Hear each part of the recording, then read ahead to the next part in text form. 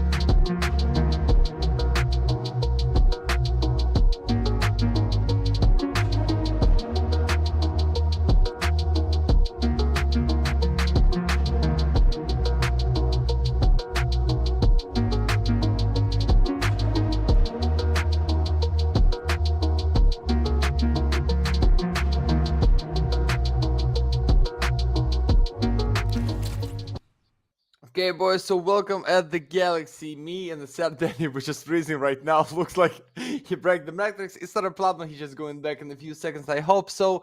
I'm gonna tell you what we have today with my friend who is just stuck like this. Swish round number 3. 1 win and 1 lose for the ENCE Academy, for the Team Leo, for the Team UNiTY and Novaq, but it's just gonna be in the next best of 3 at the Galaxy. This season we at the kick.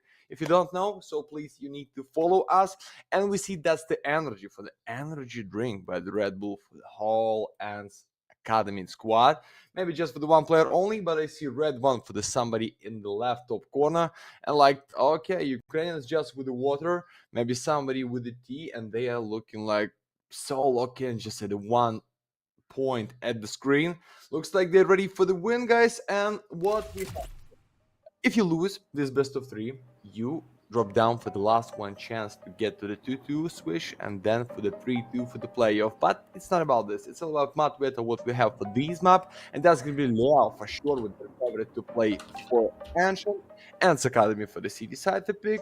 We have the same but on the Mirage for the ENCE Academy pick, and only if we need it, guys. We have decided which is Anubis, and I hope maps as always, more CS, full race, great highlights, stupid mistakes which can flip the whole game. And I hope right now that Danny is just coming back to our broadcast. Ooh, I'm yeah, back. Yeah. I'm very much bravo. back. Speaking of stupid mistakes, I said I'll be right back, and I don't know why, but I ended up just closing the stream, and so I'm back. I am back for this one. You had the difficult job of giving us some analysis, Matt, but now it's time to get straight. Yeah, it's not. I guess it wasn't that easy for you. You're experienced, and now we are about to jump in straight to the pistol. And actually, I've been seeing this pistol sort of happen more common.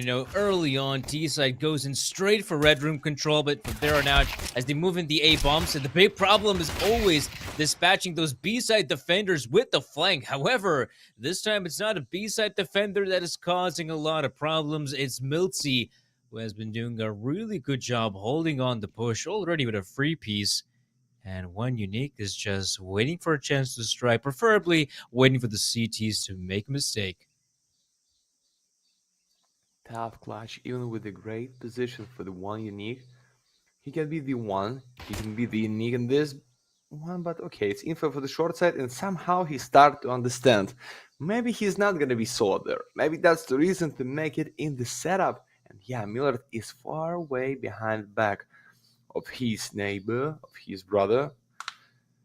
It looks like he wanna use the timing to catch at least one player and maybe then go in a for the bomb plant. Okay, it's good, but it's still not a kill. With now half health is gonna be tough out of bullets. And Academy for the first pistol round. Looking easy for them. Let's see with the great triple with the dual Berettas. And looks like we're ready for the 2-0 because I've seen no bomb and not many kills, just a 3. Yeah, that's true, right? That's where I feel like this whole setup kind of falters for a lot of teams. Like, if you are able to hold on, that's the big problem, right? You want to commit on the A bomb, so that is obviously the goal. But you also need to keep at least 1, maybe 2 players just committed in red room, just in case, for those incoming flanks. You at least need to hold on the incoming push from the B side defenders. And usually there's going to be 2 or maybe 3 players defending B side early on. And as commit on A side, it is just practically like a 1v3 or a 2v3 potentially. So I don't know. I feel like there's some risks involved with a setup like that. I'm personally still a big fan of just, smoking red room, push through donut, hit A side kind of thing. But I see how, that pistol round setup going to be, super effective. Obviously, against an eco, no surprises here. ENCE Academy able to get the win across the finish line.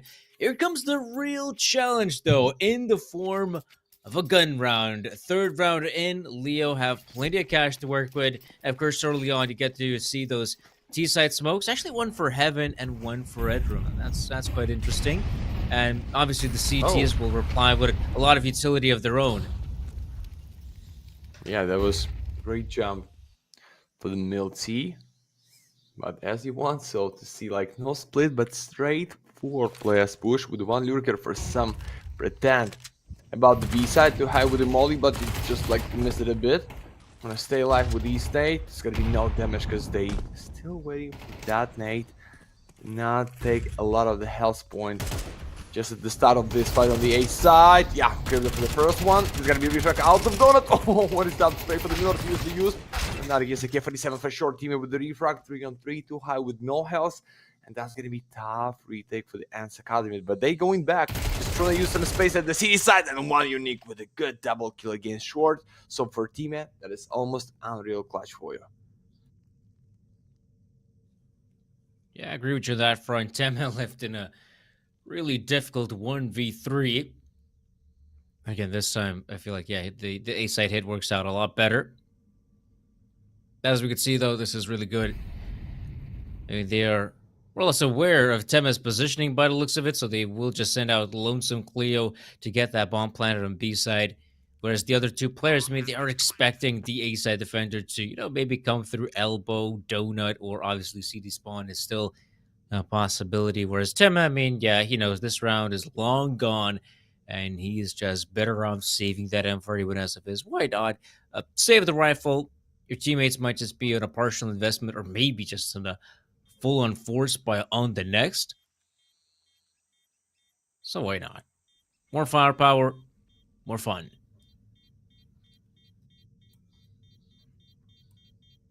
Let's go, T-Man. Let's see your enemy so close, but nah, looks like he doesn't want to go just deep in the donut. Somehow, even that is first one round for you, and like how the loss bonus for the whole Leo squad. We just want to save the guns anyway, because they understand right now for the 3-1, we've been without nothing, so it's good for them. Great decision. Without this double kill for the one UNiTY, I think it's gonna be something like 2-2, even too high was. Whereas in this setup, he's just trying to open for info, give some damage, and the teammate trying to kill them all. But it is what it is, boys. You see this buy? There is no kits, one gun only for teammate, which is safe from previous one round. And yeah, I feel like Leo need to find the win, and they should to get the second round. But anyway, full buy for the round number 5 is going to be for ENCE. And look at this. Maybe it's going to be great setup play, but Schwarz, sorry, it's Milty and teammate just pushing out the smoke for the boost. Okay. Oh. They missed it. Yeah, that could have been pretty big. Oh, wow. They're just going to walk past one another. And as you can see, yeah, they got intel. At least there's nothing happening on B side, but the CT players, oh, they have no idea how close the T's were. And this is, wait, did Miller just got a flashbang kill? No way. No way, he actually got a flashbang kill. We had a flashbang on the feed. We're just going to have to see a replay of that. That's kind of sick. I mean, you get to see those once in a lifetime, I feel like. Hey. As for safer too high. And yeah, Ukrainians can flip a fight like that. That's good. But not so. Draw is coming, guys. Just in half a minute. And we will see how they try to take control of the whole map, but with the guns. I don't know who is the main sniper in the ENCE Academy squad, guys. Sorry for this. Maybe I'm not prepared so well for these match, but and it's just like maybe no op, just in general in the squad.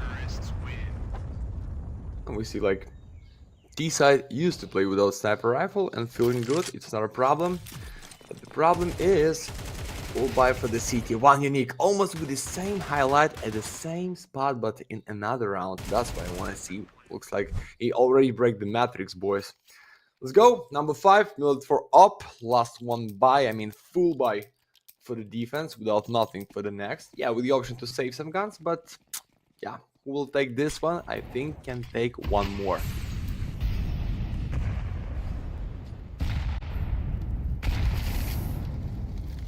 Ooh. Early nades as well.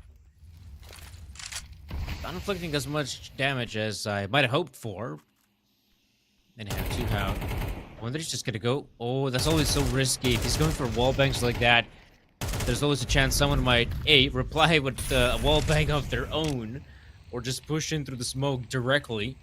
So that is obviously a very risky prospect. And speaking of risks as well, ENCE Academy have pushed out very far out of A main. I wonder if Krivda is aware of what's going on. Meanwhile, you have Malkus going down. There is now Krivda taking the hit. And this is getting mighty awkward because if you're Leo and you're holding on to middle, because one of your teammates has died in A main, this is where you could expect someone to push from elbow at any time now. And the mid players, yeah, they're just kind of stuck. Not really sure what to do, but Mara, he's still close by B side. If he's somehow able to get a frag here, if he's activated, that could be enough. But if he dies, I feel like this round will come to a quick end. And again, there's the flank I've been talking about. Let's get it. One unique. That is too high. We'll let right shoulder pick. With this new meta of CS, like picking to the left or the right, it's not the idea. We can just sometimes you need one wide pick for the open. Yeah, Schwarz will do one more, but Marat, okay. You're gonna win this clutch. I don't know what I need to do, guys, in the break, but I don't believe in the magic. So ENCE Academy proved that to me and take the lead just with a one round, but it's fine because I've seen not much money to buy in the next. And the Miller, to be honest with you guys, in this round, we started to open the mid side, so we can stay with the strong defense at the B, close the cave setup, find the once more from the ramp, and that is so easy. But minimum loss bonus, you need to reset your money, 2 tags for the boys, 2 AKs, and 1 off for Malkis. Ukrainian used to gamble, and I hope used to gamble so well. I just, without all-in loss, I had like 16 in a blackjack in the first 2 cards, and then you don't know hit or stand. But anyway, you done already, you're too high. That was almost to the face, to the wood, but just get the luck and now be done. Okay? Played slow to the mid side and without the bomb.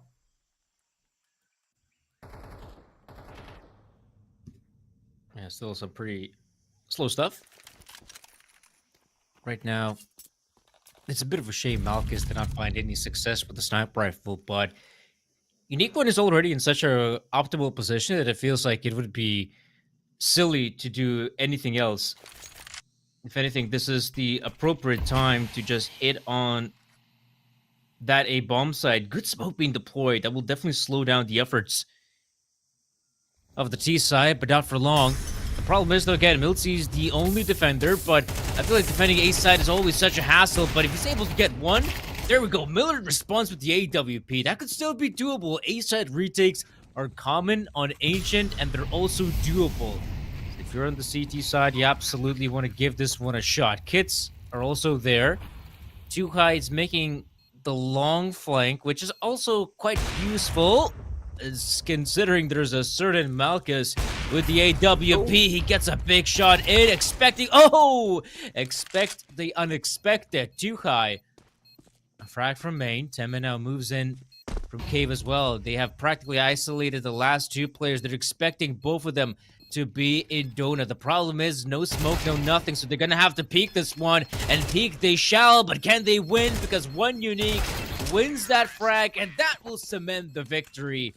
Big one for Leo, and they absolutely know it.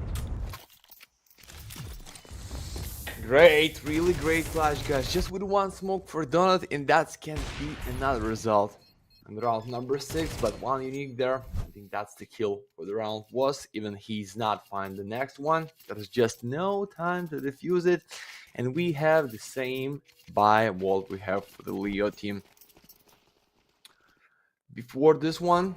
But unfortunately, with no ult for the Miller, need to play with the MPs. But guys, it's the Ancient. You can hide yourself like deep in the cave, and a donut, in a temple, and use this gun for the close distance fight. But that is the nice flash by Cleo. He flagged himself, but anyway, get the first one. Miltzy for the refrag. They have smoke. That's enough time and place, like everything, to plant the bomb. Miltzy. Oh no, he's just a bit on your right. I checked him on the reload and catch, but no. Double nade setup for donut. The boys going in 3 for the temple. It's good, but molly to your face. Sorry, guys. Too high. What is that timing for the nade? Krivda, you serious right now? Oh. The retake is just not looking likely at this point, and UNiTY, once again, he's there to finish off the round. He's 2 frags, make it 3 frags. will be the reason they win it. Milty, of course, at least keeps the M4A1S, but another very successful hit from Leo on the A bomb site. Good stuff being done. Again, it's an awkward position for ENCE Academy because they have gone for a pretty big investment. And yeah, I feel like this is the one great thing about Ancient is that, usually on some other maps, teams really struggle to get even in a post-plan position. I feel like if you commit on A side, because there's just, a single defender for the most part on that side of the map, you usually can't expect to get that bomb planted. You got some two powerful smokes, one in Donut, one for CT spawn. And another can be deployed for Cave, though I feel like that one is a little bit unnecessary. But yeah, once you check in those smoke grenades, a post plant is almost 100% likely. In this case, ENCE Academy, not much to work with. If anything, they might want to, play aggressive on the back of that M4 with us. Or at least send out the players who are least unarmed. Hope Milty can find a few frags, just use his teammates as bait. But, going for a stack like this, why not? It's an optimal position. Yeah, like every time, have nothing, trying to guess, and after these flash for the K47 or one unique, wait a second, it's gonna be like MP, it looks like, but why not? They're going in, then going deeper. It's gonna be great timing to get somebody at the back, even with the USPS. Don't tell me Leo's gonna lose this round with like one gun only for Milty and one Kevlar. Maratu behind his smoke. Give the info, guys. Somebody trying to get my ass, but no, that's the snake in the 5. Just pushing through the cave by the city side. They have creeped down, but UNiTY used to play there for every round, almost for the same highlight, like 3 times in a row. That's gonna be bump on the A, and I've seen no sense to save this for the next. You just need to catch the Malkis. He's just with 1 kill. 2 in 4 with the smoke at the bomb site or for the donut. I think it's gonna be the chance. But the problem is Maratu King is just like a lurker going from the back, and this is his chance to find a double. That's gonna be no time to defuse it. Sorry, my friend, but wait, maybe no excuses. Wow. Oh god. No time. Oh no! Does he have the auto pickup on? No way, Temmie have auto pickup on. No, man, that's quite frustrating. If I'm being honest, that is not a round that's supposed to be as close as it was. I'm surprised they ended up dropping a few of those players and we're practically in a 2v4. And if you're thinking, yeah, if ENCE Academy just put enough bodies on the site and have someone defusing the bomb, you feel like that round was kind of doable. But yeah, this time though, no chance, no luck, and at least it's a victory for Leo still to get it across. But yeah, there's no denying it. Some of these rounds have been way more costly than they should have ever been.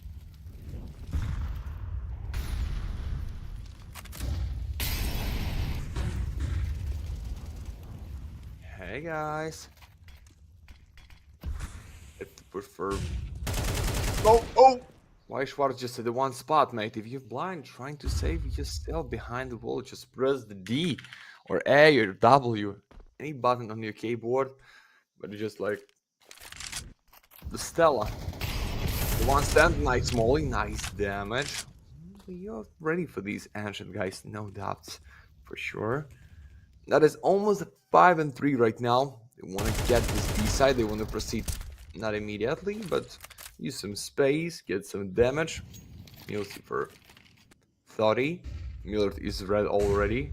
That is the problem. So boost for the sniper, and then they still waiting for the push from the mid side. Okay, they can make this, but I think it's gonna be bombed here anyway. Nice push for the Miller, but not today, my friend. Mark is ready for the shot.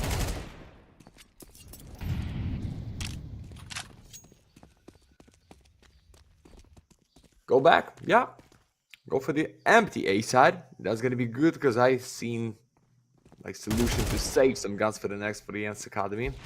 Just trying to make this unreal one. Yeah.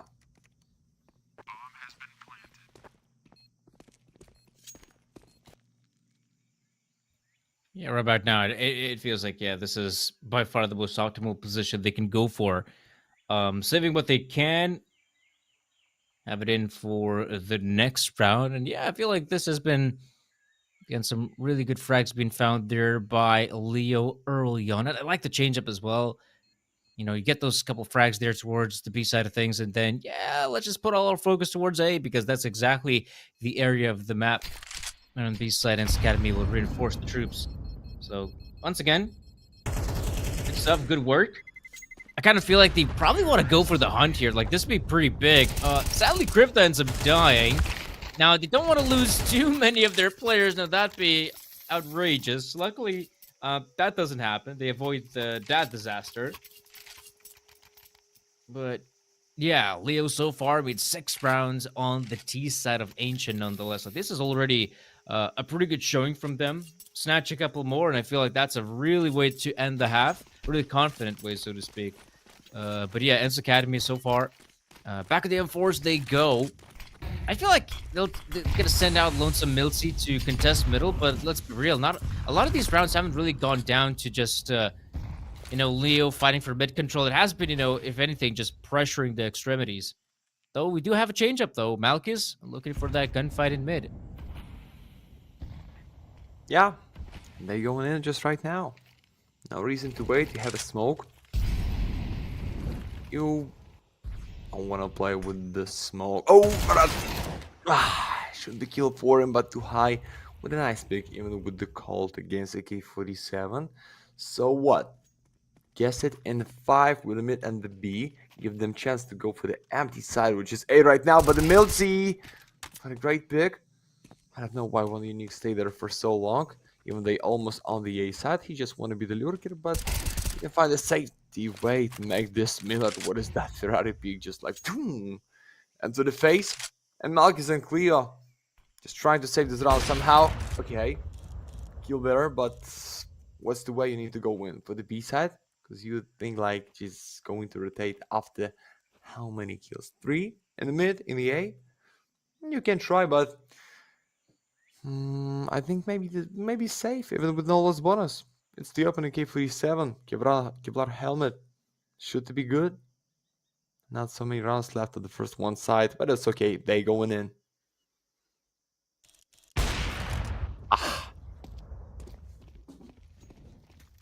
Yeah, they're gonna keep on pushing though. 10 seconds, not a lot more opportunities remaining. And there you go. That is a big win for ENCE Academy. They absolutely wanted to get a win like that across the finish line. We could take a look at some of the replays, how this round played out. I feel like, yeah, one UNiTY taking a solid position there was pretty good, but I feel like the rotation was just so quick on A side that you saw Cleo and Malchus just 100% ready to commit on the side. They were, I guess, hoping to move in through Donut. That's the only way I could kind of fathom that being the case. But yeah, 4-6. That's actually a big win for ENCE Academy, right? They've more or less broken Leo's economy. They will go for the force buy in this one, but imagine the repercussions if Leo lose this one. Back to another force buy. Expect some pistols, maybe a Galil here or there, but not much to work with. And it looks like they're going back to old ways. Now, this time they only have that one smoke in the hands of Malchus, so it looks like he won't set it up from T-spawn or anything like that. They will just try to go for the insta-pop, or as that smoke is deployed, I guess they're expecting more defenders, and maybe Malchus will actually throw in that smoke. No, they're just going back to mid. Okay. Yeah, they used to play, not like for the last 1 second, is the Navi meta. They just like to use second timing to get like the mid side, the A main. So they give the chance for your enemy to make the mistake like this. Miltsy just steps so deep for the fight, but he get the first one against pistol. It's good for him. But he's standing there for so long, and then Miltsy with a triple kill. I think it's gonna be the end. Miltsy, the saver of this round, team is red. Okay, it's kill for the Maratu K, but Miltsy will be only one. ENCE Academy get the 5, guys. Don't forget. We have the one more round before you write into the chat !Galaxy participate in our giveaway, and I hope immediately with me, with the Serdani, you have something purple or red or so expensive, maybe duplers to your inventory. It's like less than 200 euros right now at the kick, so your chance is getting bigger, guys. It's not like 2,000 on the Twitch, so use your chance, bring something cheap, beautiful, or just what you like so, and I hope you're gonna be lucky enough. And we are the last one at this side. Paratuke wanna be as fast as he can against Donut, but that's gonna be a K47 of Milty, but nice damage. Give me at the boost for the double. No, that is just one. Milty with the refrag, Milty for the once more. Yes! Oh, what is that? Straight transfer against Donut, but not a kill. Schwarz, hold it up, out of bullets. Wait a second for Malkis. And flash? No, I don't believe, because he's red with the gun, but they so close. 6-6, gentlemen. We have a draw at the first one. Yeah, that will be. I feel like a pretty good recovery from ENCE Academy in the end. Sure, they end up winning the first pistol and whatnot, but it felt like Leo might just start running away with how successful some of their executes have been. But, equal scoreline, they'll be more than happy to have the way it is. So Leo, in this case, kicking things off on the CT side, preferably for a lot of teams, the more preferred side, so they'll be happy. Looks like that's going to be just AK crossfade, which ain't too bad, I feel like, Matt. I feel like that's not a bad skin to have, so congrats to you, AKL. And yeah, just like Matt said, be sure to type in exclamation mark giveaway in the chat for your chance to win one of these cool skins we have every single halftime. So if anything, guys, you wanna hope for some overtime games, right? Overtimes mean, of course, more halves, more drops, and more chances to get some skins. But not the first one, best of 3 with the first 1K is opening, guys. There's always nothing there, but we have at least for the second chance in this best of 3 if they only find the win with the 2 maps. As for the ENCE, as for the Leo. On the second side, wait a second, we can have the overtimes, and we include the overtimes there in the giveaway, so it can be like a lot of the cases, but I don't feel right like ENCE Academy is gonna getting closer for the full main time, for the overtimes there. I still believe Leo can win this. UNiTY was good on the side, but we have a Milty with the 16 kills. We have a Millet, which is good too, so I don't know. Just the question is, who's going to take the pistol round to grind some money to buy fully enough and a lot to bring everything to the face of your enemy? Yeah, bait stickers at the CT side to respect your previous teammates. Yeah, it's a good one. Unfortunately for them, that is not playoff stage in Austin, but they fighting as the Lions against Leading Vision and the last one appearance. Yeah, while UNiTY drop down for the trap in the mid side, is going to be there as for the info, maybe for the lucky headshot, but ENCE Academy ready to make it slow at the round and the second pistol round.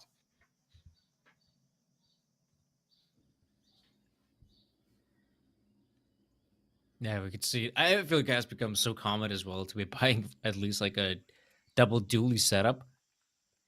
I mean, Cleo and Malkus, like both of them playing Cave, that's a really unusual setup, I feel like. Again, worst case scenario, like I said, retakes are pretty doable at a map like Ancient, so even if they happen to hit the B bomb site for ramp, as we'll see. Okay, let's actually see how this experiment plays out. Oh, maybe it actually won't. I feel like that's a really cool setup for a potential B site commitment. You got those two players in caves. You have the free players in middle that can really come in and swoop in from behind. Like that's actually a really cool CT side setup. If it comes down to the B side hit, the problem is it's not B, it's A, and now Milty has done a really good job finding 2 big frags, and ENCE Academy will just fully commit on the site. As we can see, there we go. They're moving in. Oh, frags being found. Ooh, too high. Okay, that's a big one. ENCE Academy have a really good chance to win this one, but Cleo is still with the dualies, hoping to pop some heads, but it will be his to pop. And it's just Jamara 2K remaining. The crossfades. Yeah, the crossfires. Oh, still remembering that skin from the giveaway. No, it's the crossfires that have been set up that are impenetrable. So ENCE Academy, they win a pretty important round. And I mean, Leo, they had a tremendous start. You can't deny it. They find the 2 opening frags. It's kind of sad to see that they mess it up. Yeah, that was 5-3, and then why you just trying to kill them, guys? The easiest point is you can retake in this game A side on the Ancient. You're just trying to fight with close distance against Berettas, against Glock. Um, who am I to give them advice? It's just a fact, but I think like let him plant the bomb, let him find deep standing in the donut for setup for one player for the main played by the timer. But you can kill them all, guys, not with the straight duels. Right now it's Eco for you, it's 8 for the ENCE, and the next map is gonna be Mirage. Good for Leo, just almost the same as the Ancient, but ENCE Academy can boost themselves with confidence, express themselves for the first big win, and go in for the next swish and be one just step out of playoff this season at the Galaxy phase number 3, guys, if you don't know. But right now they just want to gamble it and 5 out of main, and Milsey should be ready for this. Yeah, it's info for the one player only, but I think it's understand that's the full snake of defenders. Want to bite to your head, to your hand, to your leg. Milsey 2 kills only to give them a K47. I think that is not the trade if you want to give them, but it's fine because they go for the empty side and take this round anyway. But for the eco 1 kill and this gun, I think is good.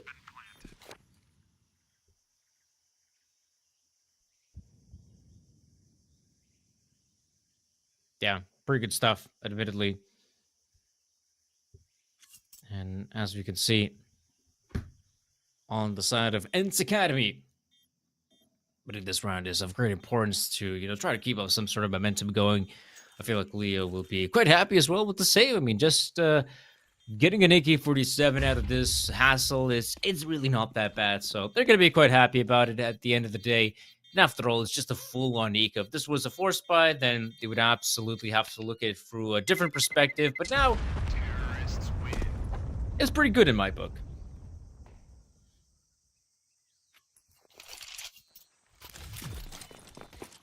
Your black book for the enemies, you mean? Or just of the strats for the round? Let's get it. I mean, Sir Danny's got 2 books, right? He's got the good book, in which I give praise.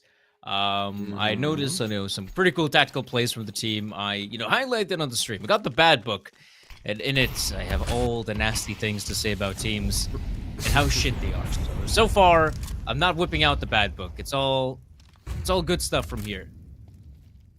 Yeah, till the start of this best of 3, we have like no shit. I agree with you for the 100%. Like a lot of highlights for the one unique. Like maybe they just mess it up just a bit for the second pistol round, and Marato came. Maybe no need to pick like that solo when Malkis cannot straight cover your back, but it's okay. There's just 4 and 4, and they go win back right there. Yeah, there's gonna be no boost while you're trying to jump. I think it's like the check for Milsey. And they already guess it in for almost for the B side.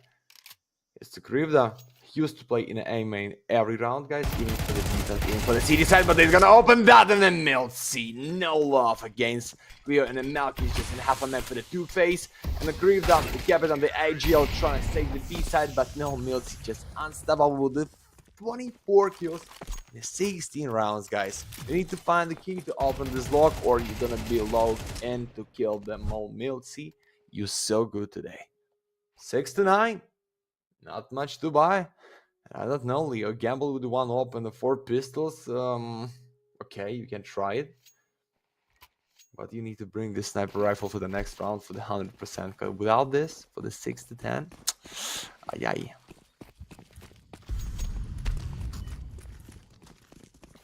Yeah, that could be a bit problematic, right? We'll see, though, as we move forward in this series. We'll see how it's gonna pan out. Right now, we can see, Milsey finding a pretty good frag there. Oh, there you go. Second one for Milsey, barely being contested. Of course, it's just against pistols, right? You could say you're supposed to win those duels, but even against pistols, I feel like it's not that easy to be winning such engagements in Counter-Strike. But so far, it's pretty good stuff.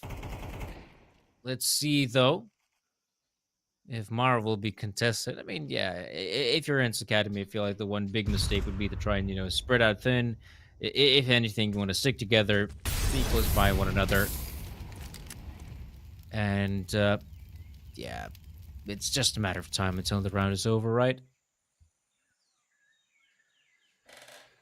Who gives the blame? I think it's over. Good Linkin Park song. Just going to my head. And maybe it's such a good thing is going to your head. For the Milty's AK-47 this time. Okay, he's up for the one unique. As I said, just the one reason to play by like that, it's only if you bring the Z up for the next round. Good. He's down, so Cleo just want to be with the Kevlar and the AK-47 for the next. So it's like great reset, just the one more flash, but no need to take the risk. Like just for the $200 or being killed out of the ramp. And the ENCE Academy is going with a 10. I like what I see. But I don't like Leo still playing with no rounds for the city side. Guys, come on, that is your map. You used to pick it every time in the best of 1 and the best of 3, even in the best of 5 final. And something's going not so good today for you. Maybe just Krivda with the 5 kills, but he's the captain, so sometimes he not should be the carry one. Maybe the Malkis, which a sniper, just get the 7 in his like 17 rounds. I don't know. Something is need to fix, or you need to talk. Maybe tactical pause for Leo is the chance to flip the game. Yes, thank you so much, boys.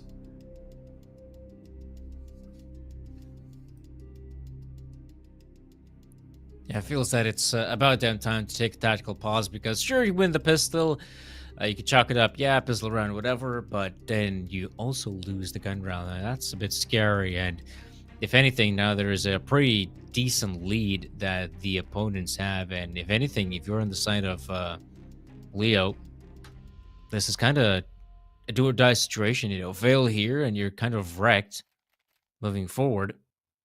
Practically have to win like every single round to not even, you know, talk about winning this map, but just even reaching OT. So yeah, I feel like this is a really important round for Leo to take. They absolutely know it. In terms of purchasing power, like it's a pretty okay purchase, right? They got some really good equipment to work with. Early on, as expected from the CTs, they always chuck in that elbow smoke. Wow, UNiTY wanted to be aggressive. He did not expect the nade to come into his face. He loses a big chunk of his health, so he's the lonesome mid defender that it's always so risky to be by his lonesome, but he'll take a more standard position up in Donut. Oh, Mara, good tag as well. Yeah. And Cave wanna get this kill just right now. Or we're gonna sing like in the break, easy for ENCE, ENCE, ENCE, ENCE. Schwarz. Oh, why you just like ticking? He think like he can check the two sides. One of them can push him and be like just a bit of left out the box and just like deep in the ramp with the boost or with the stand to catch you guys. But no, it's smoke and smoke in the donut and the one unique. Wow, you killed the raid boss. So maybe without Milty, it's tough to win this round, but it's just 4 and 5. Enough time for them, enough nades to prepare your push. They try to split the B side with the ramp and with the red room, but you have a smoke to close. The Malkis building wall and going in. Yeah, you just have the one flash only, and the Malkis. Good. But not so well, Cleo. Yeah, grab this here for the refrag. 2 and 4, Molly for Cave. Maratuke is gonna still alive, but they have Molly for default, so it's not gonna be bumped immediately. That is just too high. Going to fly. Yeah, Schwarz 1 in 3. Oh, it's gonna be 2 in the line. It's gonna be 2 in the line. Bomb, he's back, but no time. Oh. There's just no time. We're gonna plant the bomb. Yes. Don't tell me. Don't tell me he's gonna win this clutch, sir. Danny. No, no, no.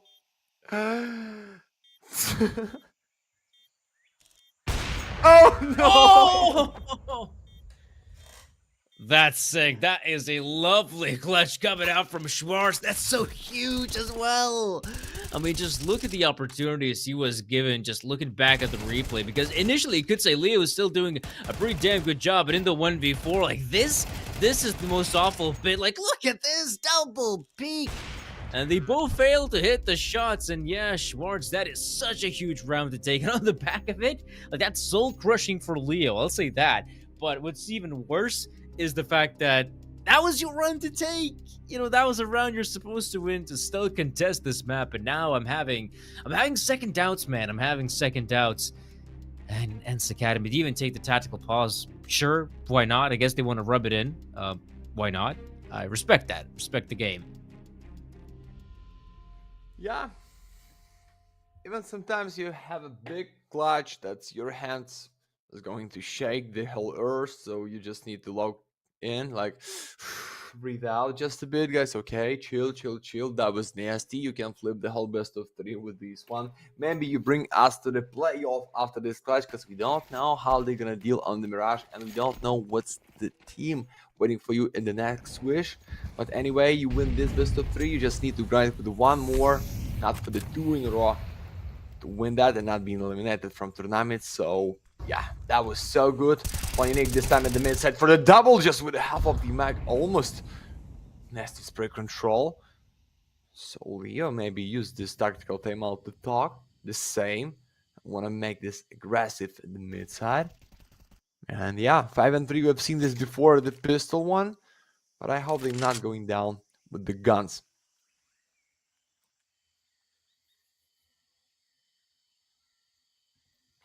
That would be the worst part, right? If anything, Leo, they absolutely have to take this one. Already big kills found in elbow. Oh, this is interesting, though. If Schwartz is just gonna press, yeah, that's the problem. I thought if Schwartz moves in just in a nick of time, maybe too high is not expected, but now you have Mara, who's also still a cheetah. He'll be going down. Too bad to too high. And now this is finally Leo's round to take. There's no way Teme is recovering from this. 40 seconds to work with, but you can see that he's not concerned with saving just yet. Hoping to maybe catch one of these players off guard who might be aggressive, but if nothing happens, then yeah, save he shall, and it's not that big of a deal, I feel like. But yes, he's actually inching his way forward on 8, but I mean, there's just so little time to work with. I'm not sure if it's even worth it, to be honest. Oh yeah? When I see flawless rounds, I like it so much because I feel like team boosted them so well, even for the buy in the next.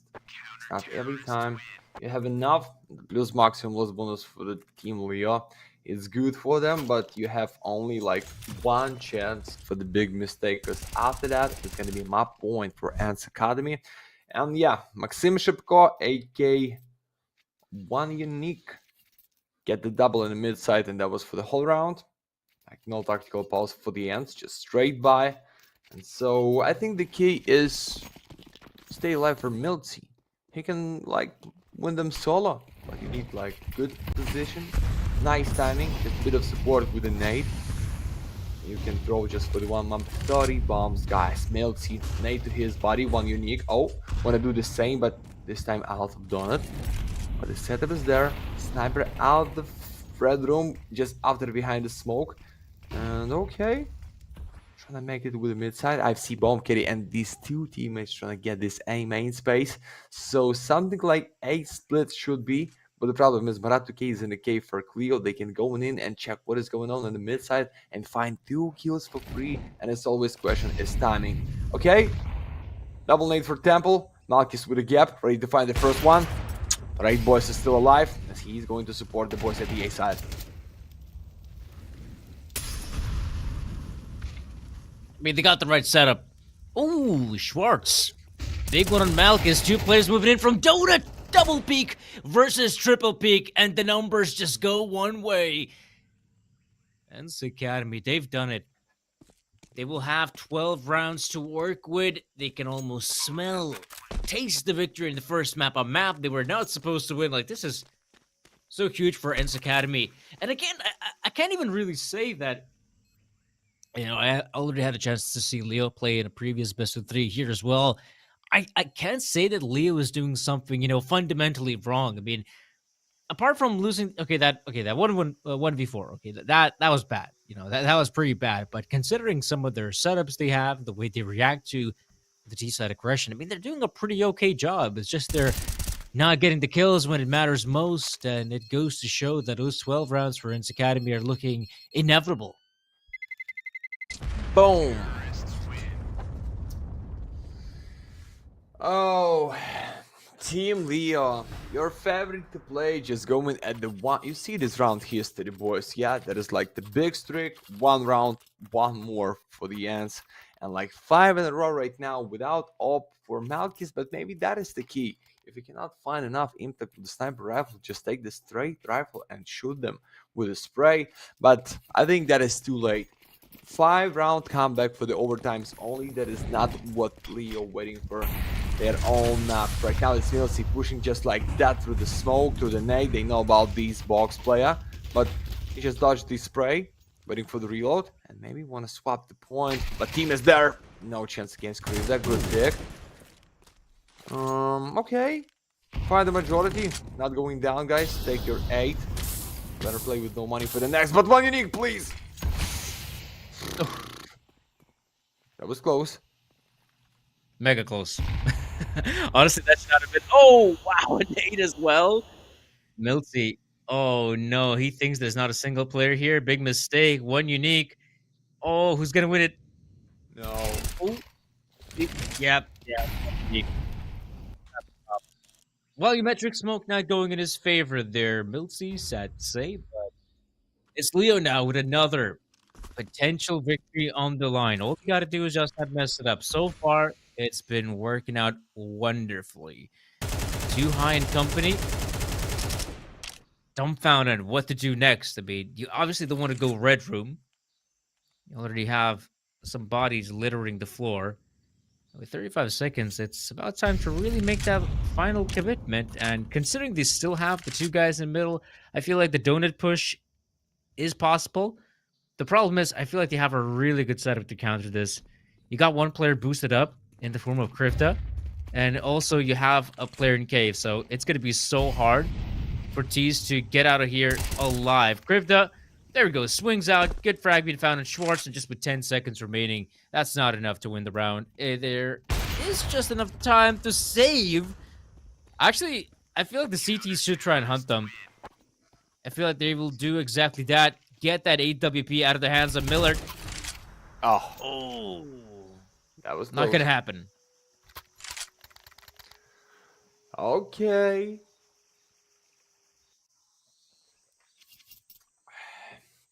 Just the water, guys, with the lemon. A tactical pulse, that's what you need. But looks like for the ENCE Academy, it's energy drink this time. And they have a time to talk. So... just let me think for 1 second. The problem is for Team Leo, they have like no straight carry. Yeah, one unique. Just for the first one side in like first 10 rounds.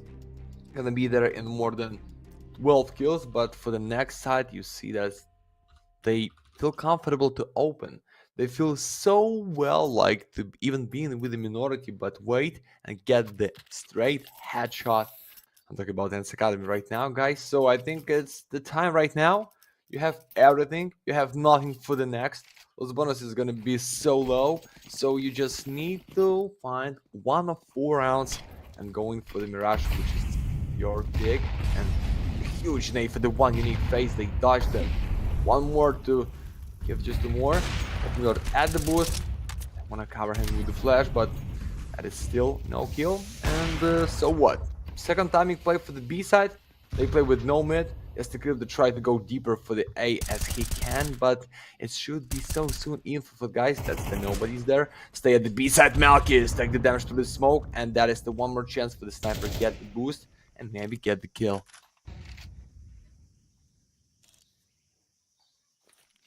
I wonder if we're going to see the aggressive maneuvers out of one unique. Actually, he's going to back away from this one. I guess he's feeling the pressure mounting on B side. Yeah, there we go. They'll have 4 players to defend the B bomb site. Like, Leo have made just the right call. And obviously, Krivda's positioning, aggressivity main is also working out for them. Like, they have just the right setups as well. Maul is being deployed. That should force out Cleo out of position, but there we go. This is where Mara, when unique, again, that is so difficult to face if you're a T side. Almost impossible, I feel like. So a big round already looking like Leo will run away with this, and rightfully so. They had the players, they won the gunfights, and absolutely, they claim victory on this round number 21.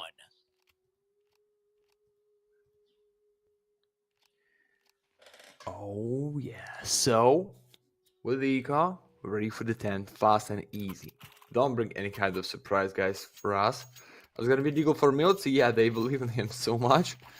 As me for the 26, that's a lot, but looks like for the, how many? For the 3 rounds, he's still playing with no opens, like no refrags and trade.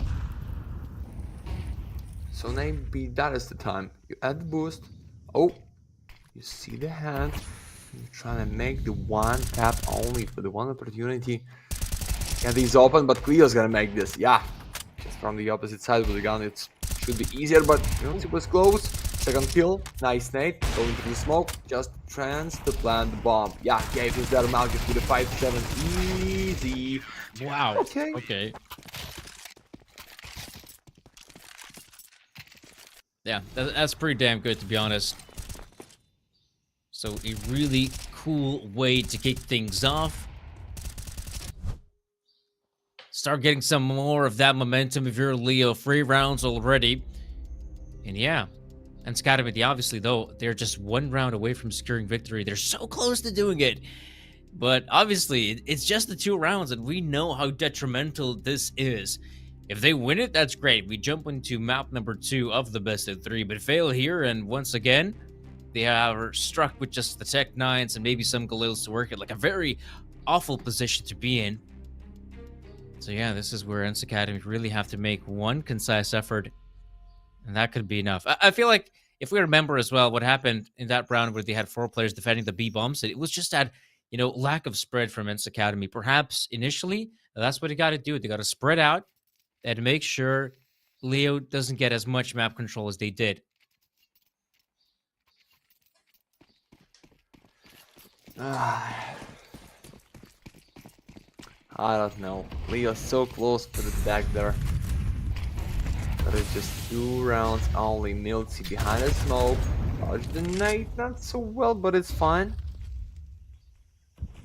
Schwartz only who's there to stop them out of push by the B ramp. That's gonna be like no sneaky play. Maratuke just trying to catch somebody through the wood in the cave. And yeah, you see how slow these teams play right now. Not for the CD side deep defense.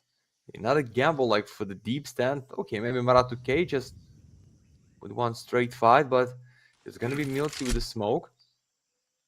That is the smoke to close B side out of mid, and then with the molly to the red room, you can make the pretend like it's all about A split, but one unique for the right boss. It's good. Milty's down. That's the only one straight way go for the B side, but because of smoke, they cannot take the risk like that, because you can be done just with 1 mag.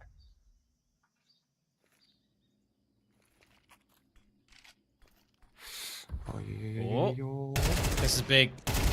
Mara. Oh, they just don't line up well enough. Oh, Mara delivering the lethal blow. That's how they do it. Mara with 3 massive frags, and that just, wins the round outright. So, phenomenal. 11-12, really good showing there from Leo once again. Just these players are dropping dead, and just look how well Mara is able to isolate all these gunfights, even expecting the 3rd player to come in. Again, that in its own right was practically ENCE losing this map, I feel like. This is now going to be such a difficult round to bounce back from. And like I said, what they have to work with are those Tech 9s, some Galils, and that's about it. Sure, they still have utility, I'll give them that, but man, oh man, I just don't see them breaking through this B defense. Mate, it's only one strat when you play like that. It's all but gold going for the B side. It's the nice smoke for the cave by the sniper for the 2nd kill. So 5-3 with the 2 Galils. I don't think you can win this, guys. Even you still alive after these sprayed out of cave. The smoke, Maratuke. That's a lot for the 2 high, but guys, 5-3, and I feel like we're ready for the overtimes in the first 1 map. Somehow, we just need to retake this, boys. In 5, in 4 AKs. With 1 more molly and 1 more smoke. Don't tell me you can lose this. Yeah, that's the molly for the light side. Well, you need to try to open, but Galil is going And once more, it's 3-on-3. It is 3-on-3. Milty with once more. Should be, guys, done. No, no, no, no, no. No, no, no, no, no, no, no. 1 and No. 2 for the sniper. No time. Oh. It's a no time, Sir Danny. It is just no time. Nice flash, nice eagle shot, but you have no chance to defuse this Wow. bomb. And at too high, try to jumping out at your body and get the win by the full main time. Oh, God. What is going on, Malkis, for the quadra, but it's still not enough to find big W. Ooh. That was close. Wow. I mean, that is, geez, that is no re GG. Like, how have they messed it up, Leo? Like, undoubtedly, that is the biggest fumble we've seen. Yes, they fumbled a 1v4. That in its own right is pretty awful, but you could say, oh, Schwartz has had some, amazing timing, some really good peaks coming in from him. But admittedly, like, this was also pretty damn bad. You're not supposed to lose. What was it? A 5v3 post plan, I believe, as well?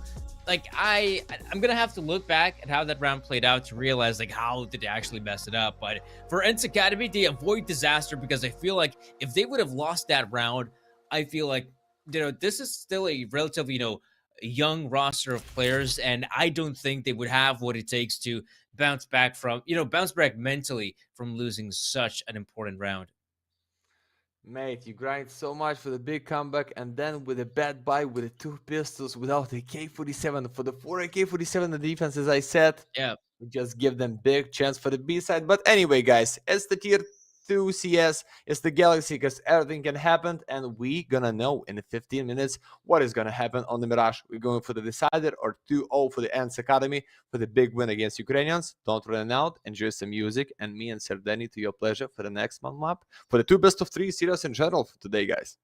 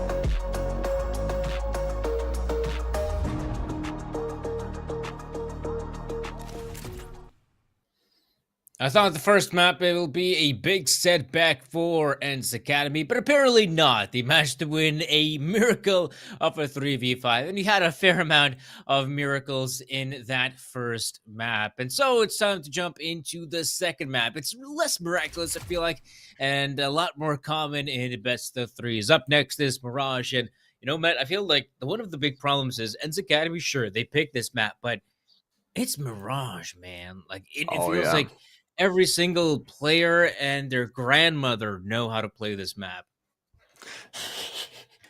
Agree here. And I've seen the stats on the show TV, what is going on for the teams, and they play already and the EPL like for the 2 weeks ago, and that was just a big and easy win against ENCE Academy for Team Leo. That was from Finnish boys with the 6 rounds only, so maybe it's the good time to take the revenge in the best of 3 at the another tournament and just go with the 2 maps for the next stage. Why not? It's still not the playoff. There's gonna be just one was to win for the teams, but it's okay because we will see how Leo will start it here for the strongest side, which is defense. How many days gonna take is the question, and how this good on the T set for ENCE Academy. We're gonna know just right now. Evolution cast for these best of 3 as the observer. So here we go, boys. Base stickers as always at the side. And we're ready for the first pistols for the 2 young cowboys, which is Cleo and Malkis at the A.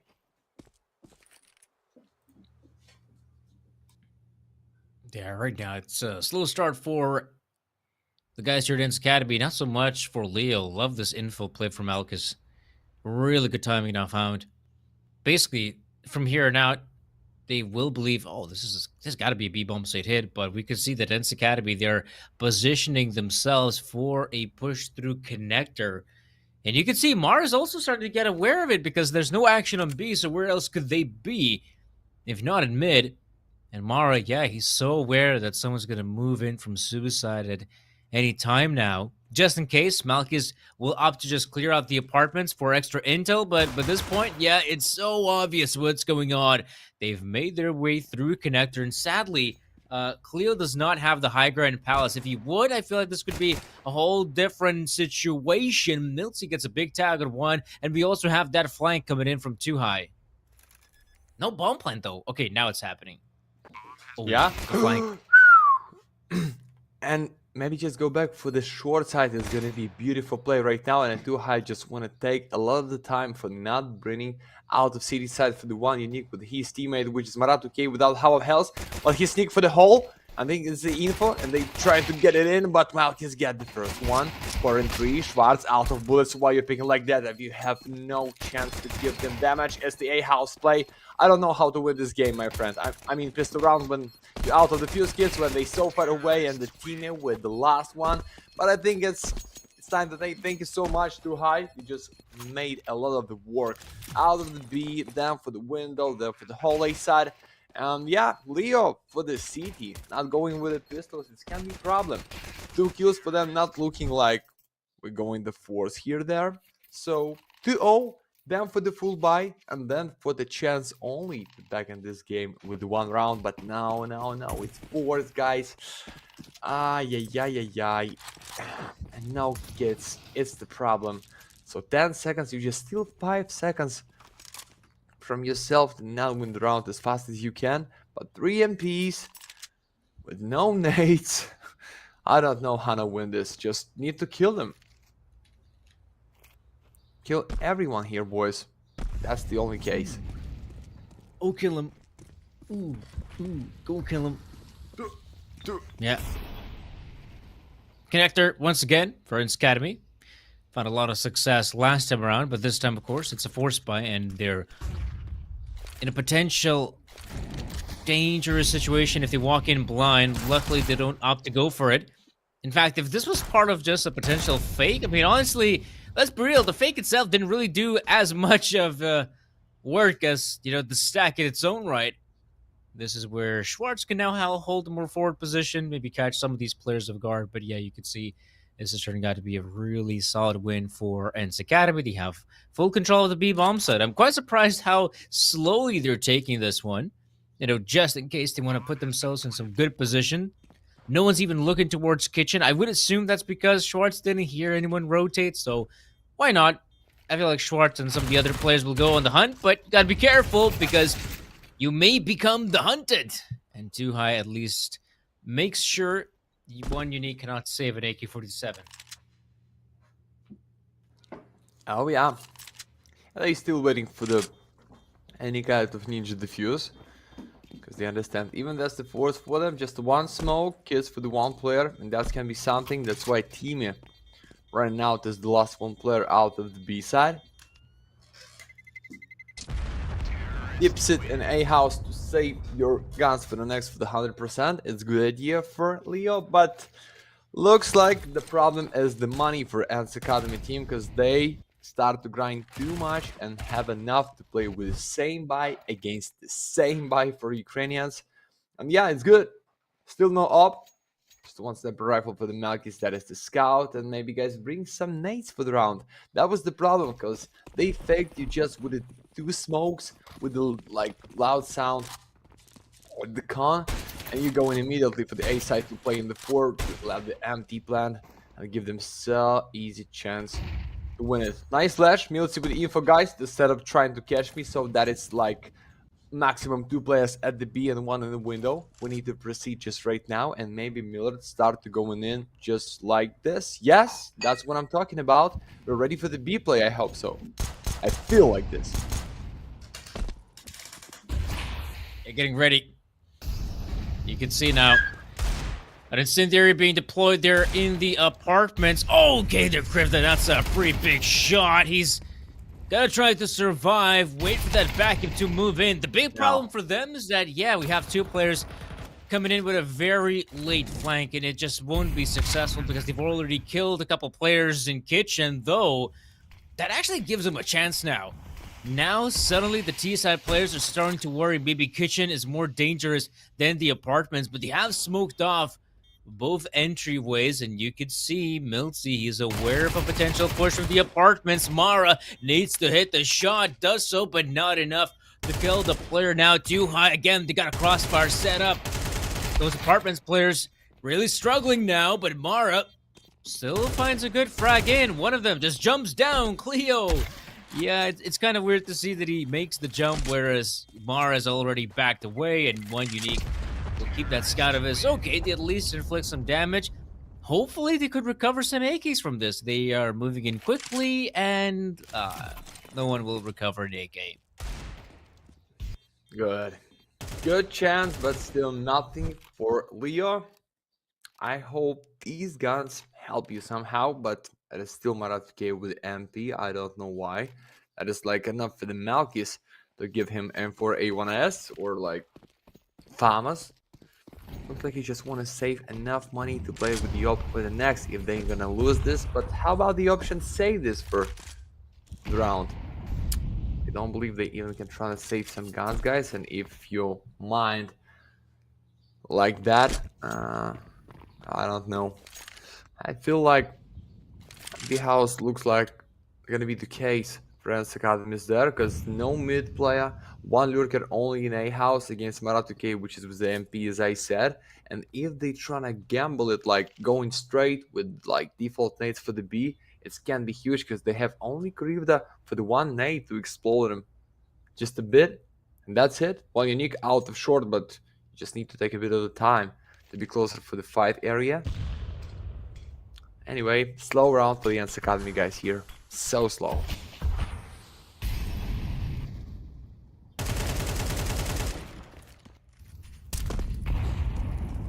Yeah, no need to rush.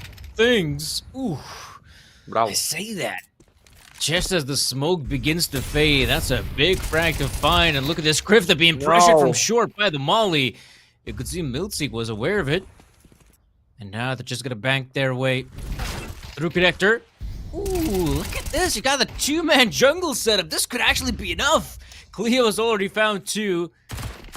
Now Malkus also moves in, and now look, there's still a player in ramp. That's so awkward. They did not expect that the remaining 3 players will just be ready to stop the crunch. That is so huge from Leo. And it's also good to see that a guy like Mara did not, even consider that, oh, maybe this time I should be going for some sort of big flank or anything like that. Like, he was still expecting maybe someone to move in from Ram. That's where he throws in the smoke. And, well, luckily for him, no one actually came from Ram. And all they had to focus was on the connector players. And yeah, I feel like ENCE Academy didn't do a good enough job to try and stop that connector push. Pardon me, stop those players from jungle having vision. And anyhow, that is a big, big round to win if you are Leon. Look at the repercussions now. You have just lumped him too high on the AK-47. Fair enough, he's feeling it, right? He's feeling that he could be the hero of the round. Or he hopes That's he why can he be picks the it up. one. Yeah. But it's okay. Guys, without hope, like, everything is almost impossible. Everything starts with your belief. Like Yoler Miller once time said, the former Bellator champion in the heavyweight. Like, everything is possible in your life when you believe, because he's from Costa Rica with such a strong accent as than me from Eastern Europe, guys. But yeah, he was right, and that is the ass of Milty. But I immediately for the frag, as Sardani said to us, you can be the hero, but you need to believe and you need to proceed for sure after your hope. And that is the 3-on-3 with a good chance. Maybe find one more gun, but you need to make it fast, boys, because Marat 2K solo play out of a house give the chance for Malchus being close for his teammate, being with the setup at the B side or for the mid, when this trio trying to use space in the short side and make it with no sound. But Grivda behind the forest, they know about you. Maybe don't need to pick, just stay alive. Yeah, build the wall of smoke. He's in the backside. Okay, it's the good damage. The sniper is here to support, but who's gonna find the Grivda in the smoke? Oh no, sneaky play should be. Sneaky play right now is in the default. Grivda, that is your kill for the round. And Millard trying to dance with the ball. What? Oh! Wait.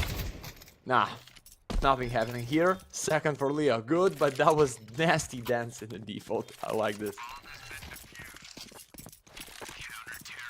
I mean, you could be saving those moves for the club, or in this case, the dance moves. Give a bomb plan for ENCE Academy. Like, in a round like this, where you only have mainly the AK-47 to work with still, getting a few frags in a bomb plan, like, that's big. Drifter here as well, trying to get the headshot, just unable to do so.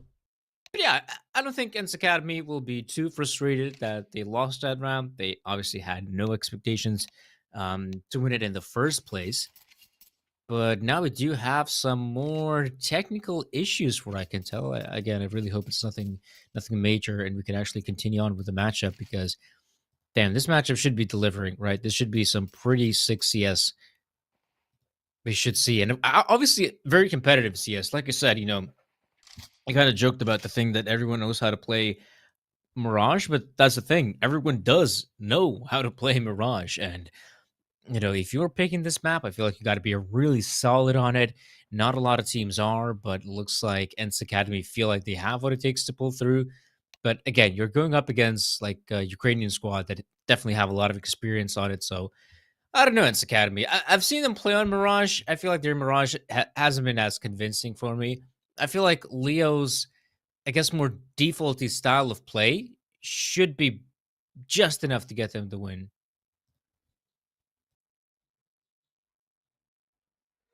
Cause I'm addicted to fly away. Yeah, you can stay in the window side, but oh, they used the nade against Millard. They pushing out the short like that. Millard, you already read, so just need a bit the first one to open. Marat 2K is in a can't pick with the MP against AK. I don't think that's the right idea. Okay, so after this smoke for the corner, I believe trying to get the short or window somehow. Looks like they're ready for this setup. Malky with a deep sit in the scope. And the city side to punish the whole pair. Try to go in, but nailed. See, ready for this boost. Okay, so they understand. Sniper is somewhere in the window. That was the boost on the short side. So at least 2 players only at the B half. And the Marat 2K is here with the MPs. Hold it up. How? Just tell me how. It's gonna be refrag for the Theo. Good one, but 3 and 4 and the team out. Wow. A nasty shot. Molly for the jungle. Sniper is out. Too high with the info for too high, sorry. Yeah. It should be easy for ENCE. Easy for ENCE. Millard. Almost. Instant, I'll give you that. He gets a frag, but also gets refragged. One unique now left in a 1v2. Bomb does get planted. Admittedly, ooh, his teammate is really far away. That's such a risky play from Temet, but he makes the cross, and that cross in its own right solidifies the round win. Oh no, too high. Why? He wanted to get the flank in super early, expecting one unique to be hyper-focused on CT spawn. But I'll tell you what, now he is, and he's just been given a chance to win the easiest clutch of his life. Thank you, boys. He's more than happy. Daku is what he's saying. Oh, mate. I don't know why you're going through the hole. We see this replay one more time. So here, yeah, 1 in 3.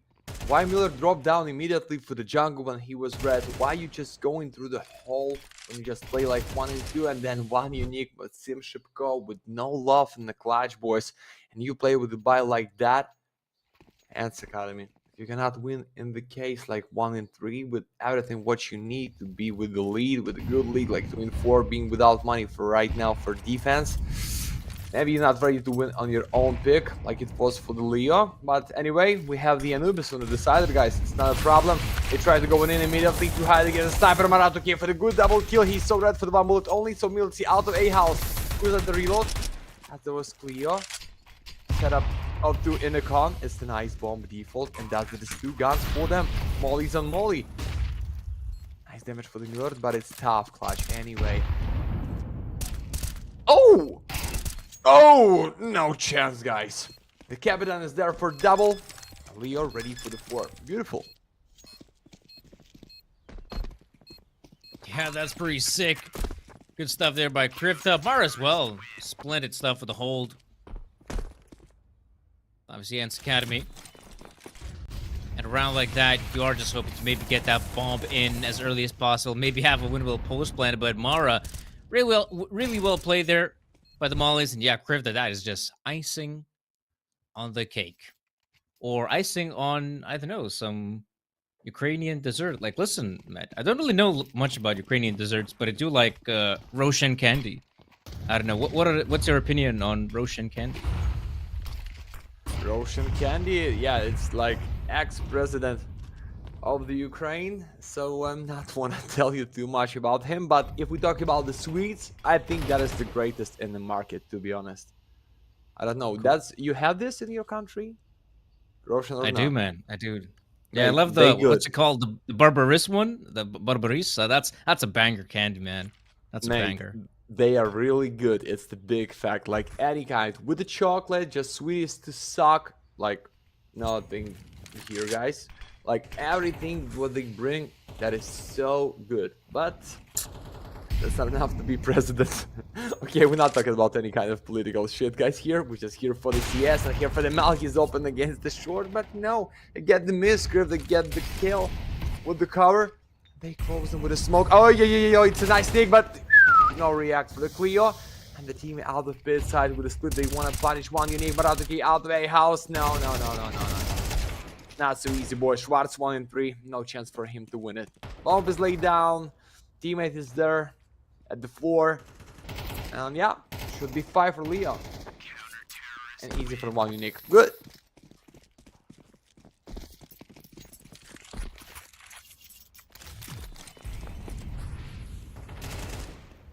Yeah, really good stuff.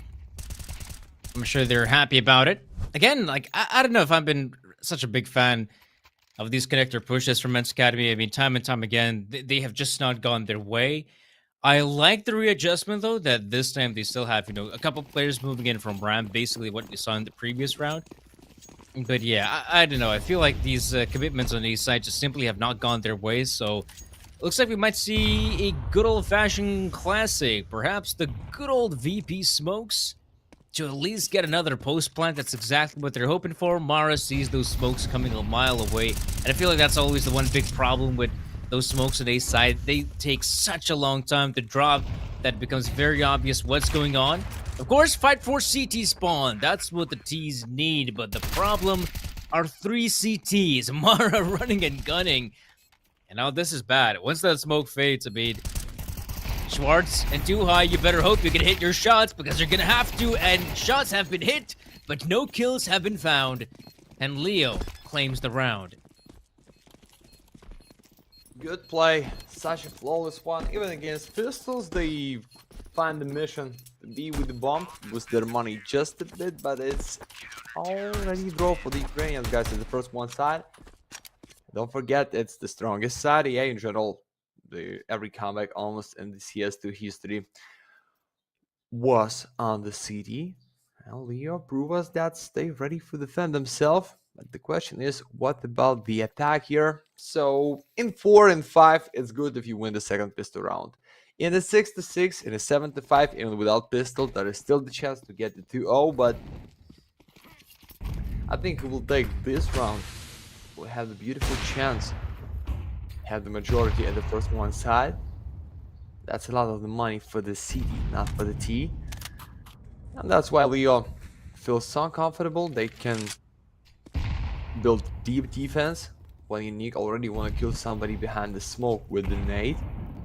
But looks like the main stuck with the bomb ready to go in for the A house, and they just waiting for the Milty chance to play it out of the con. But now Cleo is there for the one more. And that is 5 and 4, and that is the problem, guys. I don't know how, but the default nades for the headshot on the bench, and then you try to go in. No, they go in back and try to make something different. I was wrong.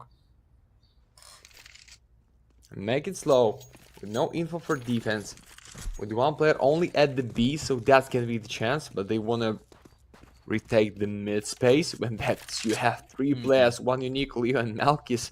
I don't think it's a good idea, boys. Ah, easy for sniper, and the boys there for the refrag. Good, 2 and 4.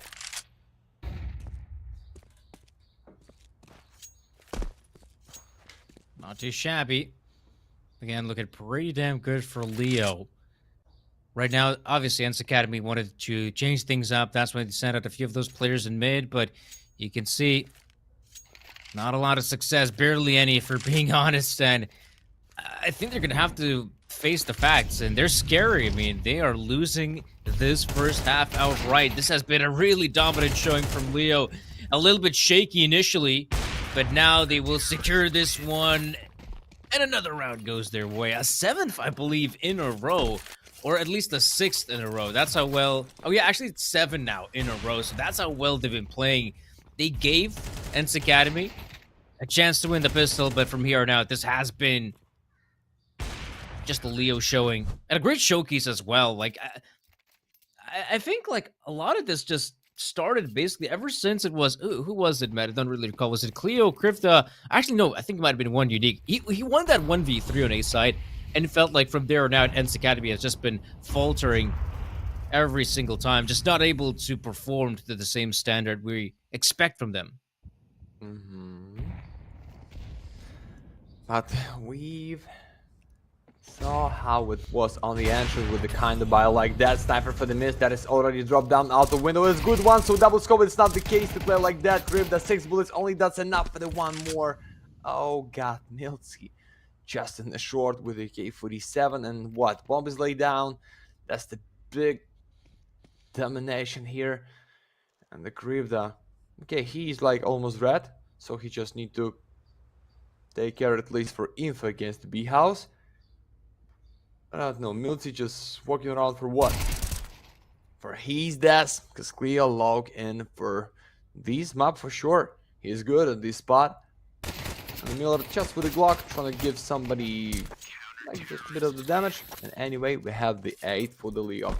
So I don't know. I start to think without decider, we don't know who's gonna take the W in this match, because that's already 8 and they just looking good. It's not about round, no, not about numbers of round. It's all about how they feel themselves on the Mirage, and looks like Ukrainians feeling so high.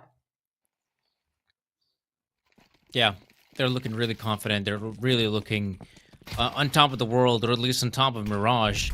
So far, Leo, now they could just start doing like some crazy stuff. AUG being bought, double up setup CT side. This is exactly how you show your opponents. Yeah, we're confident. We can make some ballsy plays, even, obviously, this being the last round of the first half also helps. Malkis just hoping to catch some of those T-side players off guard. Surprisingly, you do usually expect that the T side will throw in one smoke for connector, one smoke for actually no, not one smoke for connector, one smoke for top mid, and one smoke for window. We're actually seeing them being deployed right about now.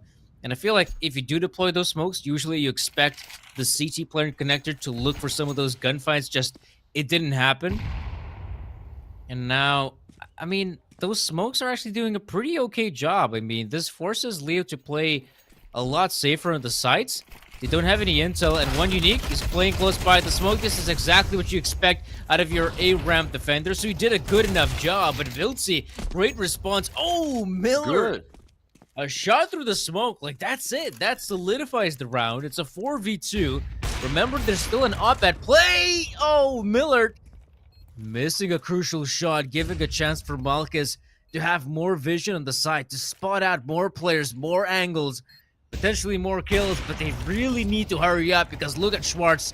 He's moving in from behind, and he will win this round for the team. There we go. Closes it out at least ENCE Academy, and with the last one in the half. So a bit dissatisfying. I mean, they had that good early start, and it just, man, it just wasn't enough for them to secure the win. Oh yeah, even this round is good for the ENCE, but it's not good for the ENCE in this best of 3. I'm still the same with my opinion, guys. That's the Leo. Great CT side. What is the... Oh, it's made. Yes, for the Glock. Okay, give it to somebody like... Give it for... I'm just see somebody in the chat. Give it for Jackie, okay? Jackie, the Glock is yours. The end for the Galaxy battle into the chat, and congrats with this maybe cheap but looking good Glock. I think you agree with me, Sir Danny. It's good, like one purple hollow sticker at this pistol, and it's gonna be sexy even. So the replay for the previous highlight at the A side, but it's like no highlights, just a straight push and a good double for Schwartz behind the CD side. And we going in for the second pistol round. Come on, ENCE Academy. Second pistol round winner for you. It's almost like 8-7. But without this, it's decided, guys. Sorry, I think so. Let's get it. Let's get it, let's get it, let's get it.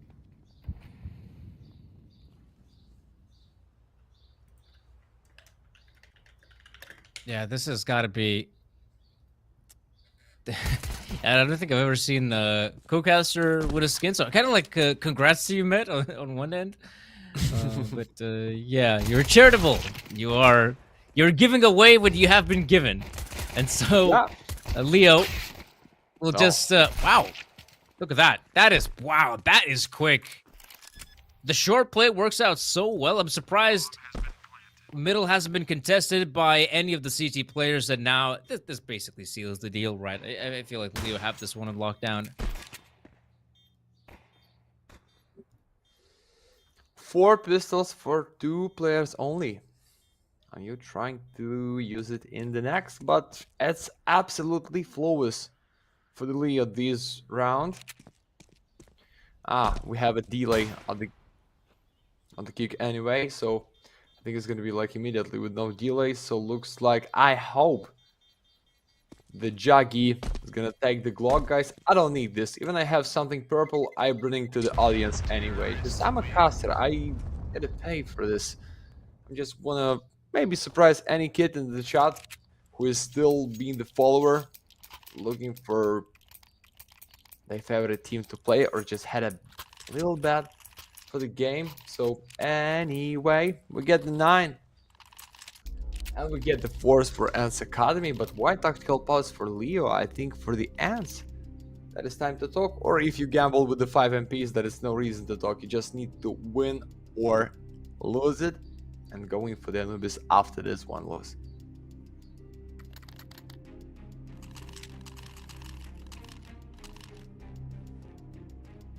And I can see taking a pause as well, Leo.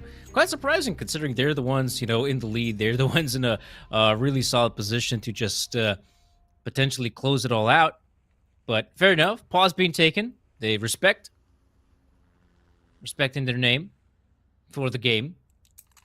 And now, obviously, they know up next is going to be a force buy. So at times, I feel like winning the second round perhaps has more importance than just winning out.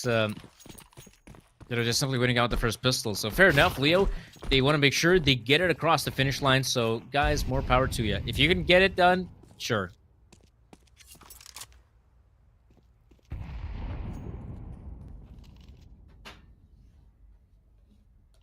So Miltsy, it's your time to shine.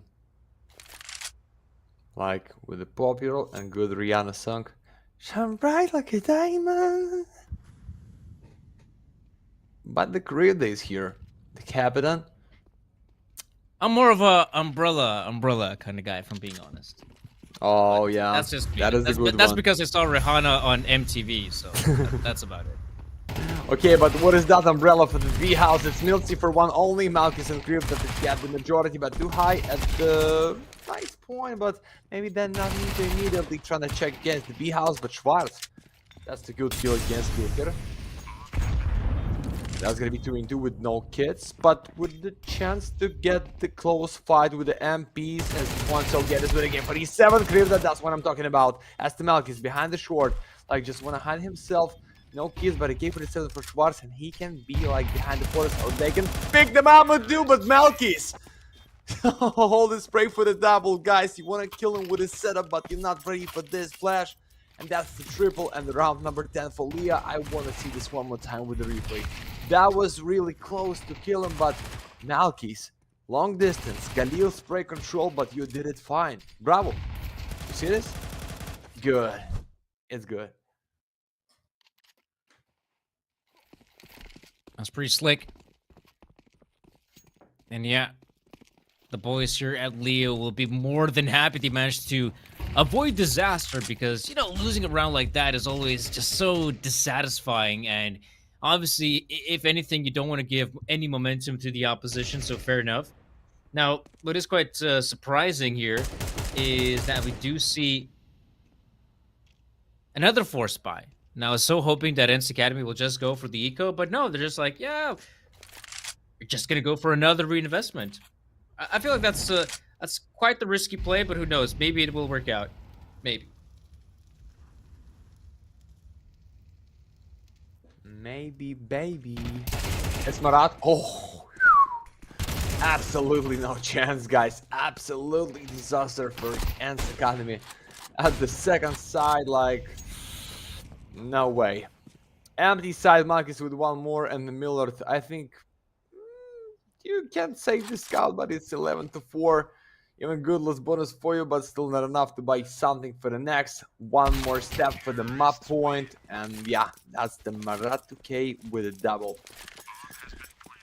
It's not the same what we've had on the Ancient, guys. On the Ancient, we have full main time play with 13-11, and right now, Leo, like, prove us that was just a mistake. We just missed this clutch 1-4, if you remember this, guys, with the one Galil only. So that is not one more big mistake, and we're gonna take this best of 3 series. Because I know they used to play on the Anubis like a lot, but I need to check what is this for the ENCE Academy. Oh no, they so low for the last 3 previous months. No officially wins with the 4 appearance and the Team Leo with a 6 times played and just with the 1 lose against Gen 1, which is good on these maps. So I think it's going to be easy for them to win this best of 3. Somehow, if ENCE can come back, just do it right now, or you're almost done in a whole map. In a whole match, I mean. In a map too.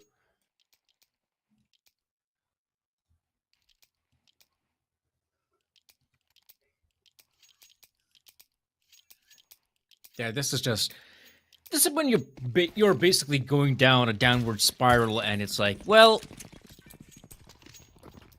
what the hell was that?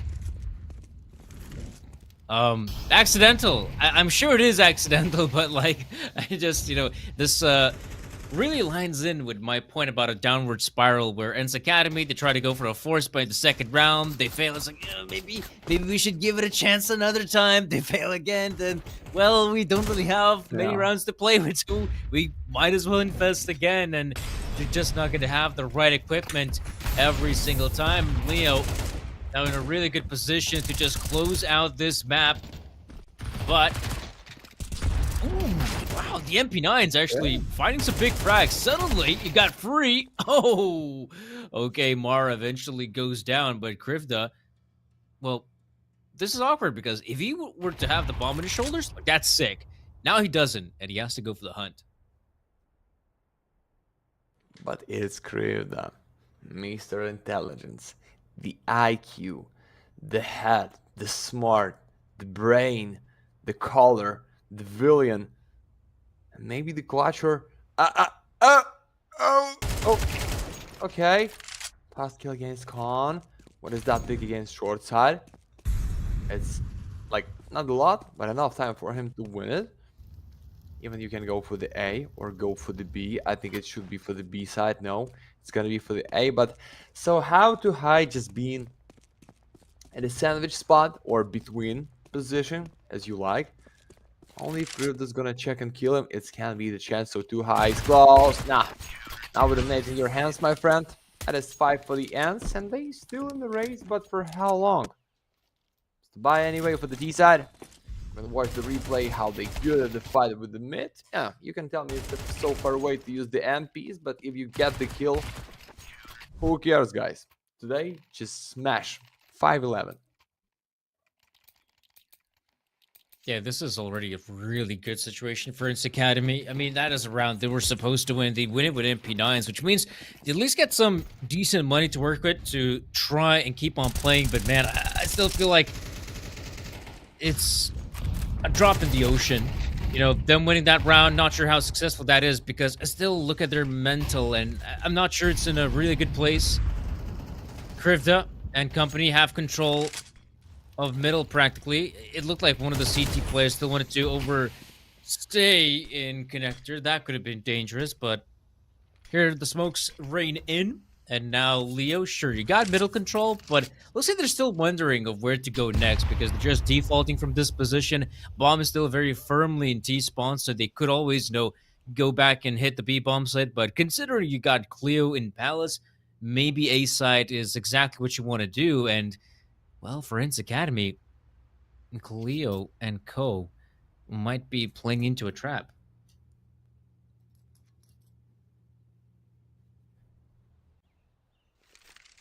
Might be just. It's not a fact. Because in 5 against these guys could be easy, but Millard. I get 1 too high. Cleo, not the straight face, but you forget to check under the A house, and then Schwarz out of headshot with 1 more. That is majority Cleo. Good pick. 1 more for the Millard, 1 more for Krivda. It's 2-2, it's still a chance, but the bomb is laid down towards head, like under headshot position.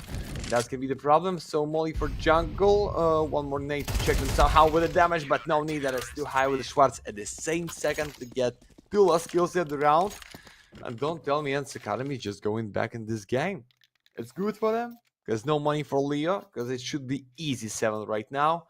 And somehow Tima and Miller need to switch on, and somehow they can back in this game, because without 2 players for enough impact in the defense, it's tough. For the T side, somehow you can push with the whole squad, just be the opener, play for the info, for the damage, and the boys and the already work so clean. But when you stay in the B as a lurker in the mid side and you cannot fight the duel straight, it can be the huge problem. So ready for 7, believe for the win of Leo anyway, and watch how it's gonna be. That's a possibility for ENCE Academy to make this, I feel like, a little bit closer, the scoreline that is, but I don't know. I feel like Leo just have so many opportunities to try and close it out that I don't think ENCE have what it takes. Last time around, of course, that was just a great call to have 4 players in the A bomb site, but how many times can a gamble stack like that work out, right? That's I feel like a question that needs to be answered. And I feel like, well, that should not be possible that often.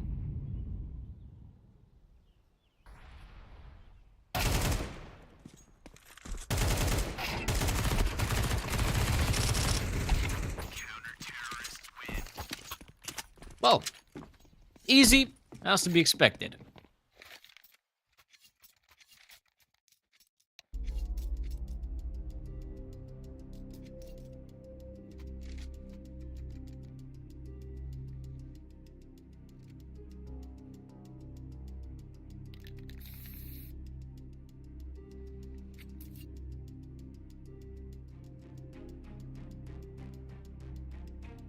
Yeah, looks like we're just gonna have ourselves a bit of a tactical pause in this one. Fair enough.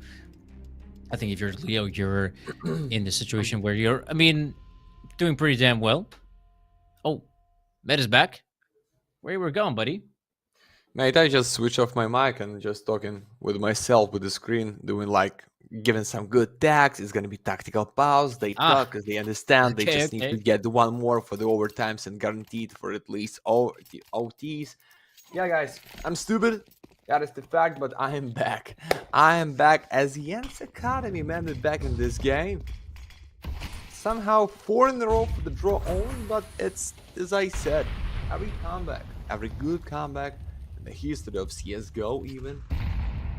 That is all about the city sides. So come on, Leo. You talk, you use tactical timeout, you play right now without op, you being without money for the next, because that it means 9 to 11 for ends, just maybe in a good case, like without any kind of big mistakes. Yeah, you can failure, but not so much. That is just like option to get this one. I don't like the Miller souls there at the B, because there's gonna be not so fast to support for the Milty. He's not even in the ladder room. Just want to find a spot to punish underground somehow with a sneaky play. But it's good because it's gonna be slow for Leo. And 1 minute left only to find a solution of your push, guys. Come on. Just need to go in. It's not enough time. Yeah, that's the good setup on the A side. Oh no, they looks like they're going into the trap. It's the trap. Oh, 4 defenders.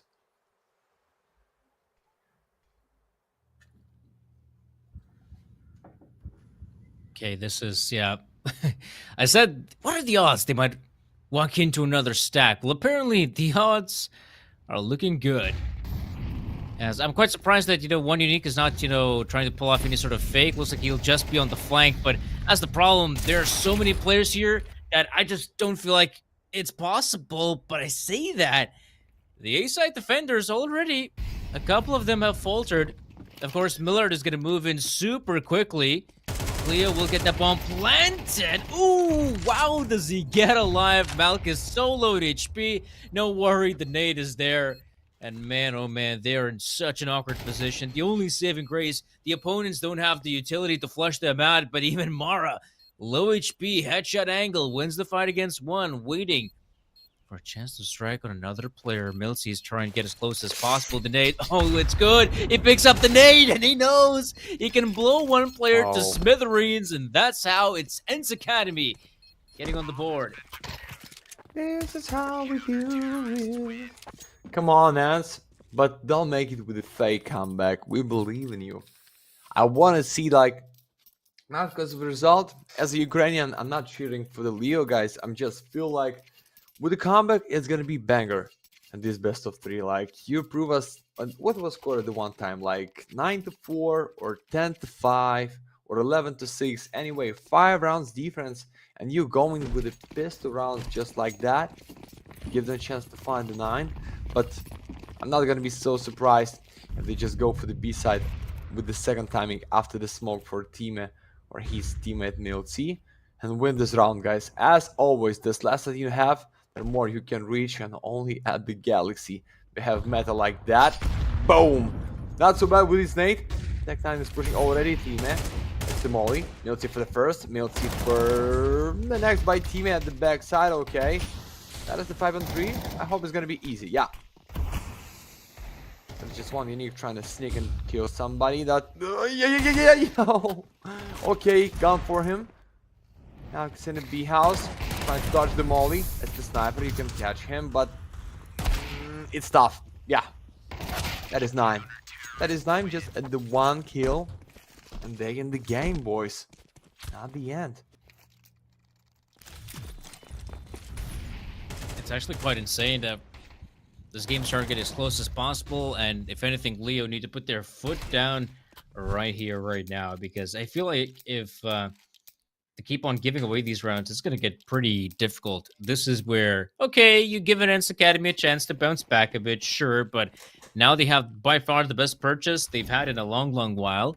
And really, they need to do everything they can to avoid walking into a stack. The problem is, though, ENCE Academy, they're making the read. Okay, so we've already stacked the A bomb set a few times, so this time we're just going to have free defenders on Leo, they're playing into it. Oh no, this could be disastrous for Leo once again as they move into the side that has 4 defenders ready and waiting. No. Leo, they're again just walking into a trap, but this time they have plenty of time to work with. Cleo, amidst the chaos, has taken a very good position. Like, this is good. If this is the changeup they need, Leo could make it work, because now they're just backing away. If they were to consider hitting the A bomb site, this would be the opportune time to do it. Cleo would be in a prime position to cut off any rotations, but looks like they're just gonna wait a bit and see where to go from here. Second timing be a play. That's what they want to get if I'm trying to read this round right. Go to K47 with the mouse, hollow stickers for Modeame, but if that's give you any power to open this B site, yes!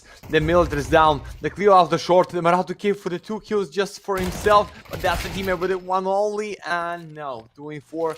I don't believe in these replays, guys. Maybe you just need to save some guns, Malkies against the kitchen. That's what I'm talking about. Somehow, with a good streak for ENCE Academy, Ukrainians find the draw, the OT's chance to play it only, and give them pleasure. Somehow back right now with the 3 rounds, but I've seen not much money for the 2 high, and looks like boys have the same option to buy for the next. Yeah, there's no reason like for the 2K, for the full ego, because you have no any mistakes. It was your chance to give them 1 more, but right now you need to make the all-in, the back in just for the OTs. But I feel like we already at the end of this. Like if ENCE take this one with a 10 to 11, without much money for the T somehow, but after this, guys, sorry, I don't believe. 9 to 12. And money is calling for the goodbye. Yeah, I've seen more than 6K for the Milty, for teammates enough. And the 2 high can give something for his teammate. Yeah, it's good.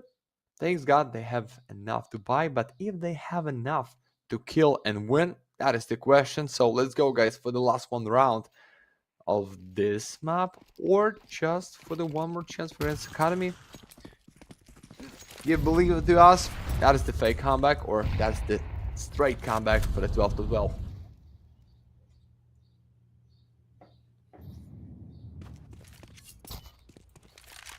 Yeah, again, I'm such a fan of Leo's reading that position. I was so scared, frightened even. They're going to walk into another stack. But I like the fact that he slowed down the pace as well. And as we saw, they didn't really have to do much. It was just ENCE Academy now thinking, okay, maybe stacking the B bomb site is always, a risky endeavor, because if anything, you always need more bodies on a site just in case. And so, yeah, this does work out really well in Leo's favor. Now we're seeing your bog standard smoke on window. Maybe this is a time we might actually see some sort of fake maneuver. I mean, we see UNiTY, deploying some utility towards the B bomb site. That will keep at least the 2 defenders at bay for now. But the big problem is that on the other side of the map, it's just too quiet.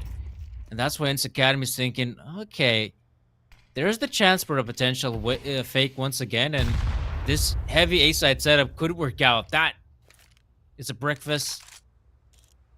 Well, big breakfast. Is it a breakfast? Oh, actually, no, it's like 1 p.m. in Finland, so whatever. Big nade, big damage inflicted. 20 seconds, though. They gotta commit. Mate, I think for the most of CS players, it's not even close for the breakfast, because day shuttle sometimes it's so weird to be the straight William, but you're the hero. You're the Krivda, you're the Malkies, you're the kill with once more between the positioning. But guys, no time to plant the bomb. It's just gonna be no time. You just need to kill them all. Milot is so far away. There is no reason. There is no space to check them. Oh God, please. 2 in 4 with 1 kill only against Planner, and they win it one more time. We've seen how it was. Cleo. Oh, no, we're not. Just back into the okay, so takes it just at the 1 second, and yeah, because of these kills for the team, they cannot find a win, guys. 10 for ENCE, goodbye for Leo. So Danny, you believe for the overtimes, or you think that is the kind of mistake which can bring it just within 5 rounds? at once, and Malchus got the open. That's the good. I think there is no reason to stay behind. You just need to go in for the A side. You know, that's the Millard. He's not the greatest one for this map, but you find the already one at the A, and that was the sniper. He's dropped down. And I don't know how to deal with this round. How you need to move in. One unique just like that with the smoke. Okay. 4 and 3 is better than the 5 and 4. But where Yeah, so far do we it's go? pretty important stuff. I mean, oh my gosh, you asked me whether I believe in OT. Honestly, I don't, and I have all the evidence to prove it. It's 4v2, and now they're making the right read as well here, Leo. They're about to pop on B-bomb site, and luckily for them, there's no forces to try and stop him. Sure, that's a big frag from Tema. Milty's moving in, but he's yet to spot out anyone. Oh, that's intel. Sees the player. Oh, headshot potential. Milty wins it. Oh no, this is getting awkward. What was supposed to be a pretty damn suitable victory has gotten dangerously close. Milty's looking for the fight. He looks away. And that could be the end of ENCE Academy, at least in this round in particular. And of course, this map. So, Leo taking 13-10. Big win for Leo. Again, I was kind of expecting something like this to happen in the best of 3. We're popping into a map like Mirage, where you're going up against a Ukrainian squad who has played in a bunch of qualifiers, and obviously Mirage is up there with one of the most played maps. And I feel like ENCE Academy, apart from making some genius stacks, some good reads against UNiTY, really, I feel like they just lost too many rounds, you know, initially on that first half, and just to bounce back from the second half, it's so difficult. And honestly, you can't be making, you know, great stack reads every single time. At some point, your luck is going to run out. Yeah, and the Krivda, the captain, with not the most number of kills, but for the good damage, like 2,000 for not so many rounds, guys. And guess what? We're going for the decider, which is Anubis, and I tell you the stats for the ENCE Academy that it's not so good for them, but it's so good for the Ukrainians. So I'm still with my predict. I still believe for the Leo by the stats, but how they going through the whole Mirage, how they like they not throw the engine, but that was clutch 1 and 4. I think they're gonna remember this maybe for the 2 weeks. So enjoy the music. No any other takes for me and Sardania at the Galaxy. This isn't at the kick, so waiting for you in 15, and stay with us, boys and girls.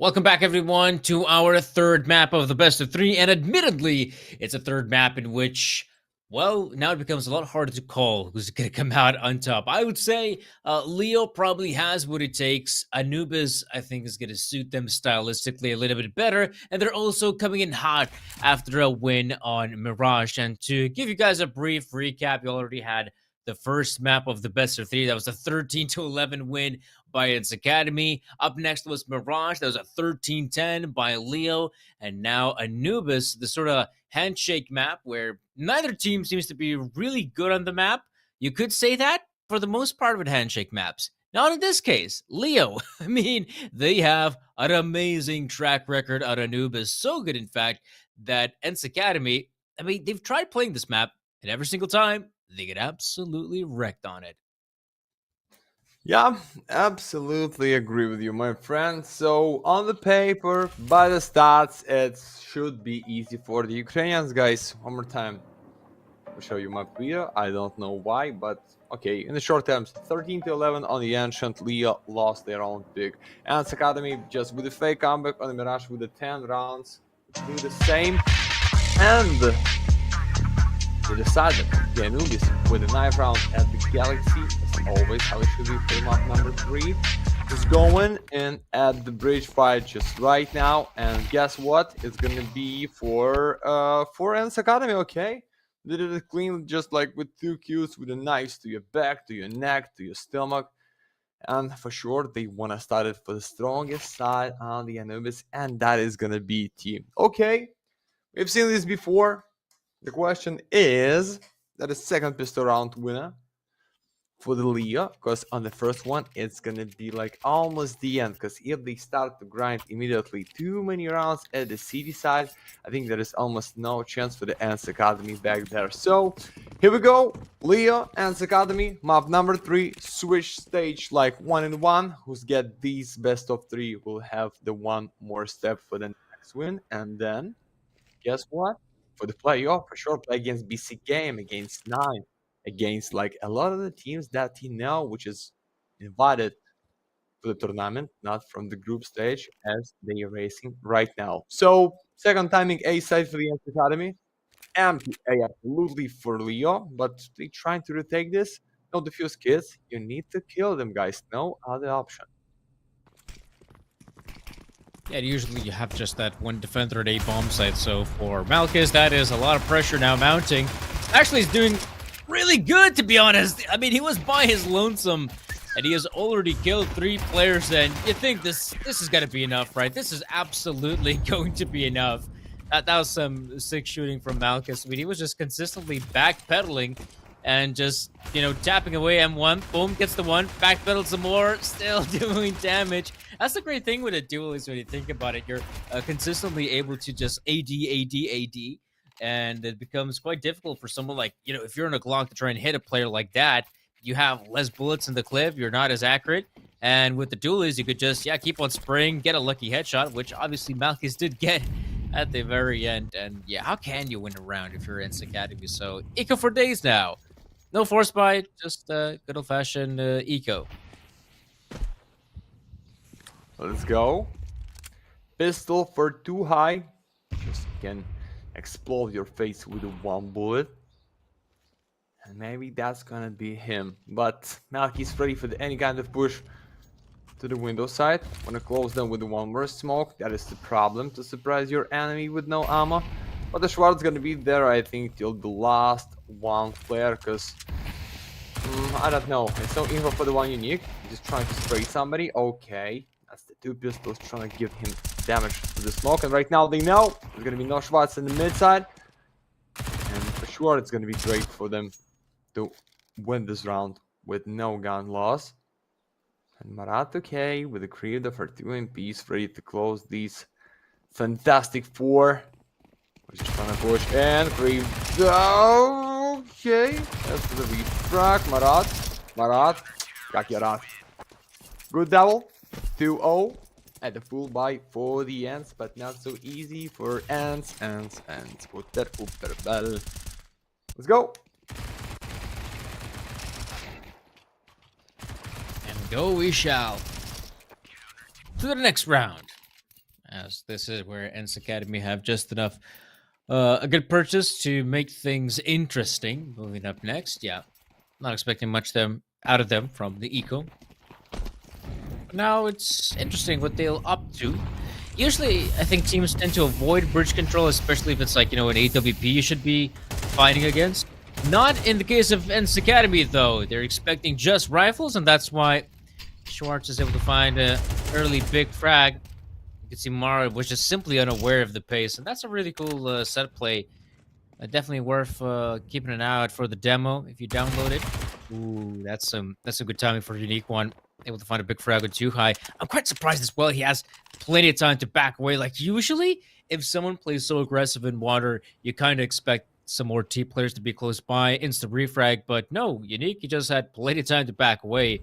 And the fact that he had the chance to back away gives confidence for Malcolm that, hey, maybe there's no one in water. In fact, this probably is looking likely like a B-side hit or maybe a push through middle. Yeah, in 4, they need to gamble. Just need to guess it and then 2 for the A. I don't know if that is enough. Because 1 you need. Oh! Dodge some fire, Cleo! Oh, the spray for the good impact, but not for the kills and the Malkies. The key player from the back need to drop down with no sound and one Nick somehow please stay alive. Malkies is there for everything. 1 UNiTY. Support him with a kill. That's gonna be easy kill against the bomb carry. What about the Rob's calling? Rob's calling for the damage, but Krivda from the city side and Leo get ready for their number 3 because Schwartz. That is no time for you, my friend, to play, but it's good head. But you need to step back and go out with a K-47. Good for Leo. They started in 4, ended in 2. ENCE Academy with no loss bonus for Schwartz, I think trying to force them, yeah? Because almost 3k loss bonus, but no AK-47 for anybody in the squad. And yeah, don't let them take too much as I can, guys. As I tell you, for the city side, because no, the next one's gonna be T, and that's gonna be bad news for you. 3-0. Let's get the next one with no money. I hope with no surprise. 4-0 should be for Ukrainians there.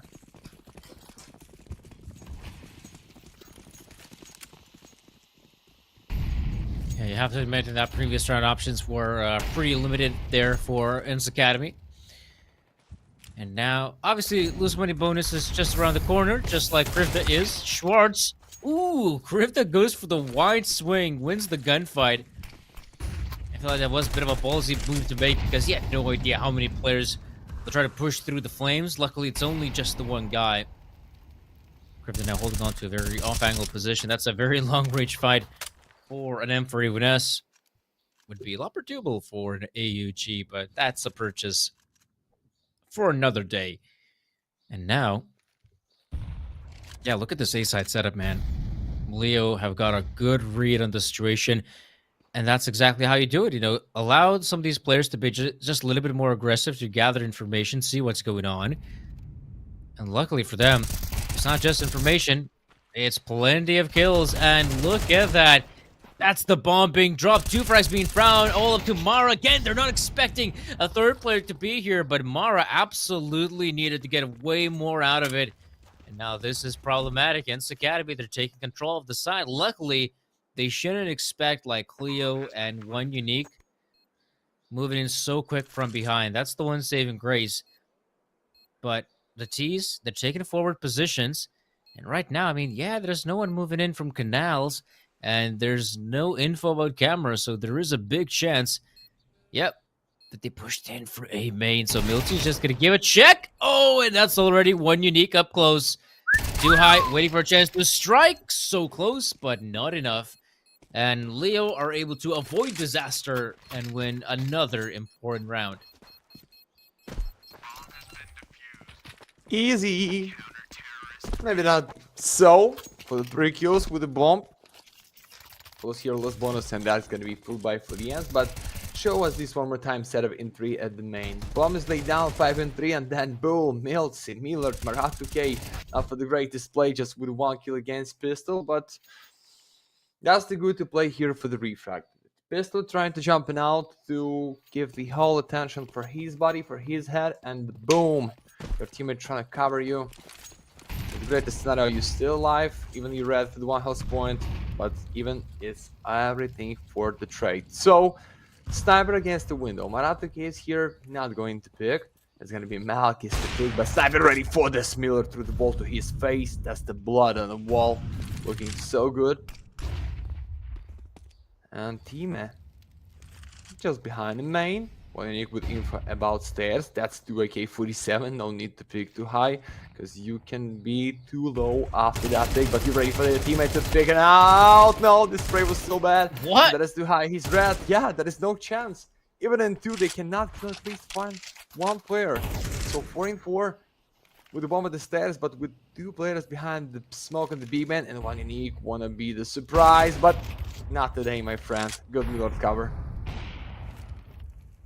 That's actually quite insane how that double peak in water is able to find so much success. I was kind of hoping the T's will kill those 2 guys outright, but apparently not. And so what we have here is 40 seconds remaining. Very little intel for Leo.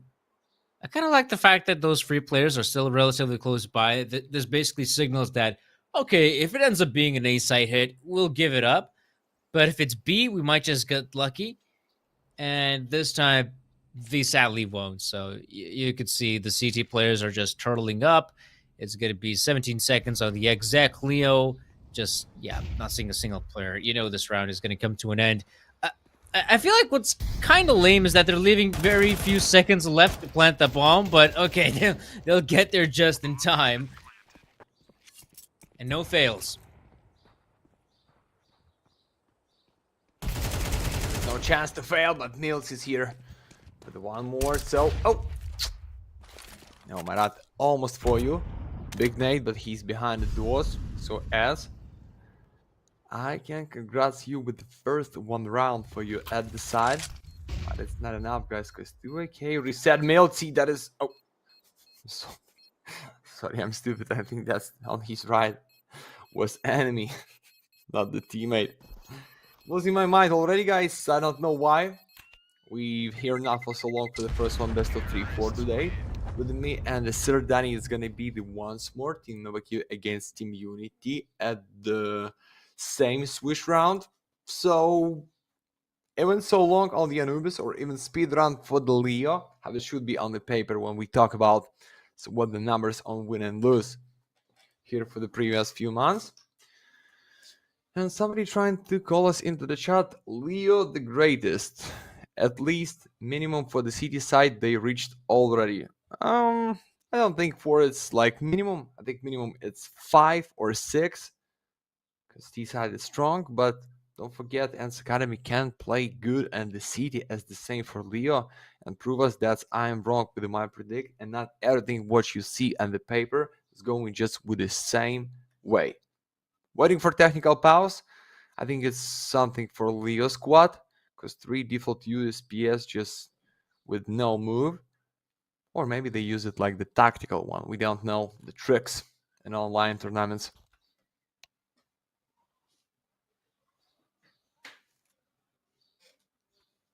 Yeah, okay, we're good. We're good to go. That's the most important part. Luckily for Leo, they still have a fair amount of money to work with, which they did win 4 rounds in a row, but in more than a few of them, they have dropped more than 2 or 3 players, which obviously doesn't give you enough cash to try and replenish the economy. So yeah, it's still good to see Leo making that investment a reality. Uh, Again, we're seeing bridge control coming in from Schwartz. We have seen these mollies deployed for another time, and unlike last time, Mara is aware. So he'll get the better of Schwartz. No chance to fight for any mid control early on. Feels like this might just be an ENCE Academy special just to send out Schwartz to try and be thorn in the side of Leo. But I feel like, yeah, if Schwartz goes down so quickly, which he just did, what's up next?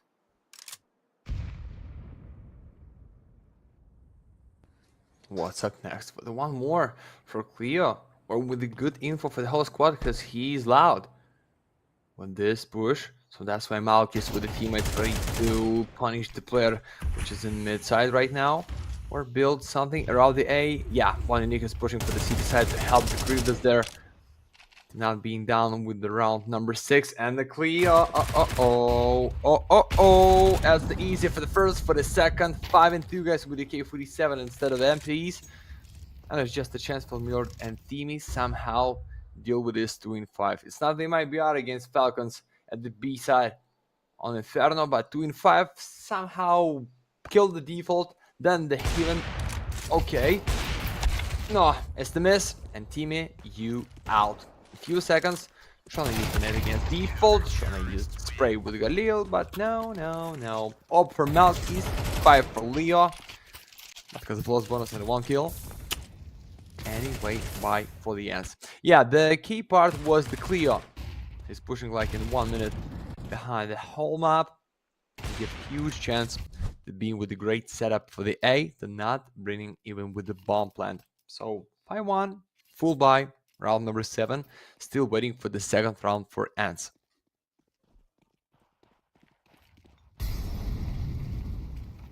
Yeah, that really was a big push coming out. Cleo, good work in the round. But also ENCE Academy, early on we saw they wanted to set up for a potential A hit, so Cleo was just, gathering information for what was essentially quite obvious. And now, I haven't seen a lot of this. I don't think we've ever seen a B-side commitment so far, so it's no wonder that guys like Cleo get itchy on the trigger finger. I mean, he wants to get in on the action, not just fighting the players in water. And it's, again, not a good start. Millard has already taken the hit. And now you can see, I mean, yeah, ENCE Academy, they were hoping for that commitment. Now they failed. They lose the initial frag. And this is where they should absolutely expect another push, because we have seen how well it worked out for Leo in the past. And you can see someone like Cleo, again, is taking a forward position in water. Like, that is huge. At the same time, this could be the gap ENCE Academy needs to push into the side.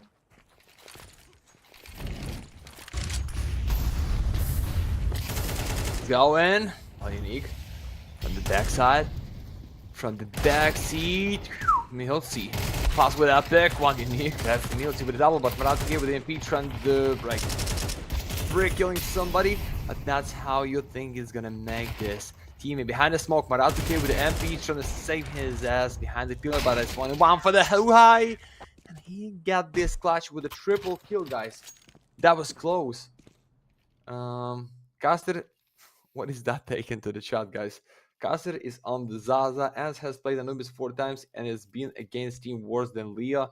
And in total, they have got 2 rounds on the CT Anubis. Mate, Leah just better in any way for the Anubis. And before the best of 3 even started, by the books, they were still and being favorites because of score right now, 5 and 2, even with the bad buy. So I think I done wrong, or maybe you not think it's gonna be real to win this clash, to win this round with that buy. But it's Malky for the second kill, I want to tell you, but no, it's not enough flick. What is that stand? Milty, the same scenario like it was in the previous. 2 kills at the B for the majority, for the Cleo's behind the molly, and oh no, its team has a lurker ready for this to easy kill, but now because of smoke they cannot. Maratuke, good to pick. And Clear surprised him 2-2. It's good. Bob is laid down. They know about the high. Understand somebody can play from the back and the clear at the right timing, trying to pick on a kill. Beautiful. 1 and 2 too high. We've seen your clutch 1 and 1, but you ready for the 1 and 2? Okay.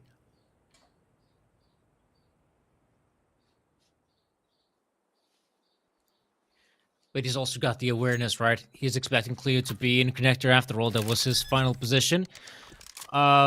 I'm quite surprised that, yeah, Cleo thought that he might even commit on the A bomb site, but, yep, not gonna happen. We might see some... Okay, this is interesting. I wonder if they can actually spot out each other. Looks like, yeah, I mean, with 2 highest having such a position at CT spawn, I feel like it becomes almost impossible for Cleo to get back into this, because now he might just tap the bomb and have his back turned, but it looks like Cleo's got the awareness. Oh, he's gonna try to stick it, but yeah, obviously too high from behind. We'll get that big round in. Damn, he could have actually deployed that smoke just a little bit earlier. I feel like that would have been a bit better for him, but you gotta wonder. Cleo was low HP, so just 1 or 2 bullets from the AK-47 would have finished him either way.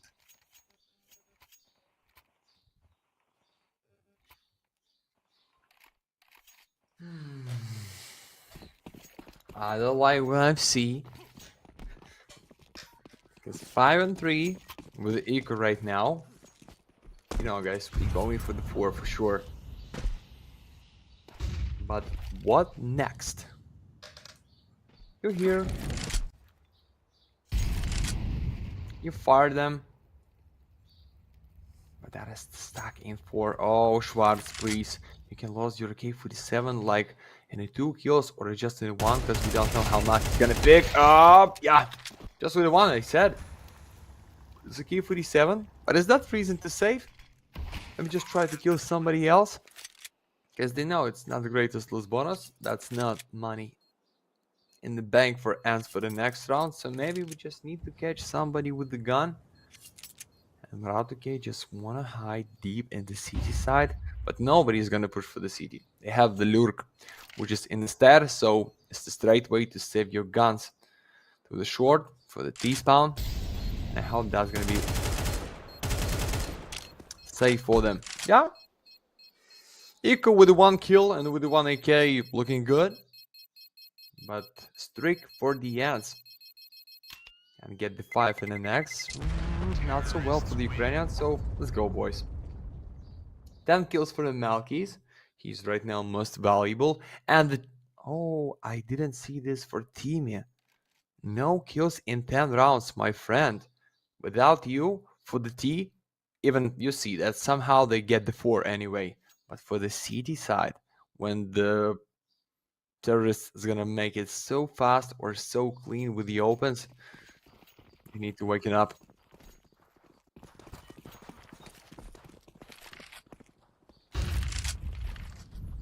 Well, we might just see ENCE Academy again committing on that B bomb site. After all, they have found some success here. Oh, Malkus not shot, but Schwartz is able to do just a little bit better. And now you can see ENCE Academy, they at least have a 4v4, which is quite okay for T-side. It's really not the end of the world. I like the reaggression again we're seeing out of Cleo. Like, this guy really has a good awareness of timings on Anubis. That's why he's now taking a very forward position. He has control of water. Should see the players crossing on bridge. And if you're a demo, you of course have no idea that by 1 minute and 10 seconds on the clock, there's going to be someone in water. And the worst part is right now, if you're Millard, you're hoping, okay, maybe this guy's now pushing aggressive. You know, he might be popping in through stairs any moment. So just extra time being wasted. And time is of the essence for ENCE Academy.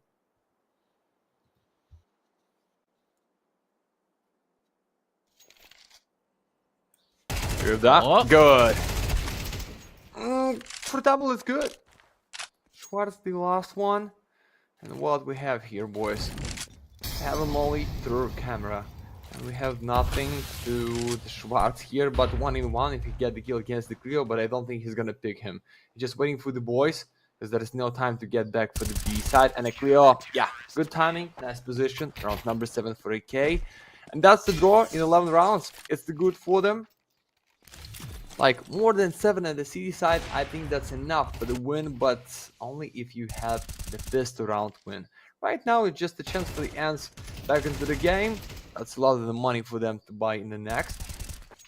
It looks like they just, I don't know, like, not every time they feel alright to, and for sure with the minority, it is like how we need to deal. What's the spots gonna be for the defense player? How we just trying to get the 1 more kills? They just play as a default, like trying to make not much sound, trying to kill somebody clean into the face, but it's the Leo team, guys. The sniper is there for the 11 kills.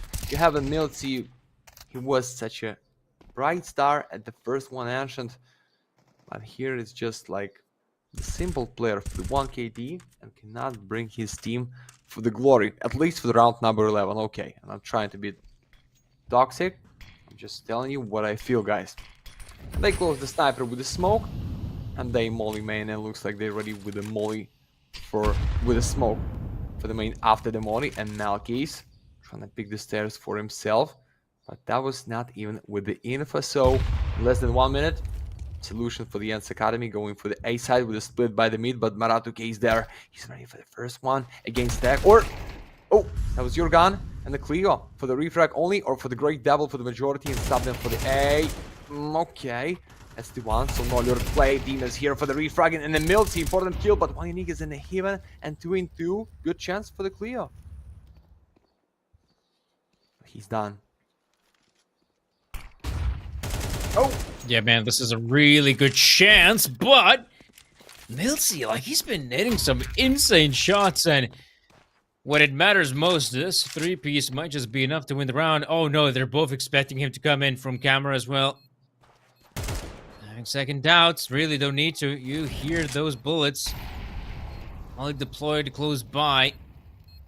Milty and Miller just waiting for a chance to strike. There we go. First player has been spotted out, but where is the second guy? That's the big headache for Malchus, and it also doesn't help that he does not have the kit, and he is yet to find a single frag. And well, he gets the frag on 1. Where is Miller positioned? He is not expecting him to be on the site, and Miller plays this one so well. And so, ENCE Academy, they pull back with 5. yeah. But 2-in-2 here. That was the good chance, but it's such a default flash to get the 1 unique down. And we mirrored like after that kill, just a bit of the cyberbullying. That's what we like in CS. So what we have for the last one on this side. For the first one, I've seen just the 1 player going for the B. It's Cleo with the smoke, so they don't believe it's gonna be something fast at the B side. And Maratuke with the molly and with the flash trying to push it in, but you out of the bullets. So Milty lost your AK-47, but the Malk is here in a heaven for the first 1 kill. Should be, but you missed that. Trying to pick from the 8, but no, Miller is so close, just a bit down low to find your face and use the op against CD side right now. 1 unique that is so tough to pick, and Miller, that's the good play. He ready for the 1 more. There's no reason to save. It looks like it's gonna be top retake. So clear with no health 1-3, guys. We going for the draw with 100%. I feel like it's about to be Ripperoonie for this one. I just don't see a way Krivda could get back. And honestly, he cannot find a way to get back into this. 6-6 will be the final scoreline, which, all in all, that's pretty good. I mean, if you are on the CD side and you got those 6 rounds, you're quite happy. ENCE Academy should also, keep their chin up. After all, they were on the T side and still managing to find a fair amount of impact. That's good for them, and it's going to be quite interesting to see what's going to happen up next. Of course, guys, halftime. So giveaway time it is. If you want to participate in the giveaway, be sure to type in !Galaxy. And also, guys, I mean, thank you so much for tuning into our broadcast, but we'd also really appreciate if you could follow our social media links. You can find them down below on the stream. Just click on the banners, the YouTubes, the Telegrams, and whatnot. X, of course. And we do have a winner in the form of Jackie, so congrats. Yeah, I'm not trying to be tilted as these deal, or like the team is just with one kill, but for the previous round that was open at the A side for him, and maybe you can tell me he's so low right now just for the 1 to 11, but at the draw he did everything what he can. Find the once more, give the chance to find equality 2 in 2, and with this flash, they clean the whole A side. So here we go, boys. 6-6. No second chance to come back. No second chance to win it with the pistols. It looks like Real Rage just put them at the B side too high. Not today against the Glock in close distance. Schwarz trying to kill somebody, but Murat 2K is good from the main. And 5 and 3 for the save. Because of no defuse kiss, or just Trio trying to go and push for the water. Craved up. 1 bullet for the nasty headshot, but 2 and 4. I think that is just almost impossible to win this clash. Yeah, Cleo behind the pillar. Great headshot. You'll see it's the one and only. Yeah, it's the back. It's the rough. So what is that turn for that kill? Nasty play. But one UNiTY is ready to punish you or somebody from his teammate. Yeah. Good job. 7-6. CTR team up, guys. For sure it's team, my friend. Like every day and then Anubis, that's the team up. I'd like to thank you, Matt, for unlocking a CS memory of mine. I remember how you'd be playing those like public servers, and it would be like, I don't know, like a 15 versus 15 sort of. Let's say, yeah, Inferno or Dust 2, or actually not even those maps, like CS Militia or whatever. And in some public 1.6 servers, you would have that sort of tune that I am the one and only, boom boom. You're left at like a 1v, let's say 1v15 or whatever. So that's quite cool. I never, honestly, I've never been like a CS 1.6 guys. I feel like I've always enjoyed Source a bit more, and that's why I felt like the transition from CS Source to CS:GO was exactly what I kind of wanted. But yeah, that's a CS 1.6 public memory.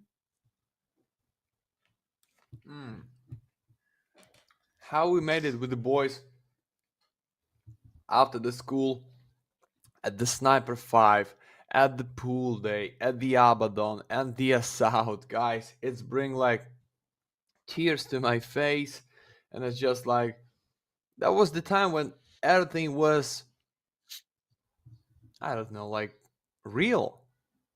Like no gamble, no bets, nothing. You're just going outside with the boys. It's like almost no internet around, just the LAN and the PC clubs.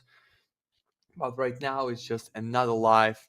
This digital meta bring us for grind every day for the any match, for the CCT, for the EPL, for the Galaxy, for the United, for the any kind of LANs or onlines for the CS. But it's good. It's good for the business. It's good for the audience. It's good for the casino for sure. But maybe it's just the less soul in this.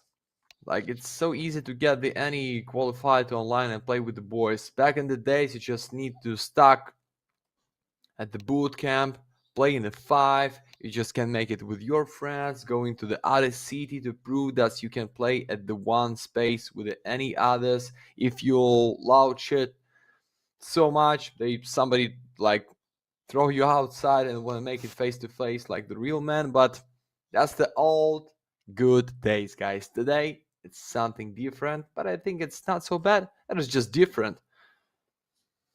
I don't know why I'm give some nostalgia here. Just happy to be with the CS since I'm was young to How 26 about years you? old. How about you, Matt? Were you more of a like a 1.6 guy or more of a Counter Strike Source kind of guy? I think I play like not much than 10 maps in his source. I'm just like straight CS 1.6 guy.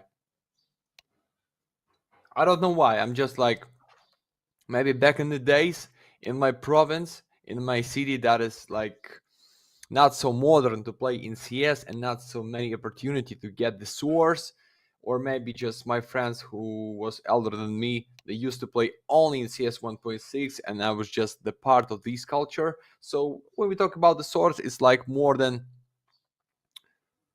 no for the tens, like 20 to 10, 20 to 11, like we almost get it for the CS gold, the Snavi for the ESVC for sure. I cannot forget it, and just like watching this, take the example and want to shine so bright as they were. So yeah, that's for sure for the 1.6.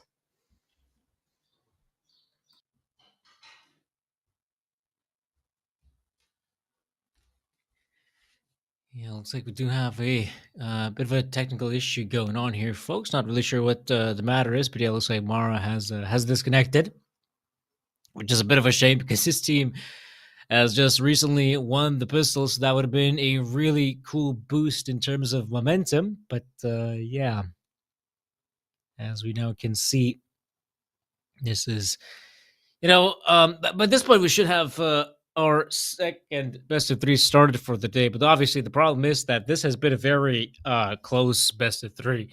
Obviously, close maps, going the distance as well, and yeah, looks like one of our matchups will have to be delayed. Which that's also a very interesting matchup that should be going on: UNiTY versus Novaq. But if I'm being fair, I feel like UNiTY win that one all day, all night. I honestly don't really see a world in which Novaq is able to win it against UNiTY. But let's just leave that conversation for another time. I feel like, right?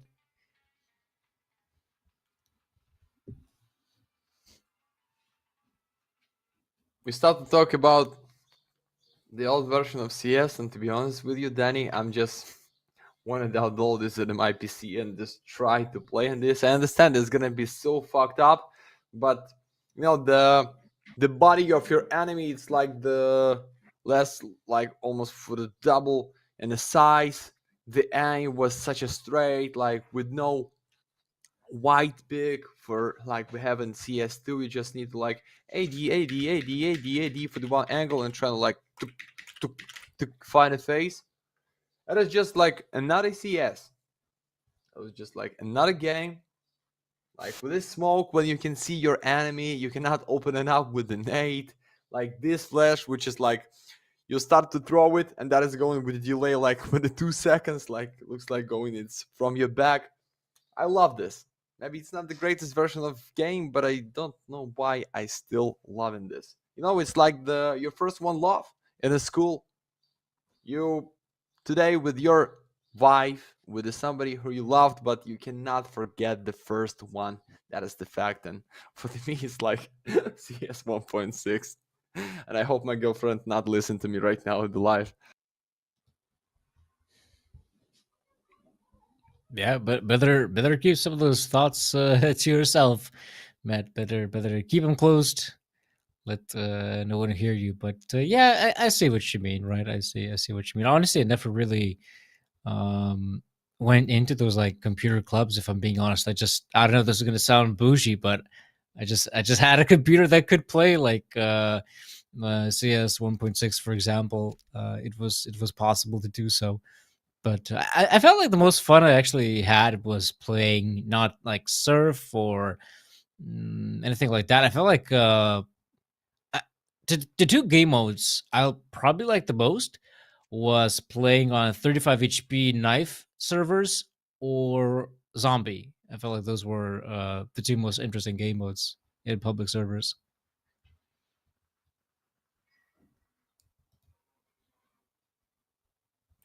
My classmate was just a monster in the 35 health point maps.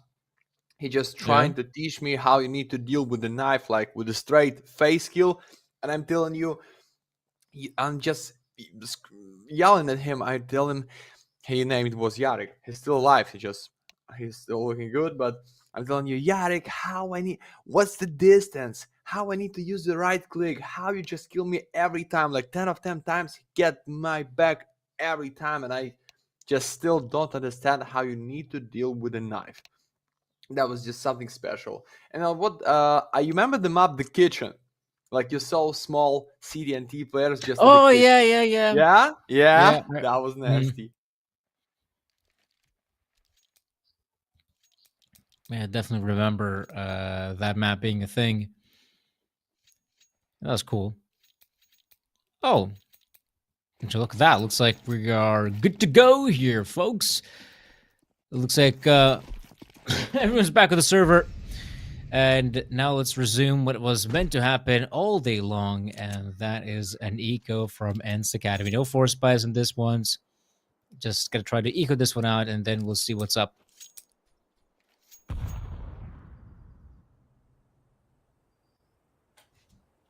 Say what's up. But what are we waiting for? Just the eco and guess and a 5 for the B? Maybe. But what next? What's the next step? Oh, and they're going in the 5 out the main, so it's info for Cleo, guys. I see two heads, and they're trying to kill me, or they're trying to go back, so one unique, that is a good chance for you, and Chris PK reach some money with the MPE skills. He's without health, but ready for the second, ready for the third. Nah, it's the team with the use. And we just, yeah, for the A side, for the Deagle and the Mac for team at this time. But Timmy, 2 kills only for you, that is not the deal. In the defense, that is unreal to back in this game. I don't know what you need to fix in your game, my friend, but it can be impact less for the T, but not for the CT spot. Sorry. And they pushing for get the more kills? Okay. I think it's a free way for Crib to reach some money. Yeah, it's good. 5 bullets is enough. Oh, it's like the free fire, like tick tick, as a spray. It's good. With a triple for Captain. And we go back for the full buy. Come Black, which team are you coaching for? That is the question for our CIO. Maybe he'll find the answer. Because I don't know.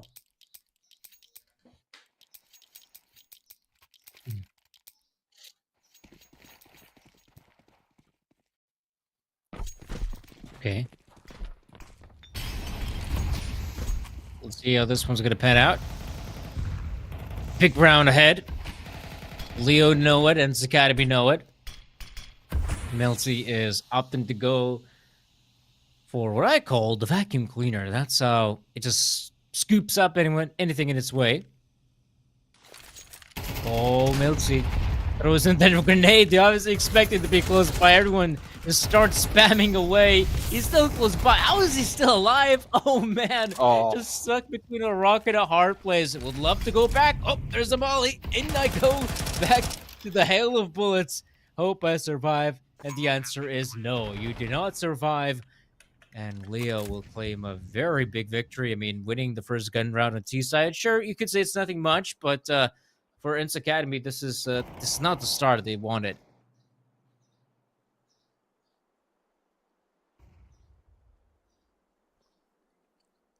Big silence on the A side. Because of safe, they understand the Leo can be close to our body. We see how Cleo just going it slow through the short. Want to be in the main, and maybe there's gonna be a chance to pick number 1, which is Timmy. After the timer, yeah, he's pushing deeper. Let's go on the table. Nah, you can bring something to the table. But looks like it's not the kill. No rounds at the city for ENCE. Still grind for the streak for Ukrainians. Playing with the Galeos. That is no reason to drop down out of the map, or that is no chance to give it somebody of your teammates, because previous round was flawless for them. And so it's not the last one chance to come back for the ENCE in this game, but guys, nothing in the bank. Kills bonus is not maximum, 10 for the Leo, and that's like the straight weight for the 11. And then you have the same watch you had and the Mirage. Just one big mistake for not to let them take much point and get the streak in 4 or in 5. Now keys. Oh, 5 with the molly. I think guys, nobody's trying to pick you out like this at the setup. Okay, surprise for you, majority for ENCE, but the B side will split for Leo this time. Let's go.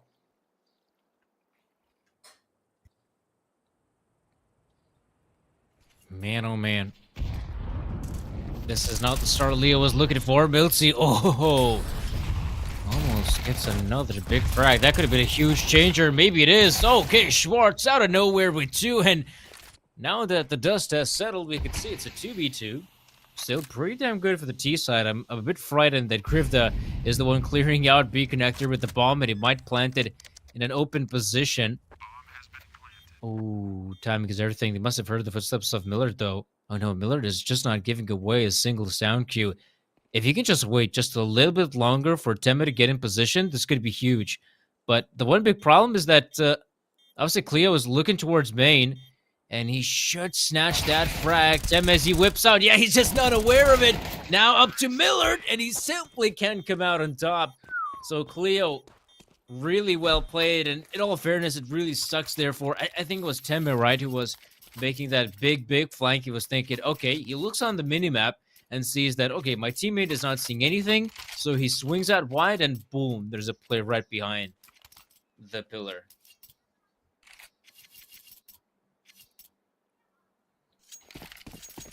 Let's go.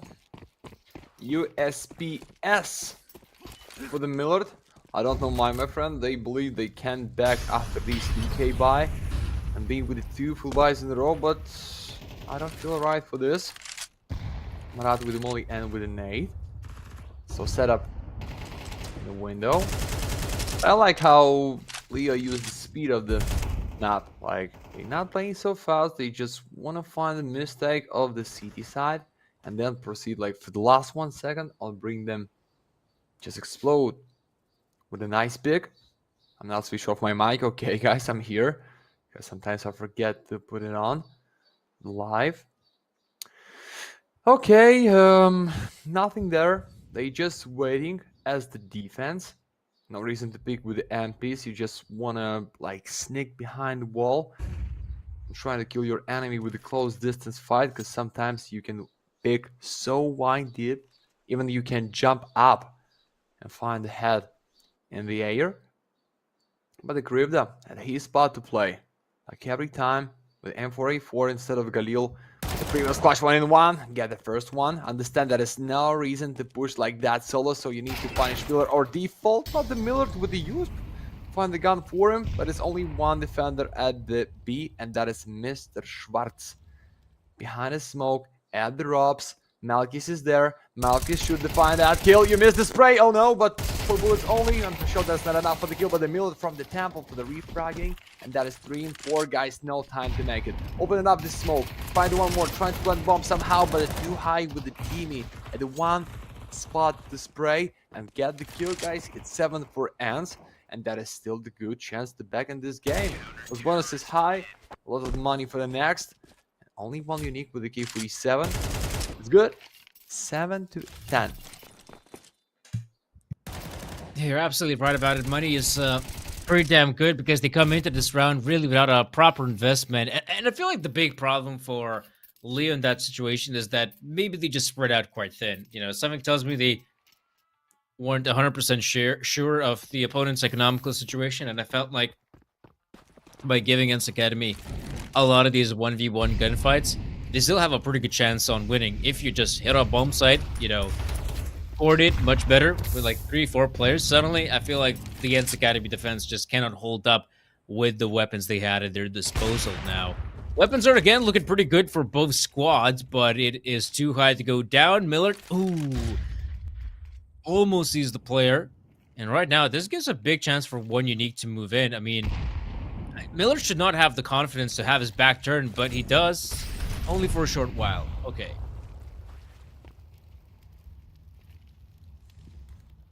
Yeah, just in 4. After this unlucky pick for the too high and the B side, they going in for the mid, but that's Schwartz and Milzy. Oh no, they can miss the spot. Easy double kill, or just the one through the wood, but that's okay. And the Krivda at the same time with the kill, guys. Majority for them. Empty B side, 1 player only at the A, and Miller trying to gamble it for the setup at the A, but no. So empty. Gun is pushing out for info, guys. We go with the bomb. We go with the 11. And I don't know. Looks like decision is there. Is just save your guns, or you believe you can win it in 2 from the city side with 1 molly, with 1 nade. That is no shot through the wall against the default. So Krivda with a nice sit for the easy headshot. For the Millard, save his op. Good. Just so clean. You find the first one open at the start of the round, and then you feel so well to get this round anyway. And the Millard, my friend, your op only can save the squad for the next one, and you're the only one with 13 kills for the squad. And what's the number of kills for the team? Is he going back into this game? Or he's still so low at the Anubis? 7-11. One more for the match point. 5 in a row for the overtimes for the ENCE. That's gonna be too much at the city side. Not the greatest map for you. Boom. Yeah, that Malchus kill was good. Like, not so nasty, but just important for the round. Potential to take. Looks like the last one checks back here. 4 colds, 1 up, and up the fuse kits. Good utility for defense. Let's go. Yeah, I haven't seen a lot of post-spawn situations to be worried about the kids right now. That'd be... Oh, okay. Looks like we might have to get worried about something. We're hearing some clicking in the chat, so it looks like someone is having some tech issues from what I can tell. So everyone is running back into spawn but by unison to try and, you know, get this respawn in. I wonder who's having the issues right now. Is it a T-side player or CD-side player? Looks like we're not gonna know anytime soon. But yeah, back to the deck issues we go. Yeah, Leo is incredibly close to securing victory on the third and final map of the best of 3. I mean, this is currently Swiss stage here at Galaxy Battle Phase 3. For those who are interested, this is in fact just both teams have the 1-1 record. Leo managed to win a best of 3 in their own right. I believe that was a best of 3 that I had a chance of casting. Was it against...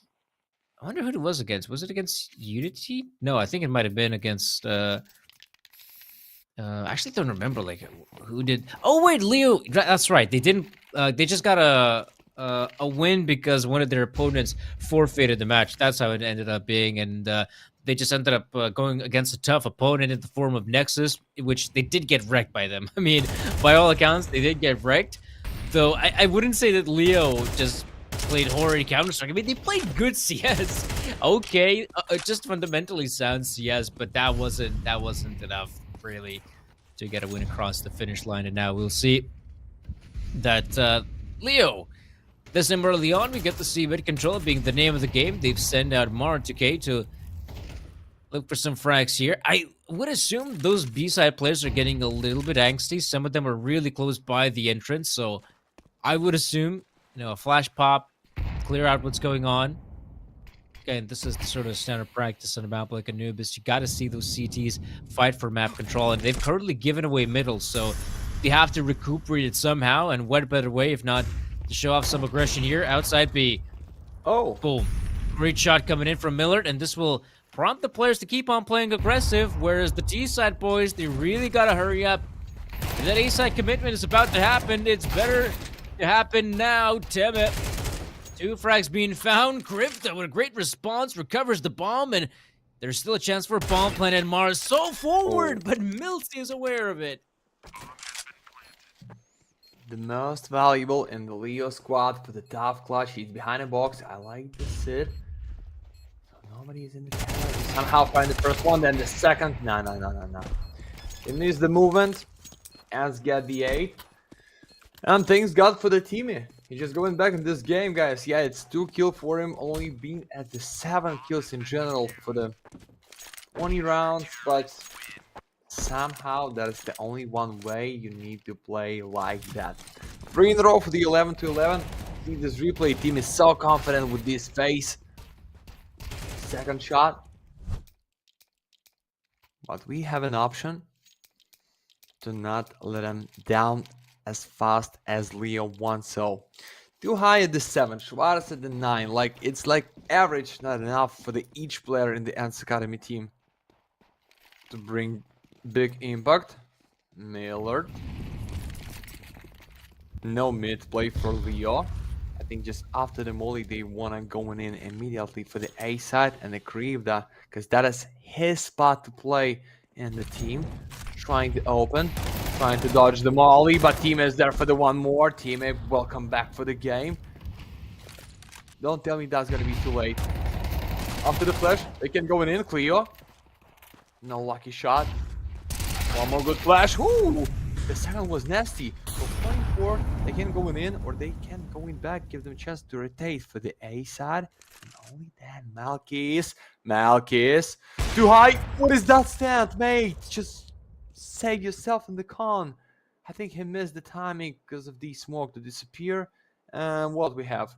Miller trying to put out his gun from the main side. Okay, it's info that is nobody there, so he understands only bad timing for Leo use the main side, or they already proceed by the water to the con, but they have no info for this.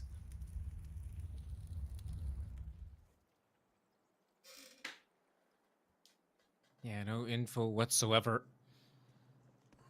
ENCE will try to hold on to camera. Oh, there we go. There's the first peek. Oh, he's just not able to capitalize on the back of it, but ENCE Academy, again, they have all the players to try and stop this. So far, so good. They know that both players are here. But the time is of the essence, and now it's all up to Malkis. Whips out the AK-47, but it's just 10 seconds, man. He's got to be quick about it, and he simply is not. Oh, man, poor Leo. Just unaware of the stack on A bombs, and you wonder if they somehow killed the player in camera and just up to go towards B. That would have been enough. But yeah, that is a frustrating way to lose the round, and I feel like as well a bit of a lack of coordination with the main players, well as the players in camera. I felt like the camera players should have moved in just in a similar time, just like the main guy. That was a costly loss for Leo. They're taking their first tactical pause here, actually, in the third map. I thought they had a lot more tactical pauses, but I guess I'm thinking that was the case just because we had technical issues and whatnot. But yeah, this is going to be an 11-9 scoreline. And Leo will just whip out some of those pistols, right? We got the pistols in, some, actually just a Krivda with Kevlar. I would love to see, just a single player with a flashbang or smoke, right? I feel like that could be mega useful to try and get across on a site, at least to get a bomb plant. Okay, good push. We know that the pistol is just out of there, so need to keep them straight. Please careful. They can catch you with the tag. Yes or no, or yes. That is just gonna be with the Glock. So too high. He's red for the one bullet only to his face. And that is 2 in 3. Not so empty and the B, but that's the Miller. One miss only. Nah, no misses there. Bomb is laid down. Malkis with M4A4. Just trying to hunt one more body for himself. But anyway, it's the ENCE Academy with the 10. It looks like they bring something to the end. It's gonna be second kill or no, or yes or no. Anna, without Kevlar, where you start to take the damage to your body, your crosshair just going up a bit. You cannot hold the spray as you want. So yeah, one more step to the 11-11, guys. No money for the next for Leo. It's the problem, but even Leo find the match point right now. We see that's enough for ENCE buy for the next. It's good. That's the option for them. That's the team back into the game with the 11. That's somehow too high. And the Schwartz. I mean, still not much, but it's okay, guys. It's everything just you need. Give enough kills in these last 3 rounds for full main time, and maybe Anubis is going to be yours. Like in Scarface, the world is yours, but it's all about Galaxy. The Anubis is yours. The switch stage, like 2-1, can be in your hands. But we don't know what to plan for the B sides there. One UNiTY so close, and half a minute for the con side. I'm gonna clean some space with the molly. So ENCE, bring one more. Okay, you step out.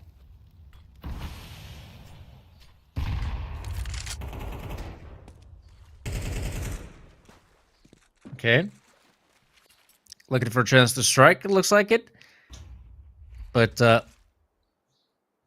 yeah, so far it's just taking this one mega slow is Leo. I mean, they know the importance of winning a round like this. Actually, it's got the slow round from what I could tell. It is them not them going out super mega fast or anything like that. As we can see, this is now looking like a B-side hit. 30 seconds remaining. Again, they're trying to keep the timer low, and this could actually work out for Leo in Leo's favor. Again, they have just a couple smokes to work with. This will absolutely be an exec, but right now they have to commit because the longer they stall, there's the bigger chance for the flank to move in. Luckily, Krivda is able to stop one flanker, so they don't have to worry about connector, but they will have to worry about everything else. And Milty is in a good position. Why didn't the Molly come in sooner? There's a chance to stop the ball plant, and that's exactly what we see. Oh no, is there a chance to get it done? Yes! Oh, yes, they planted amidst the chaos. They get the bomb planted. But what a crazy round, Leo! I thought they were goners. I thought the Lions will no longer roar. Look at this. I mean, they were so close to losing this round. You got 2 CTs, 3 CTs. Just spraying the bomb planter, and they somehow win an immaculate round. Oh, and I see somebody just right in the chat, 11 to 11 is coming, guys. You have a delay, so right now it's gonna be big surprise for you if you fans from ENCE, if you're from Finland, or you had a bet for the academy. But guys, it is just something unacceptable. What a cover for the boys. That's the Cleo with the quadro kill, guys. Behind the smoke, in the fire with the smoke. He was red, he's trying to fight, and he got the match point for the team. So what is that kind of buy? MPs for the Schwarz. It's bad, guys. Don't forget about the fuse kits. No. Without the fuse kits, it can be almost impossible. So for the Leo, that is just one case. Get the bomb plant area, but not to plant it out, not to kill them all. Just plant the bomb, and that's in 10 seconds. You can cover yourself so deep behind. That was the boost for the one unique, but setup is pushing out of con. Going so deep now, guys. Somebody need to check them out. Cleo, what is that pick? Millard for the easy kill team, but once more. What is going on? 5 and 3. Even at the short side.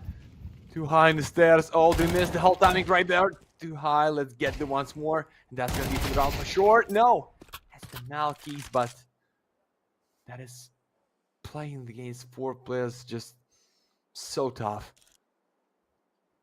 No need to pick Millard. Just stay behind. Even they're gonna plant the bomb on the A side, you can take the retake and for easily. And Schwarz here just for the sound and for the info. Good.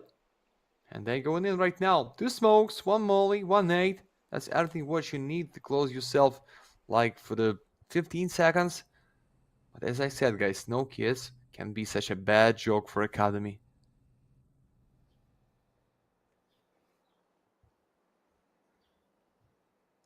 Wow, this is a very slow round. I'm quite surprised that ENCE Academy believed this to be still the B-side play after all this time. But that Molotov basically gives it away. Smoke comes in right at the nick of time, because if it would have come just a couple seconds later, I'm sure we see Tem and company just go for the push. Look at this, not wasting any time. They're going to move in quickly.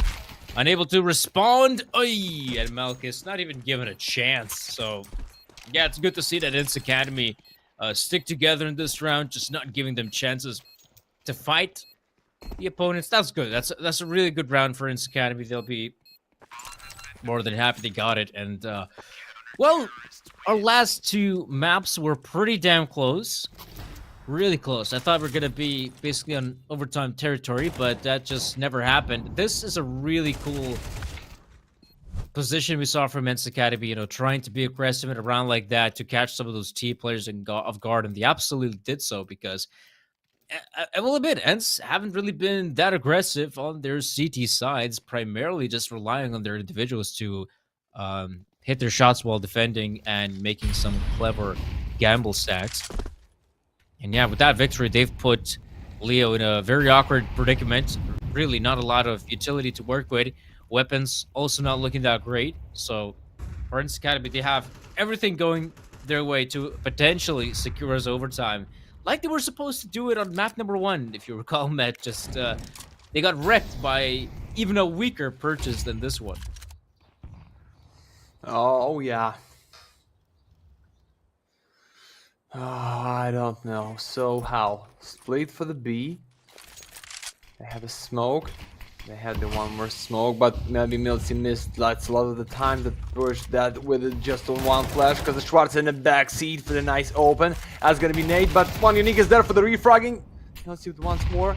Going for. That's a nice pick, but he's behind the field waiting for the boys. No lucky kill to the small guys. But up the case in the default backside. He's down into win for Miller. Get the skill to the default. Malky's holding a spray with the Galil, but that's not enough, guys. And we get the overtimes and the last one map in this best of 3 ENCE Academy prove us that it's not the end for them, but how close it was at a 10-11 score, I don't know, but it's a good play for them. And like, it's case opening here or after first one side of the first one overtime series. I don't know, guys, but I feel it's not the end. I think this ENCE Academy after this comeback can bring something to the game and maybe win against Leo because they're gonna end these OTs for the strongest side. That is the take.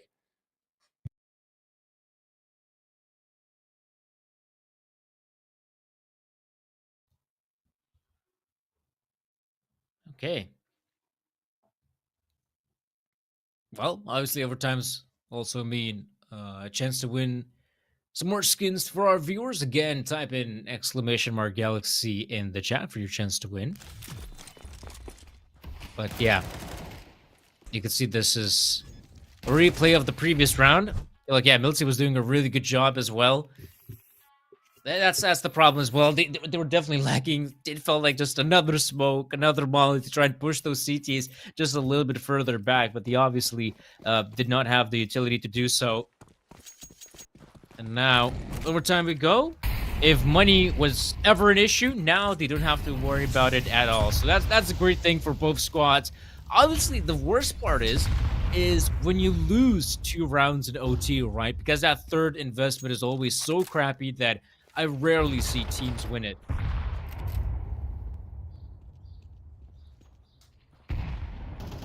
Oh boy. Flash to your face. But you good here for the good damage from Milty after your first one open. Trying to get this through the door, but Malky's at the right spot at the right time, ready for the second kill. No, Schwartz, even without health, ready for the once more, but one is here, guys. Support me at the B side. I'm here solo. I'm so lonely. I need to see how bomb is sticking. We're gonna plan this and even in the minority, trying to get our first round at the overtime. So, oh, Miller, almost the same. The last one round of main time, but this time it's gonna be just the damage. So Marato K maybe need to pick, maybe need to take the risk, but he's behind the main, waiting for the push from the back. But that's the trio from the CD set and one player only for the Temple Crew. The 2 bullets only for the face, ready for the once more. No, he's not. It's too high, Nate. What do you need? Oh, what is that spray control for the 2 of them? There is no time. The Sniper just want to save his ass, but one UNiTY get the once more. And that's triple breeding for the first one round. And maybe they're gonna stay alive because of not enough time to explode. Yeah, it's good. It's nasty. And we're gonna watch this how this at the replay.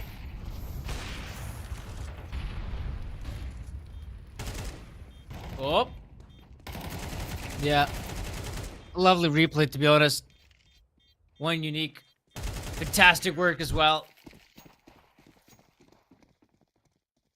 You can see that he was crisp, clean locks, boys. It was clean. Has actually been performing really well in some of these important rounds, I feel like, for Leo. Even though you could see that, Krivda is top of the scoreboard, I feel like every single player has found, their moment of brilliance. Like here, for example, one UNiTY just finds the player pushing bridge. I don't think we've seen a lot of that. Oh, wow, look at the pace, man. Look at those flashbangs. Those CTs were not aware of it whatsoever. That's a great chance at a bomb plan. Valky's even gets another frag. I mean, this round is over and done with. The flashbangs move in so quickly. That's what I've been talking about in the last round of that second half where, yeah, I mean, Leo just have a couple of smokes to work with, not a lot of flashbangs. It felt like we just saw how effective those flashbangs were. And this is the awkward part, man. This is the most difficult part for any team in OT. Losing those 2 rounds in a row, it's just such a heartbreaker because up next they have barely any money to work with, and I'm surprised we're not seeing more Leos players on the hunt. I think they should put as many players as possible in the hunt because they will have plenty of money to work with for that last round and a half. So they need to get these kills in, and I'm sad to report. Oh, Oh, okay. They got the one at least. good, good, because after these kills, they use a tactical timeout, and that means not everything is going as they want. So no up for the Millard. Not the greatest gun for the Teamy, and the same for the Millard and the too high. Guys, what is your utility? Just need to save it. Yeah, I think it's the last one time when you can talk for your chance, because you have no tactical pause. There is no extra timeouts even for the OTs. And guys, before the last one, I hope the last one giveaway in this best of 3, exclamation mark Galaxy into the chat, and we gonna know what is that gonna be in the line. Less than 200 euros, guys. You had the beautiful chance to find the gun, to find the skin. Nothing purple for today, but it's just first one map, first one match. We have 3 more for today, and I hope somebody's gonna be lucky enough. Not as me, with just Glock for the $3, but it's fine. Nathan Molly to the Crypto's face. Oh!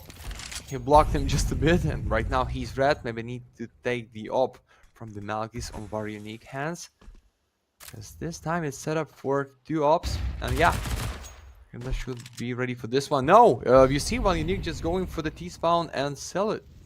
Good. I like the idea to play with no 2 sniper rifles. And Malkis. Now open in the con.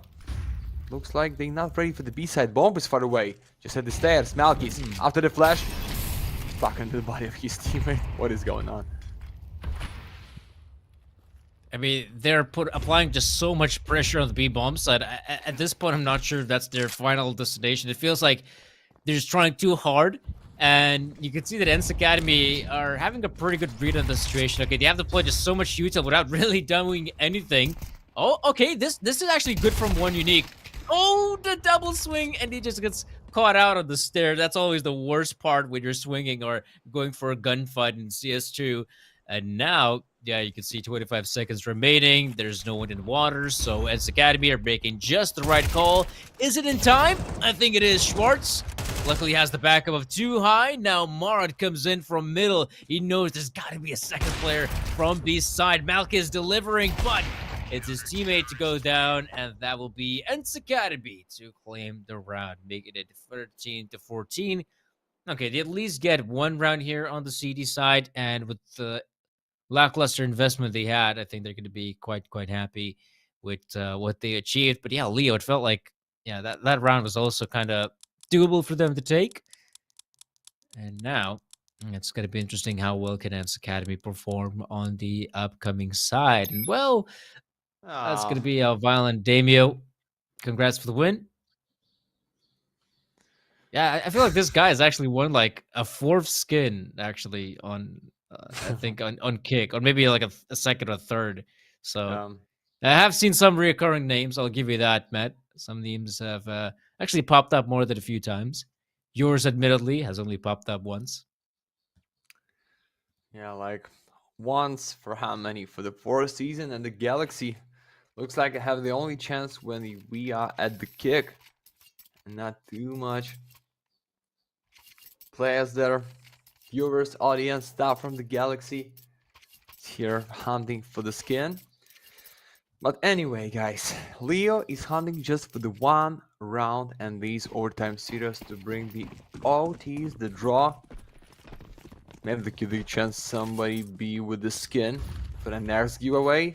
But somehow in 2 rounds, I think they can end this map. Question is how they're gonna deal with this round for the ENCE. It's gonna be not so slow. They almost at the B default. Creo, the out the main. Oh, you're not ready for this, but one unique into the smoke and he can kill team. But the question is timing as always. One unique. Oh! What is that pick was? Well, Nick, get me with a triple kill. Switch for the K47. Almost get the quadra, but 3 and 2. I think that's enough to get you a big W. But that's gonna be bump for the con. Not as in a default. Malkis from the CD side and Krivda. These one, you just need to wait a bit. It's not a problem because they have the fuse kits.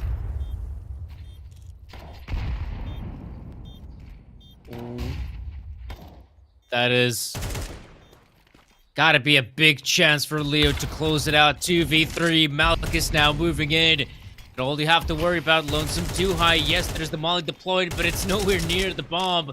And it will not stop these players from getting the defuse in. All you gotta do is just body block him or keep him preoccupied. That is also good enough. So 15-13, Leo on the brink of securing victory here in the best of 3.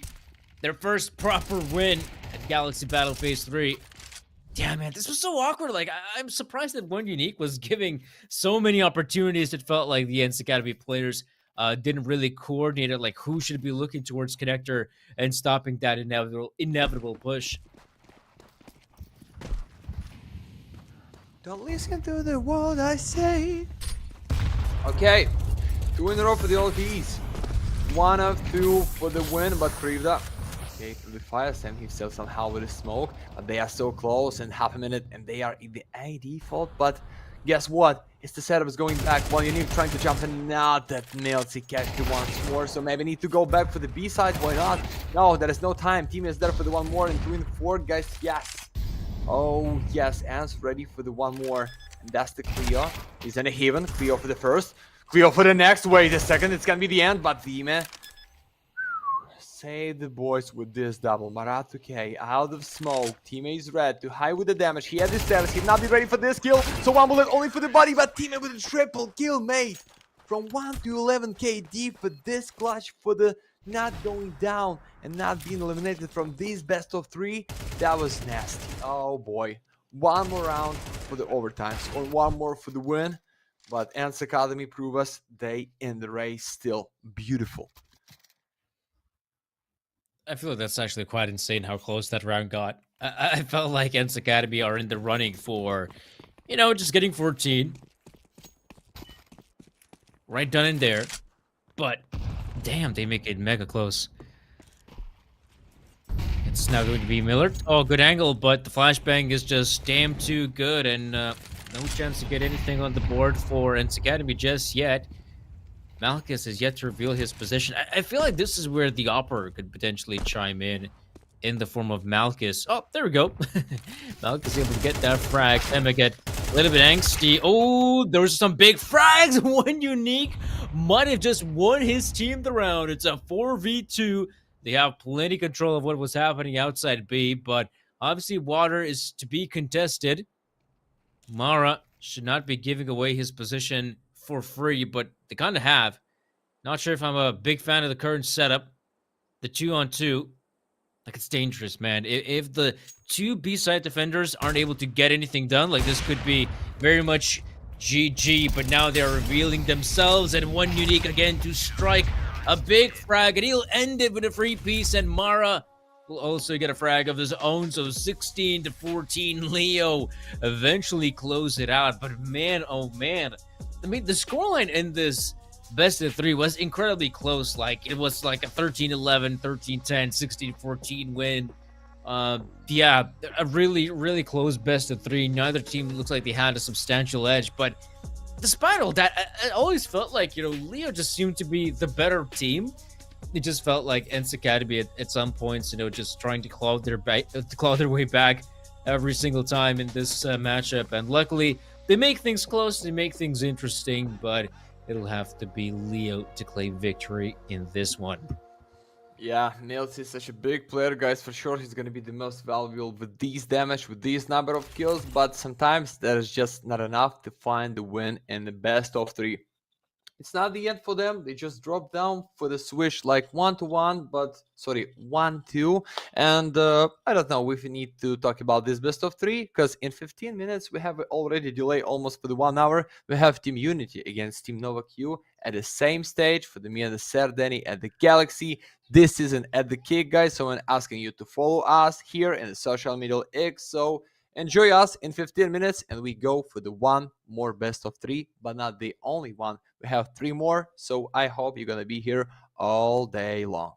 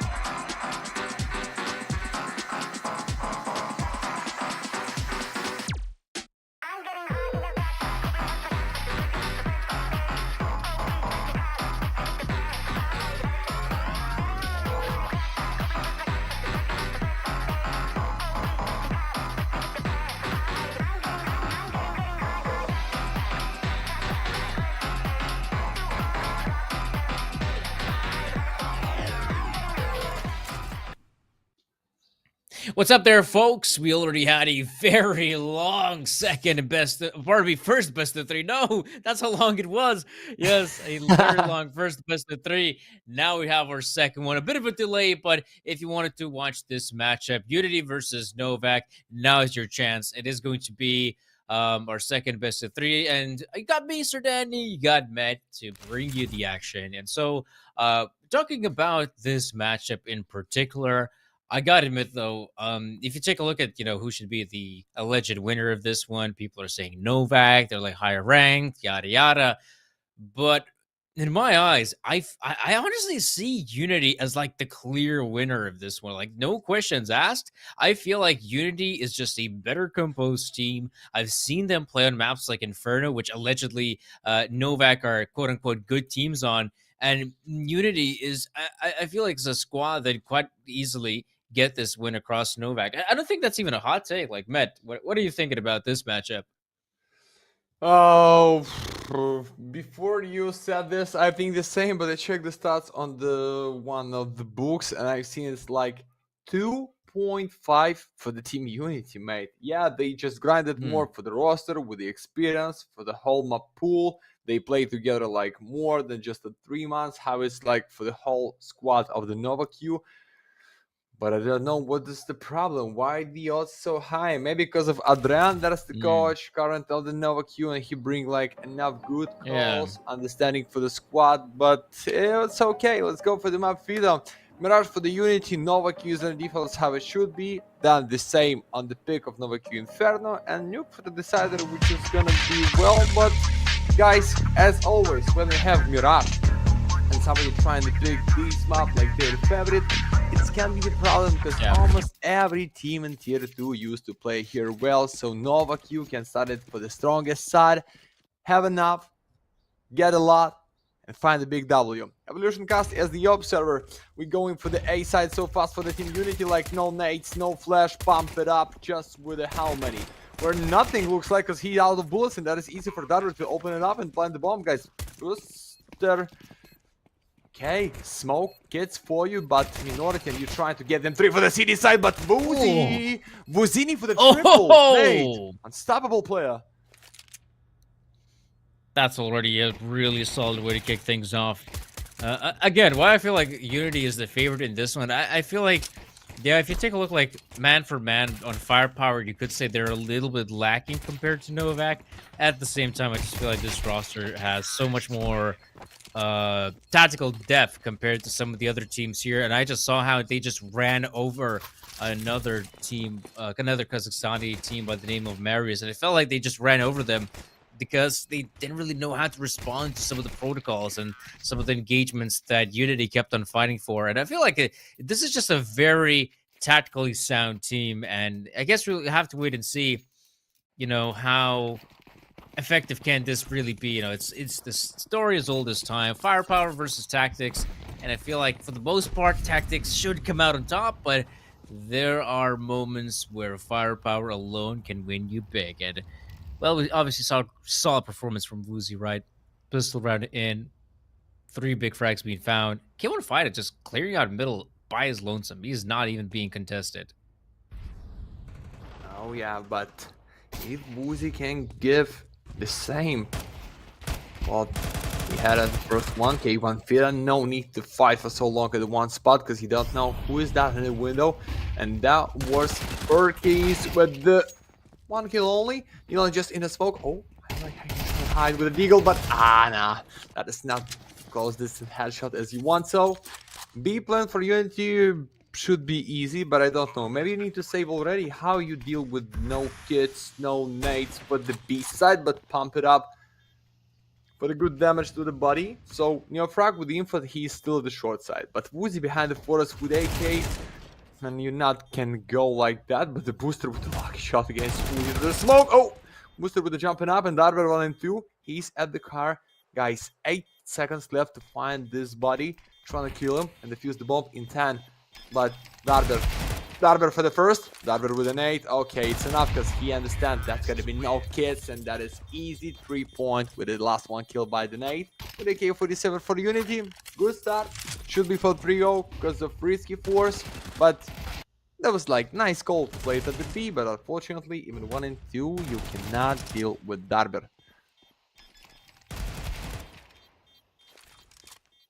Yeah, man, this was supposed to be a lot cleaner, to be honest, by UNiTY. Yeah, that's big a mistake. It's great to see that Darber was able to find the impact he did.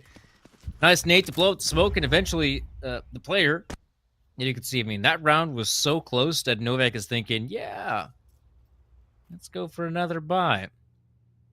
Ooh, Purdy seems to be aware of a potential push. Swings out, but Buster is just a little bit quicker.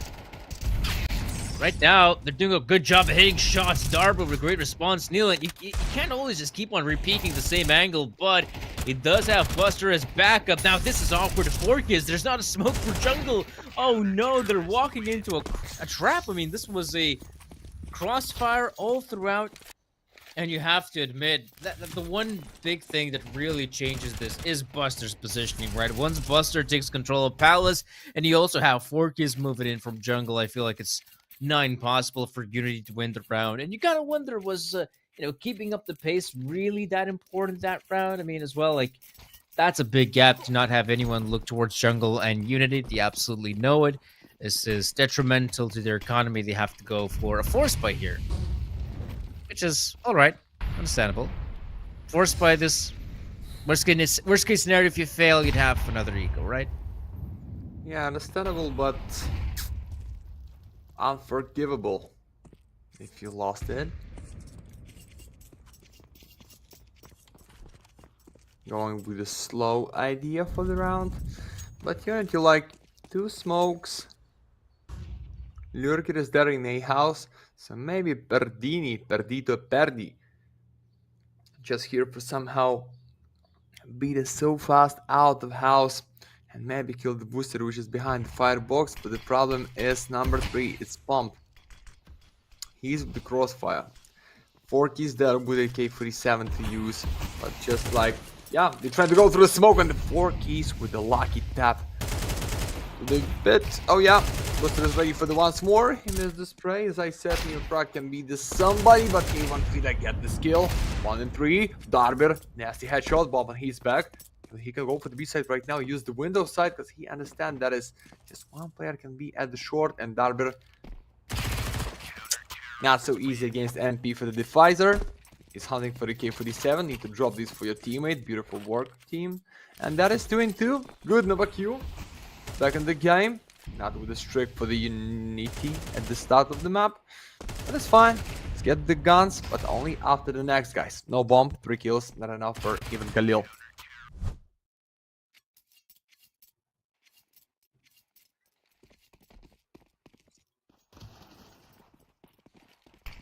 Okay. That's to be expected, the 2-2 score. UNiTY now just pistols to work with. The goal would be nice, but none of those on the block. Just the good old-fashioned Glocks. Waiting. See whether the CTs get, ready to play aggressive, ready to increase their HLTV rating, but not gonna happen as of yet, and we should be seeing that final commit on A side. I feel like perhaps the drop from Palace and A side, I'm a big fan of that. I always feel like maybe that one smoke for jungle would be nice, or at least for CT spawn, but won't happen in this round. It will just be the players trying to hope maybe by sheer numbers they could overwhelm some of the defenders.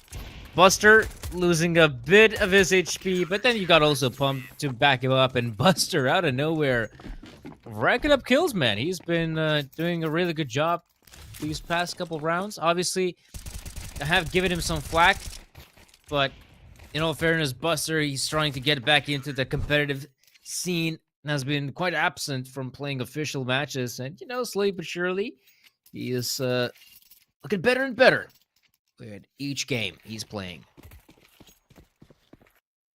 Oh, yeah. Too many for the booster in 6. Yeah, you're right. Most valuable. Not for him still. Got too early to talk about this. It's just round number 6. And they want to get this at the B side, but the fight is here for the one more. Yeah, default smoke for himself, behind the smoke, because he cannot play without as he wants only a frag with the Woozy's flash, and the party the same. One flash for the 2 kills for the majority, and that's gonna be the save because they so far away. There is nobody's in the kitchen, there is no info where is the lurker, and he's so close. He's K1 Fida, ready for the 2nd kill on this map. Oh, maybe for the 3rd. Nah, it's not refragging, but going back with the AK-47. And somehow UNiTY take the draw, guys. 3 on 3. It's good. Not for so many. That's gonna be full buy for them anyway. You see how much money they have for the next. And Nilan. Maybe that's gonna be kill against B House. Yeah. It's a nice stand. Party for the kill. Come on, Nilan. Should be 2 for you. But nah. Ooh. Yeah, check you and find your face. Good. 3-3.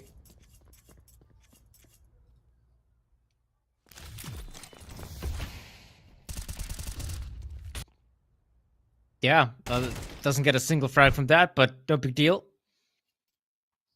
They at least have just enough to get another reinvestment going in. And yeah, this is exactly what I kind of expect out of Novaq. This is a squad that I feel like is prone to making a lot of mistakes in the level of Counter-Strike they're playing. And honestly, if you have a team like, in this case, UNiTY, that is more than willing to slow down the pace, wait it out, they just have such a good chance of catching some of these players off guard. K1 Fight again, just going out there, opening up the space in middle, not finding a single player. That's pretty good, but get this. Purdy, he was punished last time around by the ballast push, and he's just holding out for his chance to strike. And yeah, I was kind of hoping the CTs will keep on playing aggressive, but they will just back away from this. I don't know. We'll put more emphasis on the mid-hold, which is definitely crucial. As we can see, UNiTY is slowly but surely fighting for some of that short presence. And eventually they should just move in the B-bomb. Say Darber finding the first big frag, and that's huge!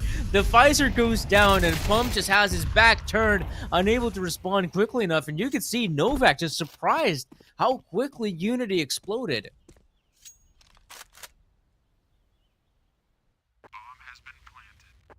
As fast as you can. So Nia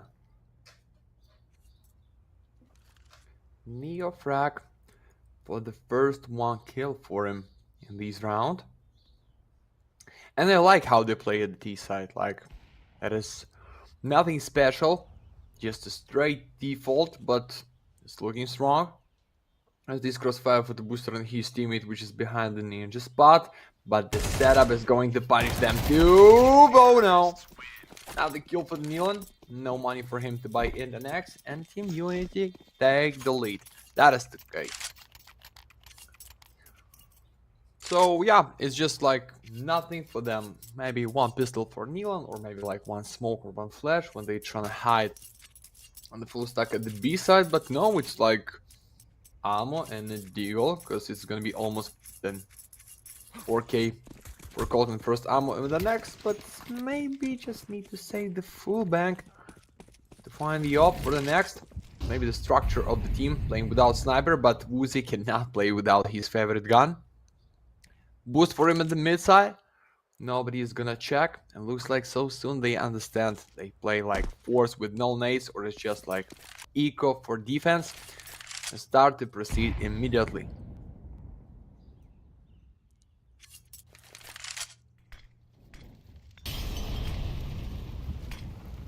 Look at that as well. I love how slow UNiTY is playing once again. I feel like the biggest mistake would be in a round like this to actually push through connector and A side. That I feel like would be horrible.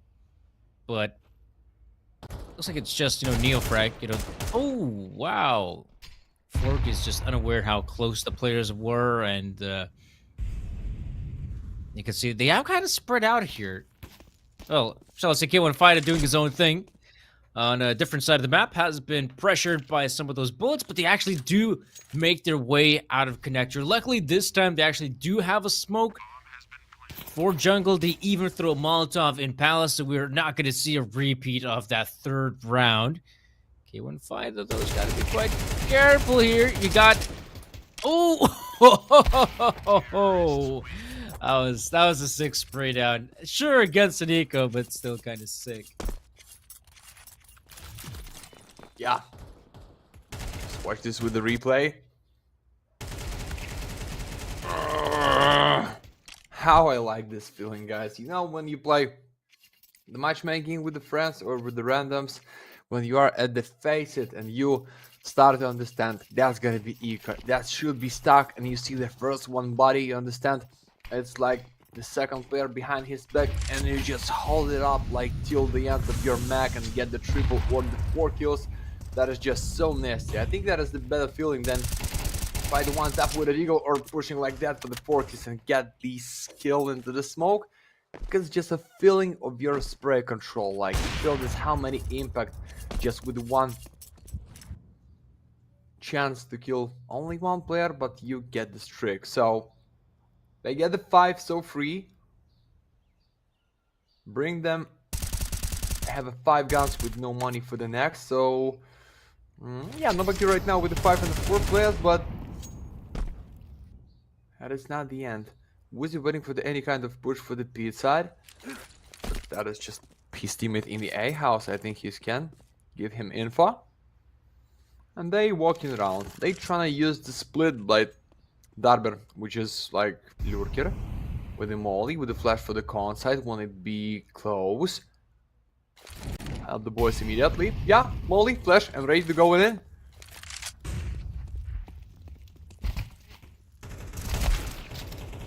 Oh, you can see Neofrag a bit distraught of what just happened. Boozy, oh, gets a nice tag in, but the problem is there's a player already in the backlines. He does not seem to be aware of it, and there we go.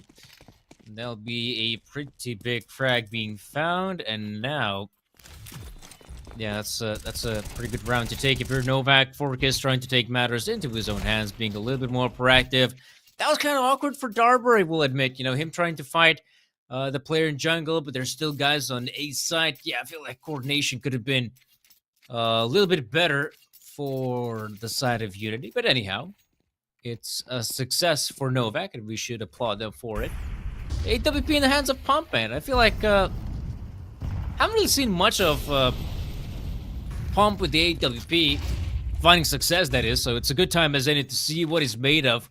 And he's being proactive. Oh, this is so dangerous for Pump, but he's using the smoke to his advantage. Even has the backup of Forkies. Now, this was a good way to get about those 2 big frags. Okay, Darber is able to find one.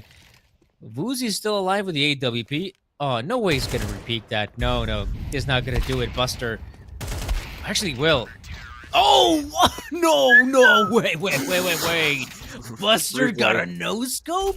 Replay. I don't think we can see a replay like from his POV though. That's the sad part, but would love to see his perspective. Like, how did he get that frag? And just look as well how instantly he's able to get that one frag in.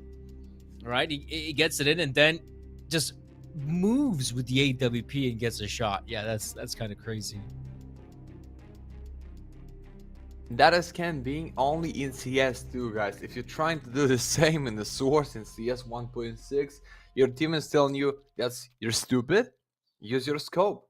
You can use the fast scope, yeah, like it was in CS 1.6. Like you can immediately click almost for the 2 buttons at the same time, like boom, boom, boom. But in CS2, guys, only no scope, no fast scopes, just a straight kill or kill with a big gamble.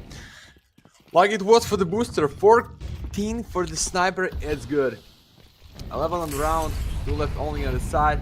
Fork is trying to... Oh, they at the boot camp with the coach at the back. Maybe it's just a bit of a privilege. Because they just solo kin as the team with the one house. Grinded for the playoff. Maybe just Nealon is out because I see like just another partner on his back. And pump for the miss. And Deficer's there for Nealon's spot, get the kill, but Neofrag is so big, but he's open for the next one. Deficer, come on. It was your Frag and the Neo gets triple. Oh no. And save the up, so... okay, booster.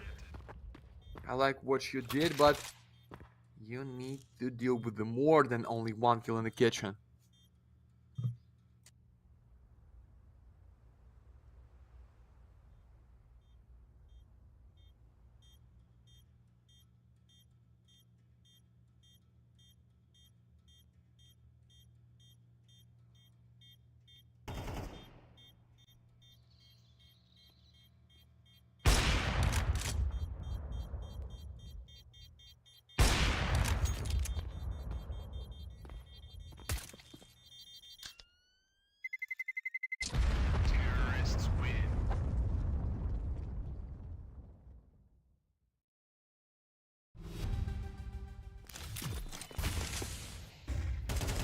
So UNiTY's there with a 6.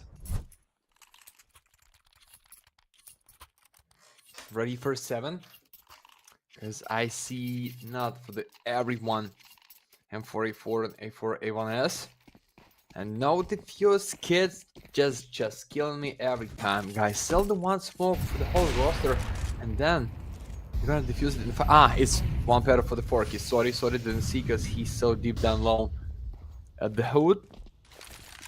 And what they have set up in the A house, which is ready to go in right now. Milan, you cannot hold your spray booster under A house for the one. Forky with once more.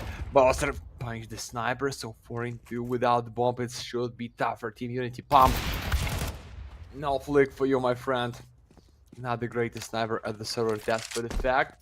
Maybe Booster needs to use sniper rifle because that no scope was really nasty, but they try. They anyway trying to win this round, even in 2. No option to save, guys. Last at the side, last for the win, for the majority, or just with the draw at your own pick. That is not what you want to get on a Mirage. Because we don't know how Novaq you're ready for the T-size there.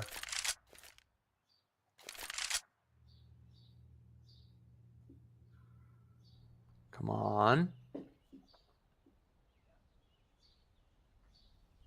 KO on Fida. Guys, Sirdanis looks like he's somewhere or switch off his mic. I don't know. I'm back. Oh, never gone. You're good. You're good. Boom. Arbor. Shot for Darber. Okay, Yeah. that's a big frag. That's the one player he had to find if he wanted to make this one a reality. Interestingly enough, he will not back away from this. You know, he will just. Oh, actually, he has pedaled. Oh, wow, he has pedaled all the way back to ramp. This is a very peculiar position to hold. I'm sure the CTs will expect for another player in Palace, and now this double P could actually work out, but someone's got to keep on spamming through the smoke. Oh no! Fork is insta-defuse, it's happening! And that is how we end the half. Oh man, that's a bit dissatisfying to end it. I kind of respect the balls leader from Forkis to try and go for the defuse, but really, if he is expecting this bomb to be planted out in the open, and if there was a... Wait. Oh, okay, we're seeing a replay. That was such a smooth replay. I thought, wait, what's going on? But yeah, that was a smooth transition. And we are going to transition straight into the giveaway. Guys, once again, you know the drill. Exclamation mark Galaxy in the chat for your chance to win a giveaway. We're doing these every single halftime.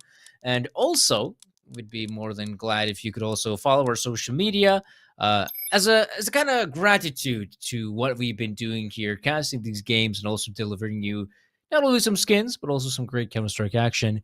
You can find all the social media links down below. Click on the banners, follow on X, YouTube, Telegram, all that jazz. And next up is the second half. Yeah. Few kills for the booster at the replay. But anyway, draw at the first one side. So, what can I tell you guys? Milan show us not the greatest play. Like, we've seen how he's trying to use his famous for the spray. That's why he's just at 3 kills only. Like, play with the MPs, not the great every time. As for the pump, looks like he's the new sniper in the roster, but maybe not ready for the UNiTY. Maybe just not the favorite map for him to play. But Perdi with the 3 kills too, and Darver with the 14, so it's the fight between Carius and the Stack, and who's gonna take the pistol round? Darver behind the firebox, he's gonna surprise him to the smoke, but no, 4 keys with Milan, get first 2 kills, busted out by Hey House, Woozy, it's just 1 for you, and K1 Fida in the unreal clutch. No kids, no smoke. One of them from the back, the default with a neon crossfire from the city side. Yeah, he just tried to get the spawn, but I think it's already like no time. No way you go in through the smoke, and then Pump hunting for your body because he just wanna boost his KD a bit, but K1 Fida can make it with a few bullets to your face. Nice one. Find 1 KD for himself. Looks like pushing in just for the one more, but Elon is there. Elon is there trying to use his use. Last one bullet in the mag, but that's enough for the kill and the lead for Novaq. Good.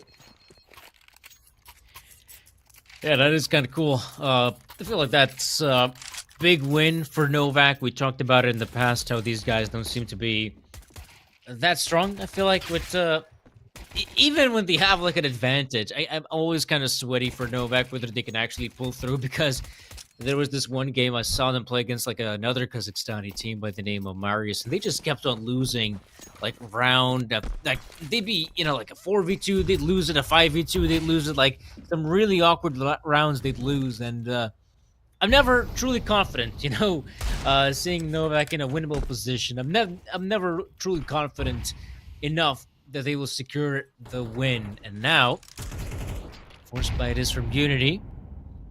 Again, if anything, you do not want to give these opponents any chances to strike. See that? Ooh, do have a bit of a boost going on. This could be good.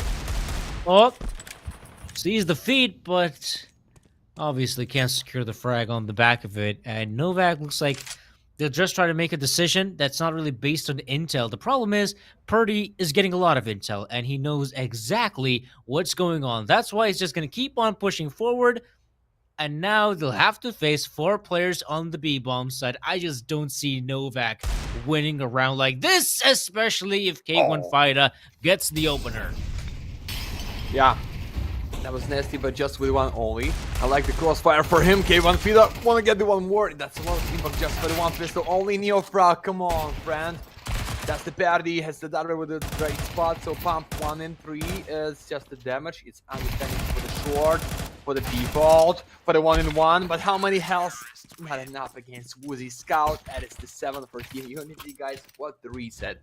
AK-47, Deagle, full buy for the squad, and I think minimal loss bonus for Novaq after this buy. Anyways, is going to be with the something like pistol and the first one ammo, but they defend themselves and be so good. But Pambo is close, maybe just need to hide himself, but he understands. Anyway, I am for the 1 bullet only, even with the Glock to my hill, so I'm done. I need to kill him as fast as I can to react for the spot of the enemy, but not that 1 in 1 against Woozy. Woozy is good today, guys. Yeah, and Dugalils to your house, but not for the A, for the B house there, with the underplay. And Team UNiTY looks like they so lucky, and like every move for the each player, like for the kill, they maybe play with the Marius, I don't know, they just angry looks like. There's such aggressive move, like every time, they not play slow or carefully, yeah, they're just going in like this, Neofrag. Gonna be there for the last 1 kill. Oh, trying to jump in up, to save himself, but 4 keys. Oh no! No! Nice movement, but not for the kill. Oh my gosh. It's kind of insane that he even makes the jump across, but yeah, it ends up going down eventually, as to be expected. Part of the course, of course. Woozy taking a more forward position in underpass, and I want to see those short players. Oh, that's a bit awkward. Oh, no, not like this. I was really hoping that UNiTY, yeah, they're going to clear out underpass with those players pushing in from short, but looks like that was not coordinated effectively enough. And look at this, Novaq out of nowhere, given a life and a chance to be reborn again and win not only this upcoming round, but force their opponents on an eco. That is such a huge round to take. And I mean, you can see UNiTY, they are, like, they have barely any cash remaining. So it looks like they might just have to reply with a force buy of their own. So, yeah, that kind of sucks. And this is, again, a really good example of how, you know, just pushing tunnels sometimes is just a one-and-done spot. I feel like if you are pushing tunnels, right, on the CT side, you always got to weigh that risk if you're really But you gotta wonder, okay, if I push here and I die, is it worth it, right? Yeah. But they like to gamble. And I like this.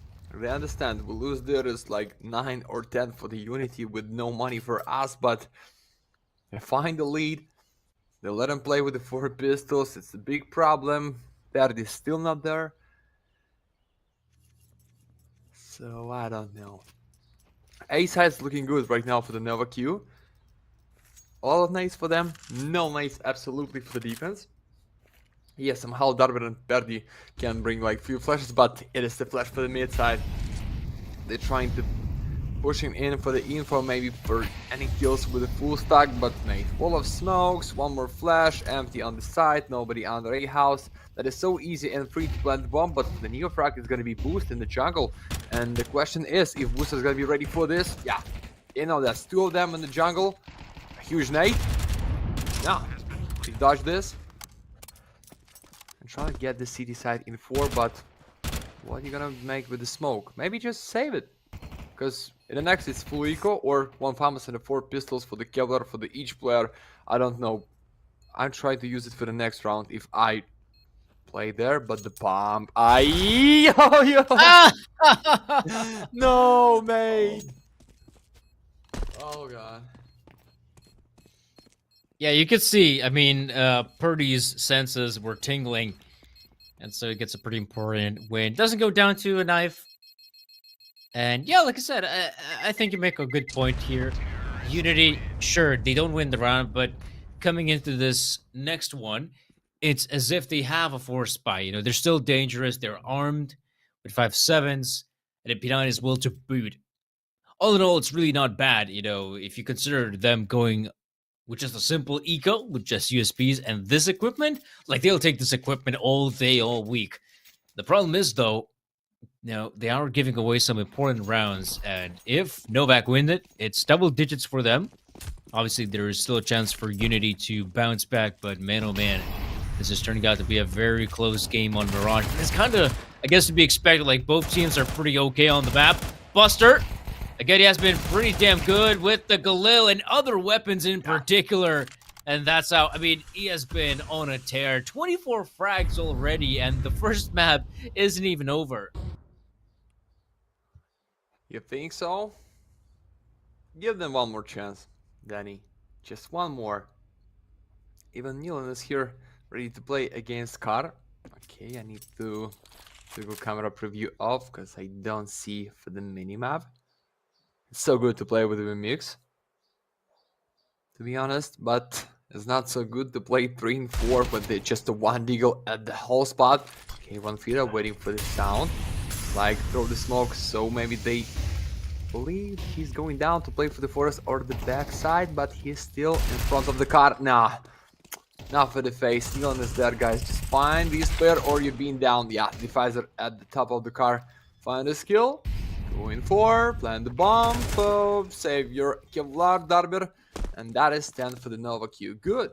I told you every time this about Mirage. Even you picked this map like yours, and you believe in this so bad. Even you find out how to come back for the next side, which is strong here. It's City. Novaq, you get the 10 already, and then play on Inferno, which is good for the UNiTY, but such a T-sided. And that is the problem. And they're gonna start it for the strongest side, because UNiTY wanna end this for the strong. That's why they choose the City at the first. 10-7, gentlemen. Bye for UNiTY. Not the last one, but looks like this last of 2 chances to back in this game. Yeah, I definitely agree with you on that front. They're starting to look pretty, well, basically just not a lot of chances remaining, if we're being honest. So, yeah, 9-7 is the scoreline. Buster, again, like, this has been, like, an impeccable first map from him. I wouldn't say that he has made a lot of, okay, so he's racking up kills. I wouldn't say that he has won, like, let's say, a lot of game, like a crucial game-winning sort of kills, right? I feel like he's gotten like some important ones, but you know, not that important on the whole grand scheme of things. Anyhow, the fact is, Novaq is on double digits and Buster is delivering, and these two things are definitely related. Middle control is Novaq is up 4. As we're seeing it around like this, they have definitely waiting for some more CT aggression to happen. I mean, just guys like Buster and Defizer keeping a close on the extremities, whereas the CTs, I was kind of hoping we might see some of that aggression going on in middle, but yeah, I feel like the CTs have become a lot more comfortable to play aggressive in ramp. I feel like this is a pretty good info play in its own right, but also it's a good chance to, already early on swing the odds in your favor. Oh, okay, now that's big, Buster. That is one big frag I can't take away from you. Yeah, the Darver, I like the spot, but looks like Fork is ready for this. How he is good, guys, today. Maybe not so well as the booster with the 25 kills for the 18 rounds, but that kill maybe for the whole plan. Fork is the first one because he's red. ENCE is there for the refragging, how it should be. Pump with the last one at the side, not even with the bomb. Just kill them all, find the 11, and bring them for what? For the 2K? Yeah, you can flip the game, guys, with this 2K by winner, but that is just one more round for the map point for the Novaq, and I have a chance so quickly for the Shell TV, for the stats, for Inferno, for Team UNiTY. It's good for the previous months, but for how?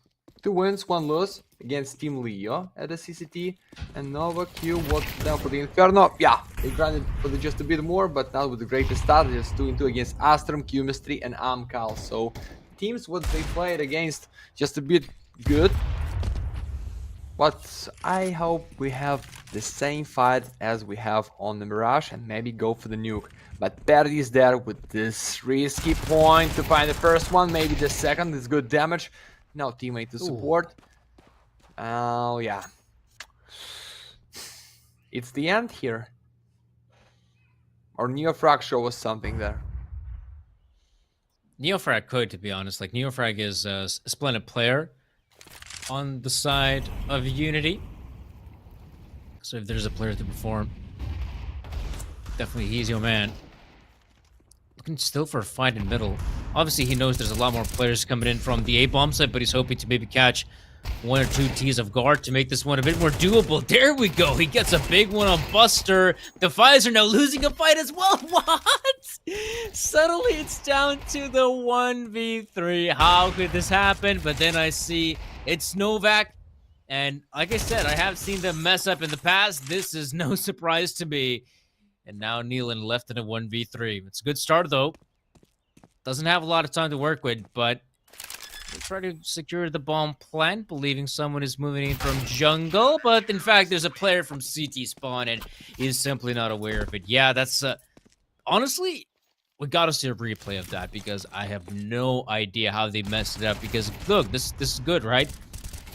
It's a 3v4. They're entering the bomb site. Sure, Neofrag is able to find some frags, but I'm surprised he's able to find so much success in mid. Like, why are there still 2 players in middle? Are we really suggesting that 2 guys just went on to commit on A side, and what are the other 2 guys? That they both like on alert? Like, no, it's odd. You know, it's a really odd setup, and this could really come back to bite Novaq. Maybe that was miscommunication and they want to go up for the window side, but boys try to run out from A house so fast. I don't know. I don't understand this too, but anyway, ready for the next one. Ready for the goodbye for Team UNiTY and for the Team Novaq, but here's the Novaq with a double kill for sure. It's only him can save the spot and the round, but what next? The Pfizer under the window. Wanna know what is going on for the short side? Okay, it's info against Khan. Okay, break the ladder. Darver dodge the Smalley, drop down for the window side. They know about him. Just snake to his back, but he missed it. And they going to stay at the 3 at the B side with no mid. Good guess, but the Pfizer can be the problem if Uzi is gonna miss his shot on the top of the ticket box. Now, Pump, you're not good today with the op. It's the fact, use a K47 for the next. I think that's the key. But 25, but the Pfizer missed the spray. Verdi dancing around, waiting for the boost. He's trying to pick and get the kill, but Buster and the Pfizer get the one-on-one. Wait. What's for the B side? Only for the car, but Booster is ready for find a 28 kill for himself. But he's so loud. And yeah, Woozy get the Defizer. 1-3 for Booster. Nah, he won't feel a great pick. 9-11 boys, full buy for the Novaq Q, but Team UNiTY somehow can back in this game, and I hope they still have something. Just the party need to go win with a few kills. The last one round at the full main time, and maybe they can end it without overtimes, because Novaq Q, that is the last one buy for you. After is gonna be Ika.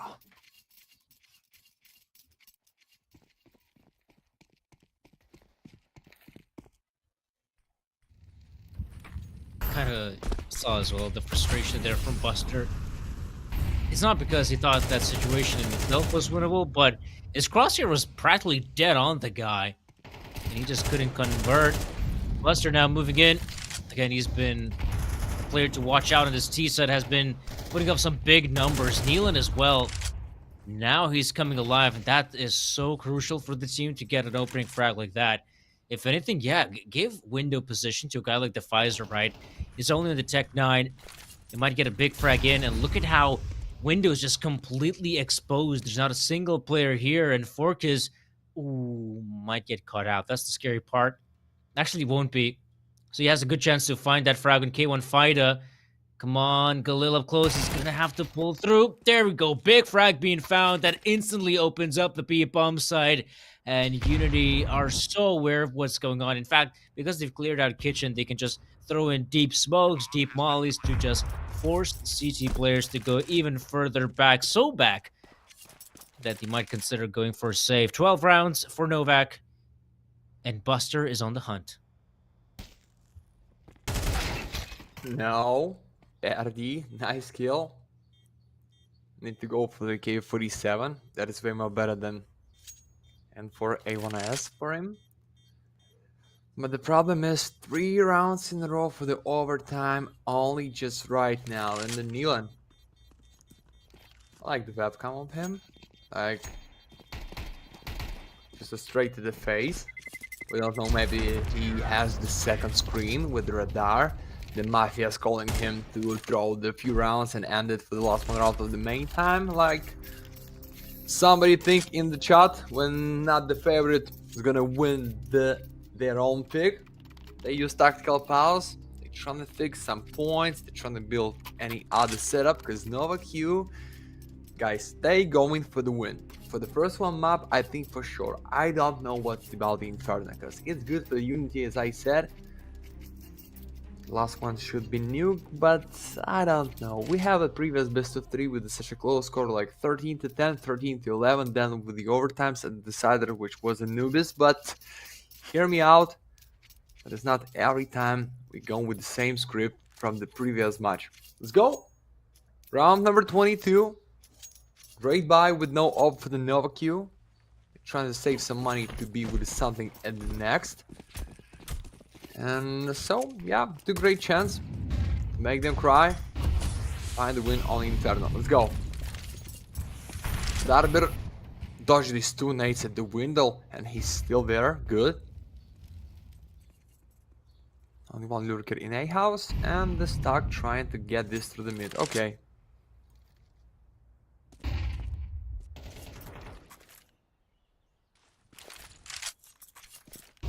Yo, frag. I feel like he's definitely looking for a chance to step up. You know, maybe he's also with the pressure to try and perform and find some big impact for the team. I wouldn't blame him.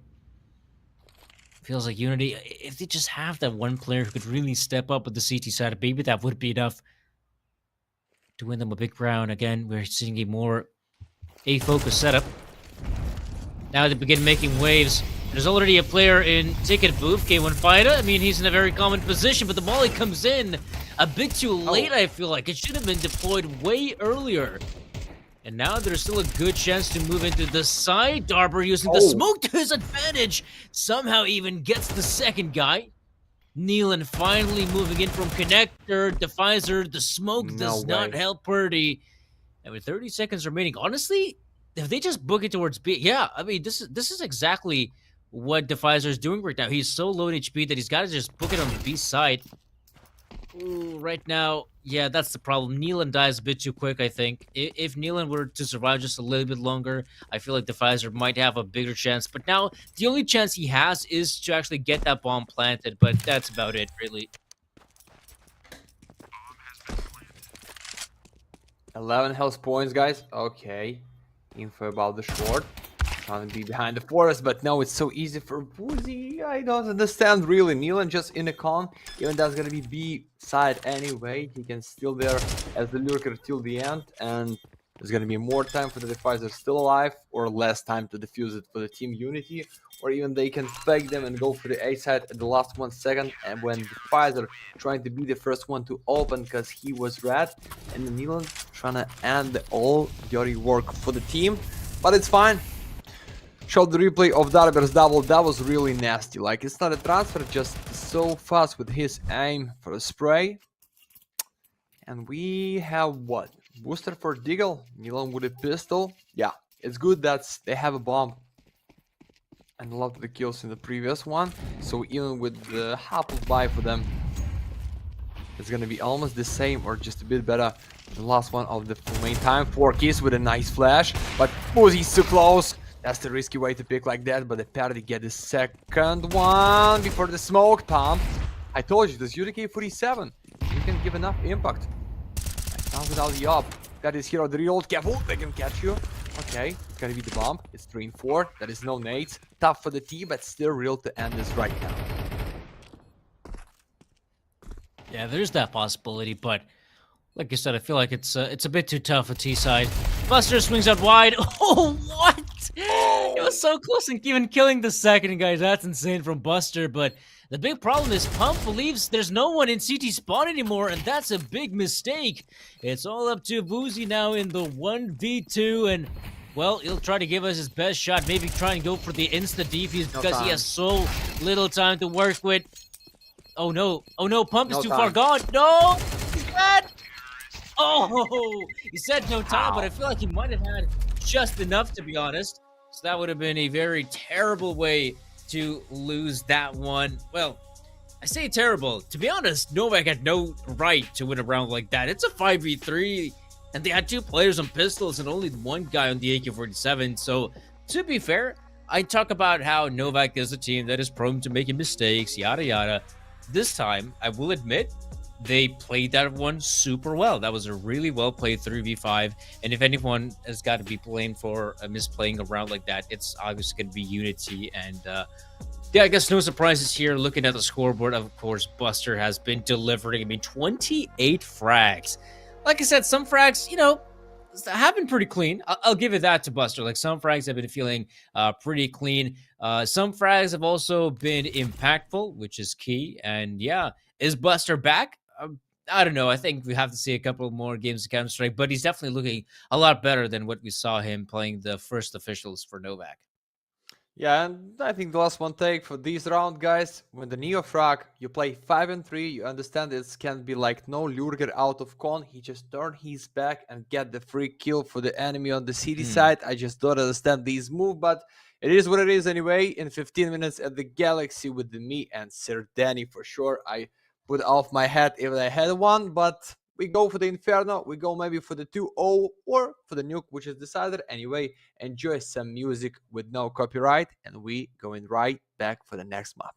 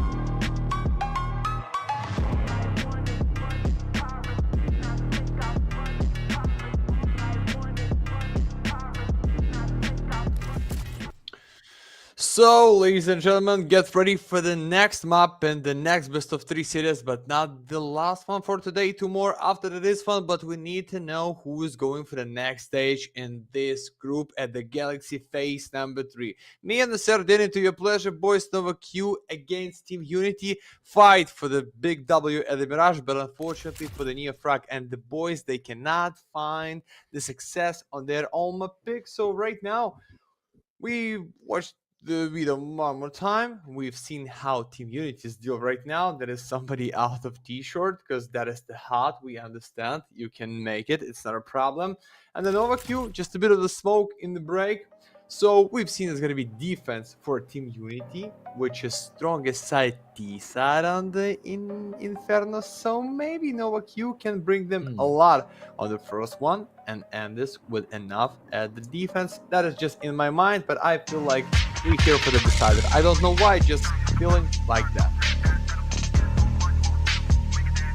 Honestly, yeah, I would kind of agree with you, Matt, that I feel like a decider is looking plausible because, like I said, I've been hyping up UNiTY, and for good reason. I mean, apart from that last round, really, there's still a solid contender, and I feel like they can actually still deliver.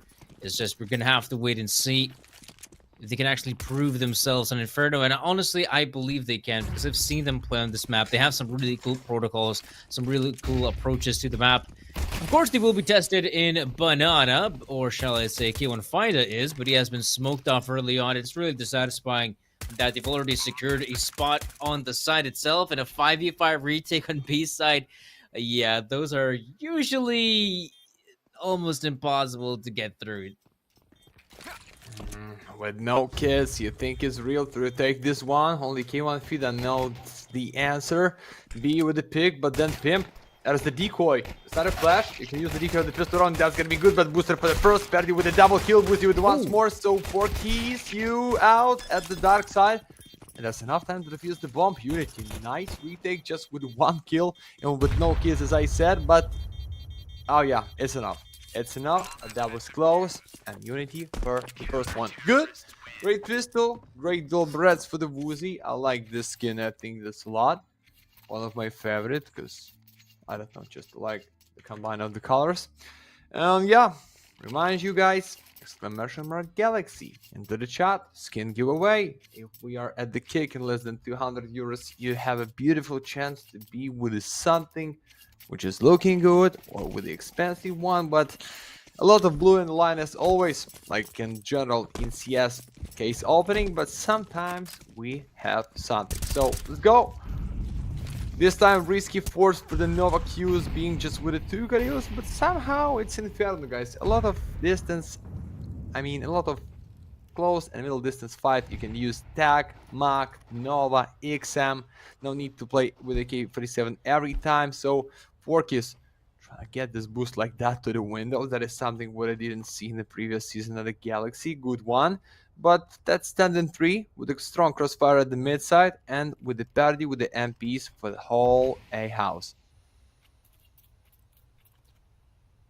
Yeah, this is where UNiTY is still looking pretty okay with their current setup, but yeah, you're right. I mean, Novaq, they got the bomb plant, and they're still looking pretty dangerous in this round. And equipment-wise, it's pretty similar on both ends. And as we can see, Vuzi will abandon the high ground. That's a really cool position that I feel like it's worth saving for perhaps a different round in the nearby future. And right now, this is looking pretty damn good for UNiTY. They've already picked up 2 frags. Purdy from the balcony position. Usually, you don't expect the guy to perform as well as he did. So, props to Purdy. Bomb being dropped, of course, and of course, all players being dropped dead. So, this is a big win, if anything. UNiTY, well done. Not losing a single, pardon me, losing just a single player ain't that bad. I'm quite surprised that Vuzi has already opted in for the AWP. I feel like that maybe is a gun that should have been saved for, I don't know, I not a good thing, though. If anything, this is where we want to rack up them easy, like 9 or anything like that. But, oh well, that's the purchasing decision he has made. And he might not regret it. Pump it up with Deagle. Boozy. Let's get it. Let's get it, boys. 4 pistols at the mid side walking around, and as the tilted skin, if I'm right. Maybe Neon participated in our giveaway at the Galaxy and take this somewhere and somehow. Come on. Was he ready for you? It's easy for the sniper. 5-3 Team UNiTY. Great start for the defense. Should be 3-0. I believe like in 2 heads right now for the Novaq, but looks like there is no chance to win it anyway. So maybe just no need to wait. Just go through the smoke. Try to surprise them. Find at least 1 kill against K1 Fida or Boozy. But nah. They anyway want to make it till the last 1 second end round and believe in themselves. They can plant the bomb here. Boom! But Woozy didn't believe them. And then here frag with a great double. Flawless for defense. 3-0. Show me some AK sounds in your house, boys. Replay for what? For these eco kills? Thank you so much, Evolution. That is the good one, but that is like no highlights, just a replay of the moment. Yeah, there's really not much to brag about getting eco frags. If anything, it'll be a lot more interesting to see this one, as Woozy will be challenged by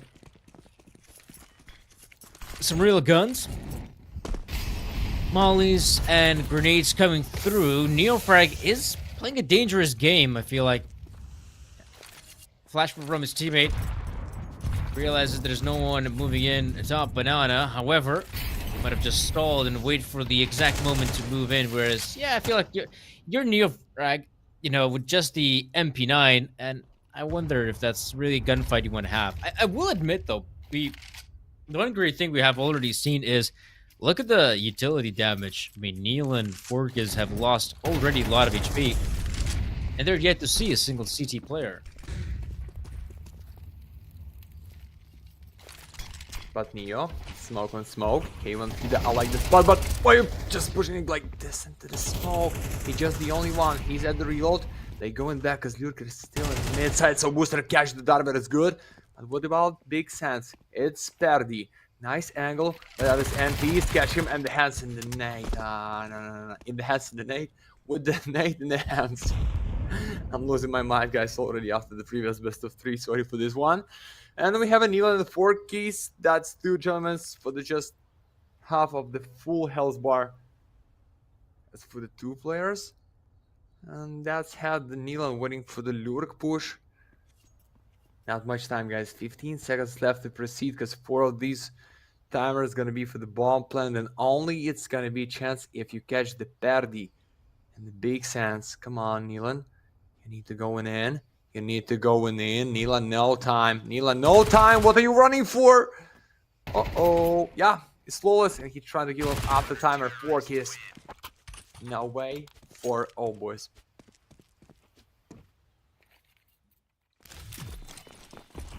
There we go. This is turning out to be kind of like I was, expected. Like Inferno, even though it is the map pick of Novaq, I'm not sure they've done a lot of, demo watching of UNiTY, but even though UNiTY has, well, doesn't have, shall I say, the best track record on the map, I feel like they really perform quite solid on it. And I just find it quite peculiar that Novaq's still up to pick it. Then again, gotta look for it from the perspective of UNiTY, of how it might look like on their side. It's like kind of weak map, but I feel like, yeah, it really isn't. Nealon has tried to abuse this angle in the past. This time he'll have to just push in.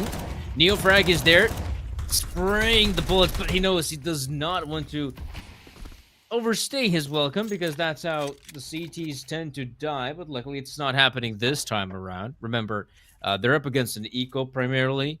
Just Fork is $150. He's the one strung for cash. Oh, this might be a bit too fast paced, but I feel like still the CTs should have no difficulties reacting to this pretty damn quick.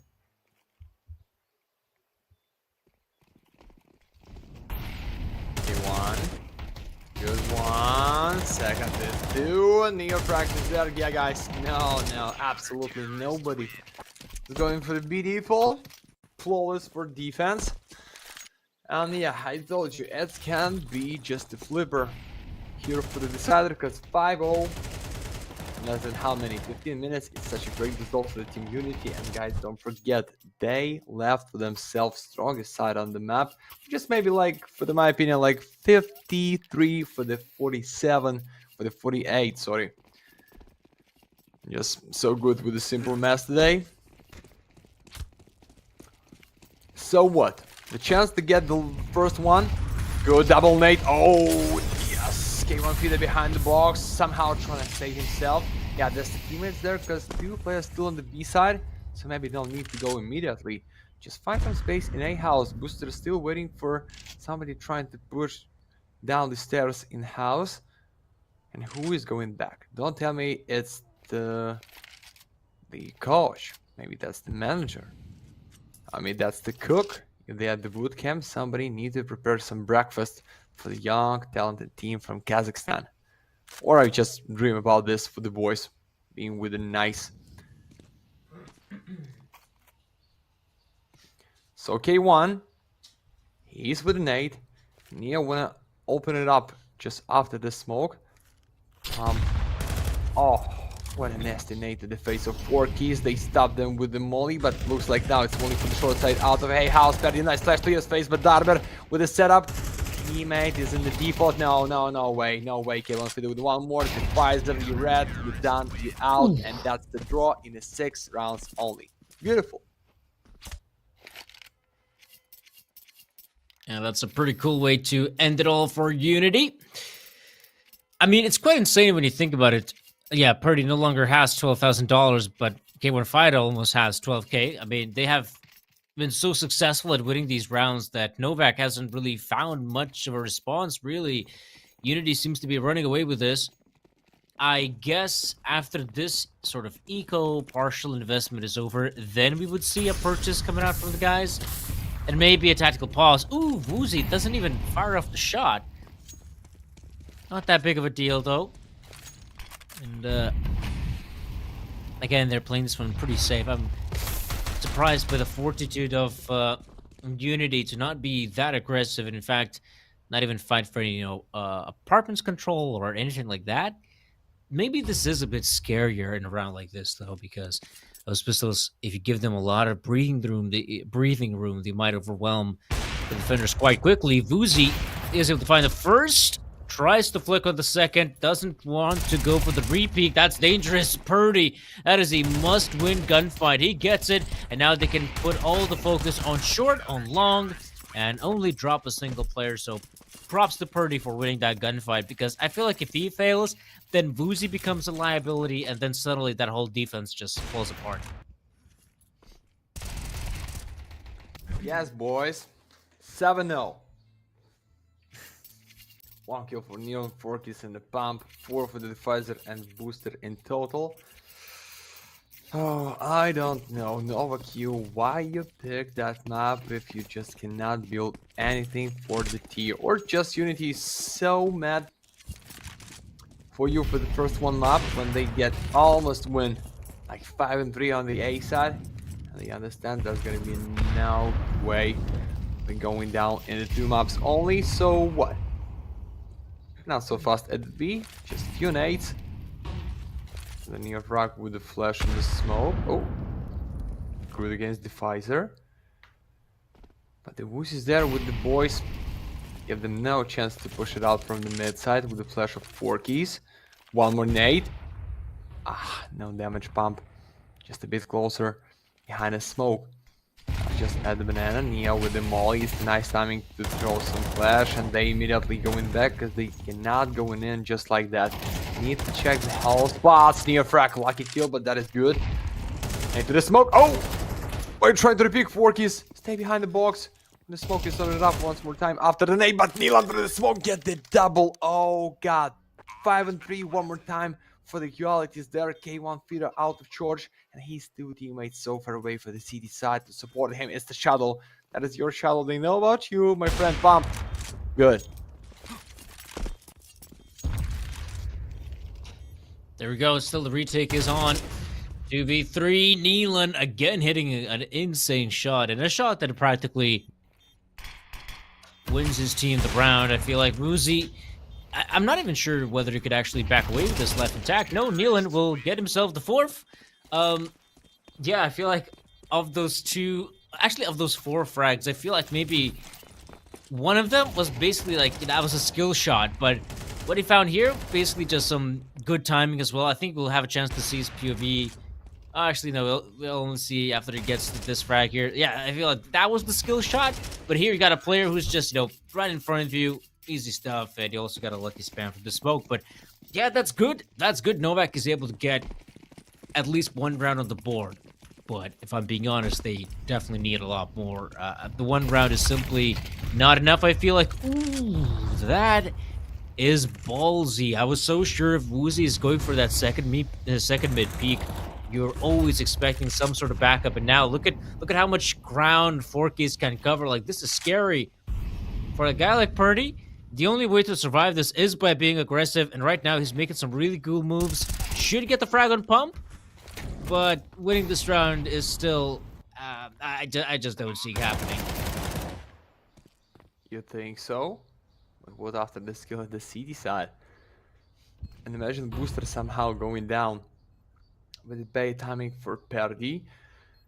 Or I mean, for the good timing for Purdy and the missed timing for Booster. Oh! He was fast, guys. Minority for defense.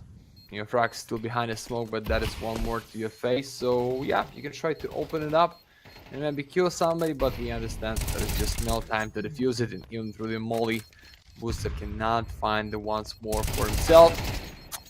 He'll get the 1 more, but looks like he's down anyway and just trying to save speed up, but not as he wants. So Divisor, no time to pick it up. Oh, but that's enough with 1 more at the short. Beautiful. And a tactical timeout. That was for the team UNiTY, yeah? If I'm right, because there is just no reason for the Novaq to talk. They already find the round. Yeah. But that is not so bad, guys. Yeah, they find the second, but you add the 7 already. I have 3 more chances to make this difference bigger. And we waiting. And I'm waiting, to be honest, like every first one side of the map for the giveaway, because I'm here at least for the 1 purple skin, guys, for today. It's just gonna be illegal for Galaxy. Boys, I'm asking you for this. Just give something, not the blue one. Please. Let's go for the 10. Round number 10. And a great chance for the Novaq to find the 3. Pump with a smoke. Nilan with a molly. Trying to be... Nah, not so close. Just trying to stay alive. At the post, Novaq does the nade to your face. Beautiful flash. He dropped down out of boost. So it's the in. So guys, at least that's 2 players or 3. Because they so run away from the fight area. Because they understand. Now somebody's trying to pick us. It's a beautiful flash for the first one kill, maybe for the next, but K1 Fita with a nice cover out of torch. It's good, and the pump with a nasty optic. Just clean to the face with the box. Novaq, you the last one, you're the only one who can save the whole B plan. Nah, it's pump with a double, good. Oh. It's unbelievable how crucial it is for Pump to hit that second kill as well. Because we still had some players who were, I mean, they were just all over the map. Yeah, we had Buster here lingering about in Boiler. We still had a player in middle. And those 2 guys, sure, it was a 1v2, so give the advantage for the T side. But like we saw, the AK-47 dropped dead. Then it was all up to Pump to try and hit that shot. And I wonder if Pump could actually have a highlight reel. I mean, he's looking towards Banana. Both players will make their way through. Pump, that's a great shot on another player. And yeah, Darber knows the round has come to a close. That'll be another one for Novaq, so pretty impressive victory from what I can tell. So, big stuff. Kind of was hoping that UNiTY would absolutely attempt the retake after killing a guy like Buster, but okay. Nealon, mega aggressive in Banana, finding some good timing, admittedly. And Pump out of nowhere. By far, the 3 biggest frags he has found this entire map.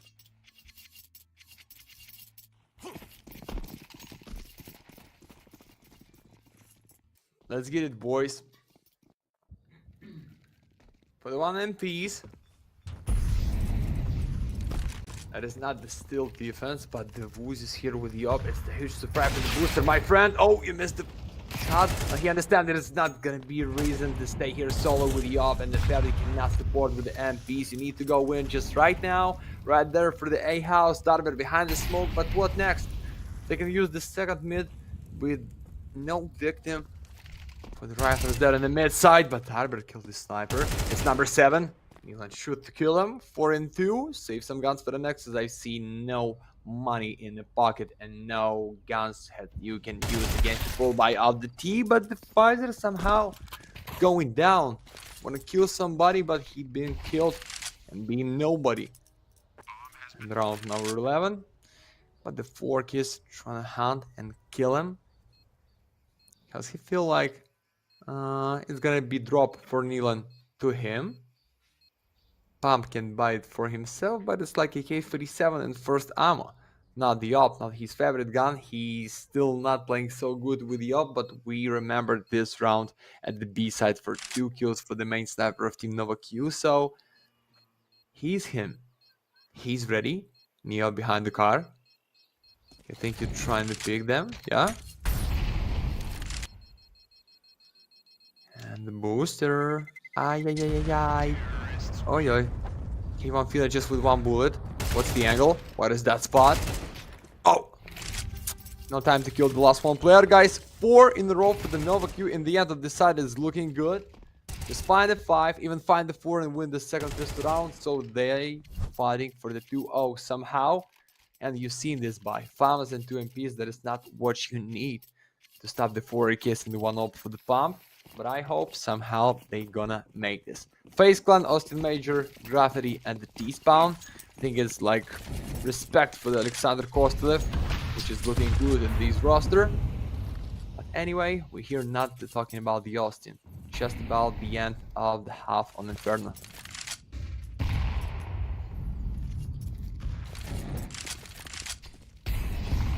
See, this is an all-important round for UNiTY. They might just scrape by with another. They'd love it. But they're up against a well-equipped Novaq side. Both CT players trying to contest these Banana players. That smoke, ooh, it's not good enough. Yep, the Visor's able to spot out 1. And now it's just the spray through the smoke. Neofrag goes down. Divisor is able to secure his teammate's backside, and now that's a big chance for Novaq to run away with those 5 rounds. And UNiTY, man, that's quite satisfying too. I feel like, you know, they still win those 7 rounds in a row. Props to yeah, Buster's like, what the shit, or whatever that might sound like in Kazakhstani. We work for your profit. Yeah, good for Nilan. One more for the bomb. So Darber, you can go back to not give them one more free kill. Looks like you're trying to make this, but it's just no reason. Trying to kill somebody or being done. Mate, come on, no. Okay, it's all about the stats, and it's all about 5 in a row for the Novaq. And guess what, guys? My favorite part on the Galaxy case opening, and I hope you had enough time to write !Galaxy into the chat. I'm trying to make it before we see this at the line, and I hope I'm still here. So what? Purple swag or one more blue chip? I'm tired of this, guys. Pavlov, congrats with Sakaku. Mark 10. No cost. Looking bad. No congrats. Just free skin.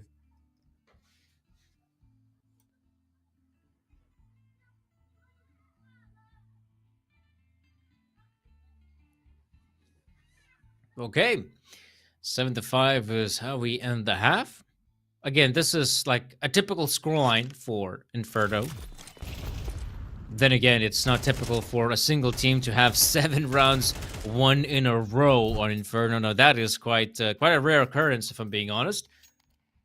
But now, UNiTY on the T side. To be fair, I still have hope for them. Like I said, I still believe even on the T side, this is a squad that can perform. They have some really good set plays. And I noticed when they played against Marius, they just absolutely wrecked them with some of those set plays on Inferno. And I would expect to see something similar. Though right now it is a bit of a slower starter. You know, I just gotta clear out second mid. Though Buster, being proactive, trying to gather information, doesn't see anyone. But that's part of UNiTY's plan. Maybe that's the part of the plan for the Reptiloids. Give the fake comeback for the Novaq at the CD side, and UNiTY anyways get the Inferno. But the guys, I hear that's the child screaming out of Sardani window. Oh, you forget to check the 4 keys. It looks like they're cheering for the team UNiTY going for the B side right now. But that's going to be good defense. Smoke on the banana, so no support. And the Nilan's there. Young Cowboy ready to give a lot of the impact when the teammate trying to fake them. Double kill, triple is coming. Good highlight. Novaq, you the only one who can save the round, but no chance. Even your webcam is off. Oh, for your headshot. Turn aimbot to kill. No joke. Nilan for the straight quadro for the 13 to themselves. And that's the 6 for the Novaq. Good start. No bomb. Eco for the UNiTY. We're ready for 7-7. And then one more time. I'm not about this replay. I'm all about the charge play. Yeah. That was nasty. That was really good, guys.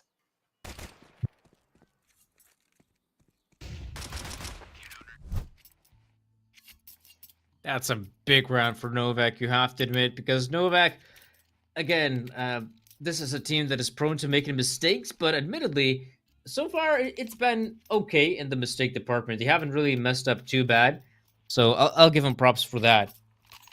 Though, yeah, we'll have to wait and see whether they can, you know, keep up the pressure. That's muchas importante. And looks like we did have a bit of a technical issue here, though not anymore, and we can continue on with the matchup, which is key. It is crucial because we still have a lot more Counter-Strike to come up. And now, if somehow this ends in a 2-0 fashion, then yeah, then we're on schedule. But I don't know, Matt. Something tells me we won't be seeing that upcoming best of 3, the third best of 3 of the day that quickly.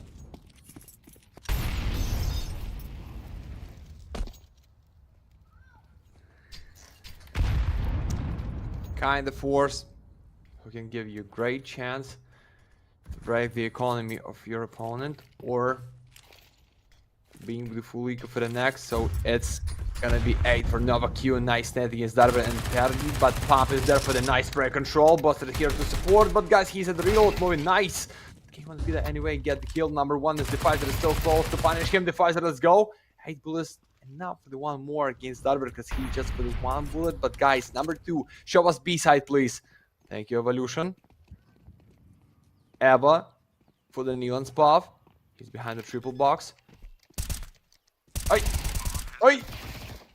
Yeah, Defizer is there. Easy to defuse, easy to win. It's 7-7 just for 1 kill. Okay. I think it's gonna be just the same buy. Because of 1 kill in the bomb plant, or maybe not, or maybe they stay for the next one, be with the full buy and left for the 1 more round after the next. I think so. Neon, why you killed the chicken? That is not your enemy. At the draw is good, but is it enough? I feel like they can win it. Right now is in the defense, but we not seen UNiTY with the guns. That is the challenge is gonna be for them.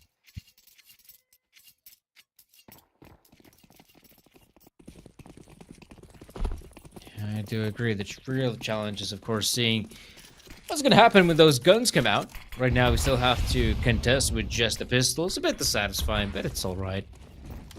We'll see them eventually. This is where UNiTY are keeping up the pace. Ooh, this is actually really good. They killed both players. It was quite weird to see that Defizer kneel and setup because it felt like neither player wanted to fully commit, and one of them wanted to back away while the other kind of wanted to fight. Yeah, that was a bit of an awkward setup, and you can see on the back of it, they have full control of B side, and this is always the scary part. Like, how are you supposed to retake? Well, Fork is doing a really good job at it, but Pump is just still so far back looking for those gunfights. And I mean, if you're Forkies, you're probably a little bit upset that you're going for the fight, but then Pump is just looking on B side, and yeah, I mean, this round is practically over. Buster would have to win a 1v2. I'm not sure how much impact can Pump find, but they're still trying this. I don't know. I just don't see it happening. Smoke deployed on the bomb, but no defuse in. Oh, good shot by Pump. Not gonna survive though.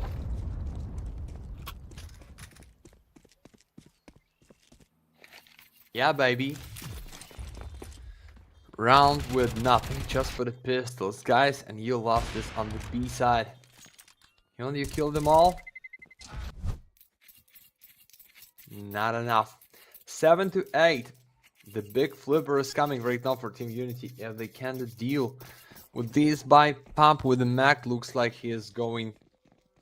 I think it's like for the XM, for the shotgun, it's too great positioning. The Inferno behind the wall at the banana, but they can catch you easily with the nades at the start or with the second timing, or you can stay in the A house. How he stay right now? Booster. Oh, it's just for 1 kill. 4 keys. No need to use your nade. Dylan behind the box. That is no support for the Defizer as the good molly, but for him and Pump. Oh, that is important. 1 kill. Only Mac you can use in the short fight. And for the long distance, and 4-3 looking good. Darby is red. Pump is pushing up deeper. No reason, my friends. Stay behind. That's gonna be for the round, maybe, but right now, 3-3, I don't know. I don't feel safety for the Novaq this at the B side. Because they have only Neon with the smoke and the molly. Yeah, with the flash, you can stop them somehow. But your teammate gamble it on the A in 2. And you need to take the time to help you here.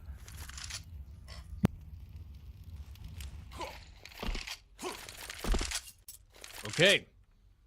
They're going to clear out Banana, and luckily for UNiTY, they've made a really good call. They're pushing on the bomb so that there's no defenders on it. And even so, Forkies, he's just still thinking maybe this is a fake. I mean, he's not 100% sure. And the longer they stall here, UNiTY, I think it's only going to be better for them. The only player that could throw a spanner in the works is obviously Nealon, and he might actually find a good timing right now. No one seems to be aware how aggressive he's actually pushed up, and he actually kills K1 Fighter. That might just be it. 10 seconds, no time to get the bomb plant in. And if they try to plant it, the problem is not only Nealon, but the Pfizer's going to move in. And that's the problem for UNiTY. I mean, they thought they were so lucky They got an empty B bomb site. They completely neglected the fact that, okay, maybe someone is making a quick rotate. And that person was none other than Neelan.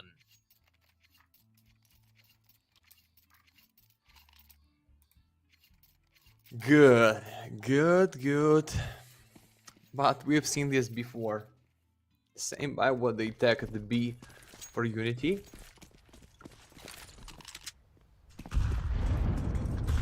Not so huge with this nade to the mid side. They want to pick them, and right now they know it's just the pistols at the mid. Ivanka is so close to punish Brewster, but no. He's spammed there to support him. Great double, no risk. That's how you should play against Eco, but he wants to hit it with another angle. Maybe just find the face. No, just a bit to the body. It's almost for the diver, but he said the 1 health point only. So K1 feed up, you the only one. And looks like your favorite song right now, it's I'm gonna run away anyway out this place. And yeah, Mexico is the place. That's can you still alive, but for the few seconds, flawless for Novaq. One more time. Lead just with the 1 round. Full buy for them. Here we go. You can flip, you still flip the game, just find a win here.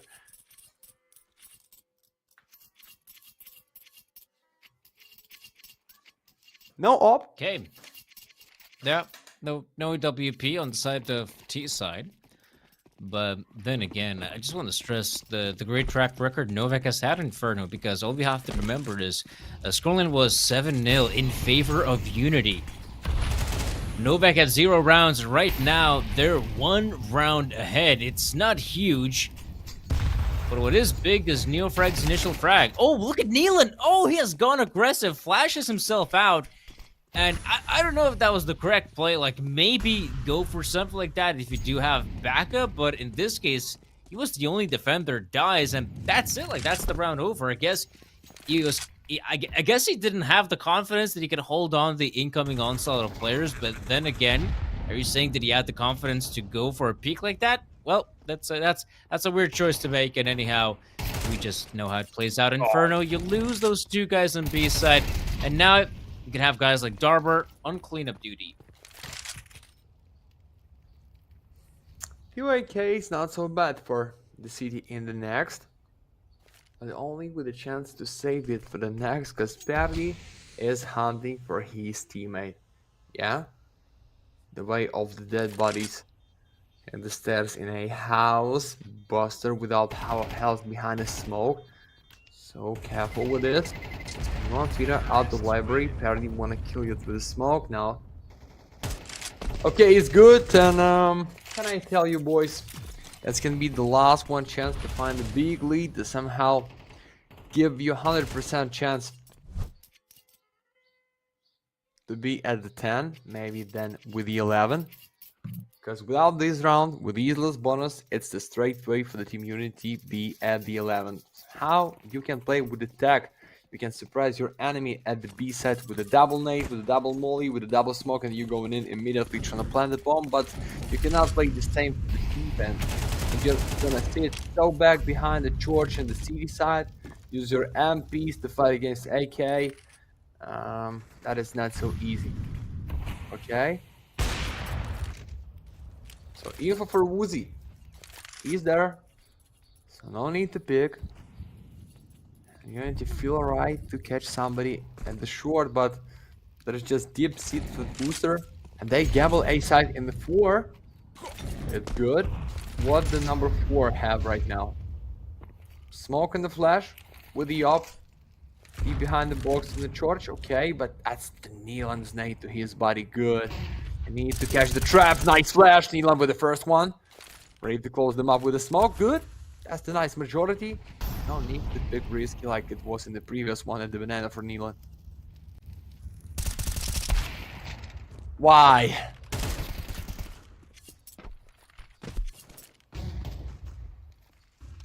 Yeah, you gotta wonder why, and it is not looking too good.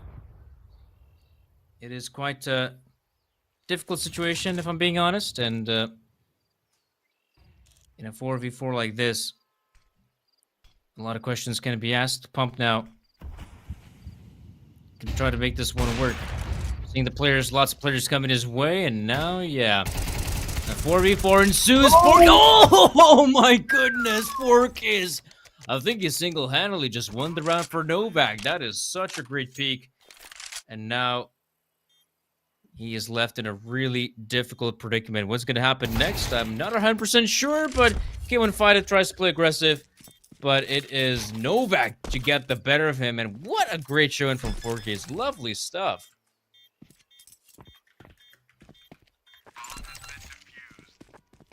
Bomb has been defused. Great. I'm watching like Forkis just have a replay. I'm trying to explain you guys. Okay, that's the neon, maybe no reason for the repeat. Oh, right there. It's such a big gamble to pick like that. Like, just with one flash, you play against 3 of them. That is the one more in the default to recover immediately after the first one or first 2 kills for him. But he did it brilliant, guys. And we see the tag for parity. No money for the next. No loss bonus for Team UNiTY, guys. It's straight rate for the 11. And the defense somehow can save some guns for them. But that's gonna be so big. Play at the banana side. Defies what is that? Push through the smoke. Elon once more. They go in back. Elon behind the box. So set up in A for 2 and the same at the B. But they go in back, so no reason to fight at the banana just immediately. Because 2 nades and you done for your health. And then that is not so easy to open when you red. Elon. Ready for the boost? No. He's going back, but there is no nades for him. He just play here for the boys waiting. It's one molly. Not so bad with the timing. I think he heard like somebody had the damage, but it's fine. They still waiting for the B chance to play there, and that's gamble for Novaq Q3 on the A. Can be not so well played then. Let's go. A lot of nades. Yeah. Smoke's being deployed, and now this is where you expect this push to happen from UNiTY.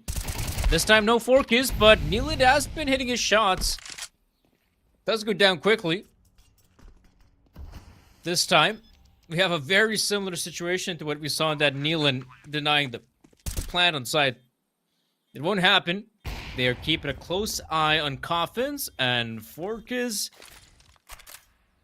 gonna throw in that flashbang. I feel like, yeah, K1 Fighter is in the prime position. He needs to survive for as long as possible. If anything, if you're Neofrag, yeah, I kind of respect what he's trying to do, but 2 players moving in from coffins. Woozy has just the right angle. The molly will force Fight out of position. No, Woozy missing the shot. That is not good. That will not cut it. Oh my gosh. I'm sure the guys are frustrated. Like, that is a round they were not supposed to win. Novaq. I mean, congrats. They won a impeccable victory, but UNiTY, I'm sure they're frustrated. Yeah, you could see tactical pause being taken.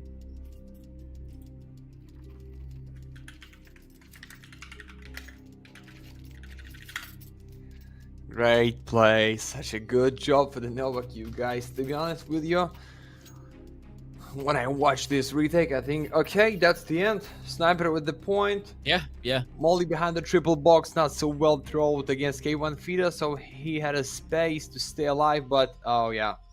Praise to the Lord for the team UNiTY. It's a nice angle for the evolution cast. Thank you so much. That is something new. And I didn't see this before. That's fine. Okay. 11-9. Money's calling for what, boys? For 4-tex with the 1 AK?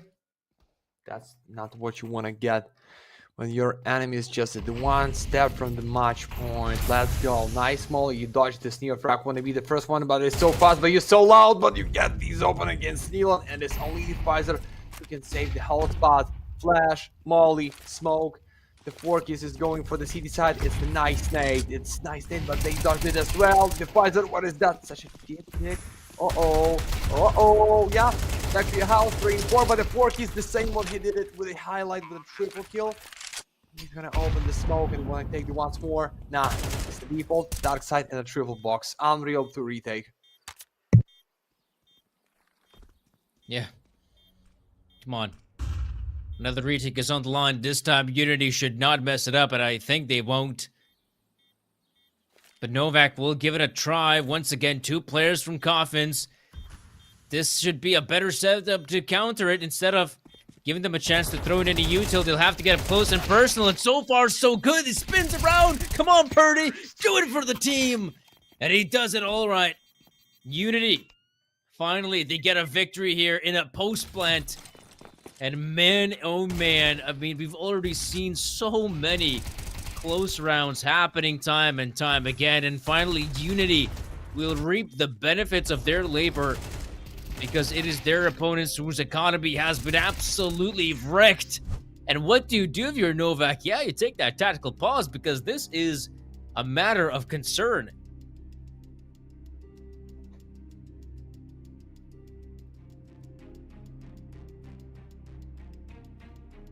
Pum pum pum pum pum pum pum for the frisky, for the all-in.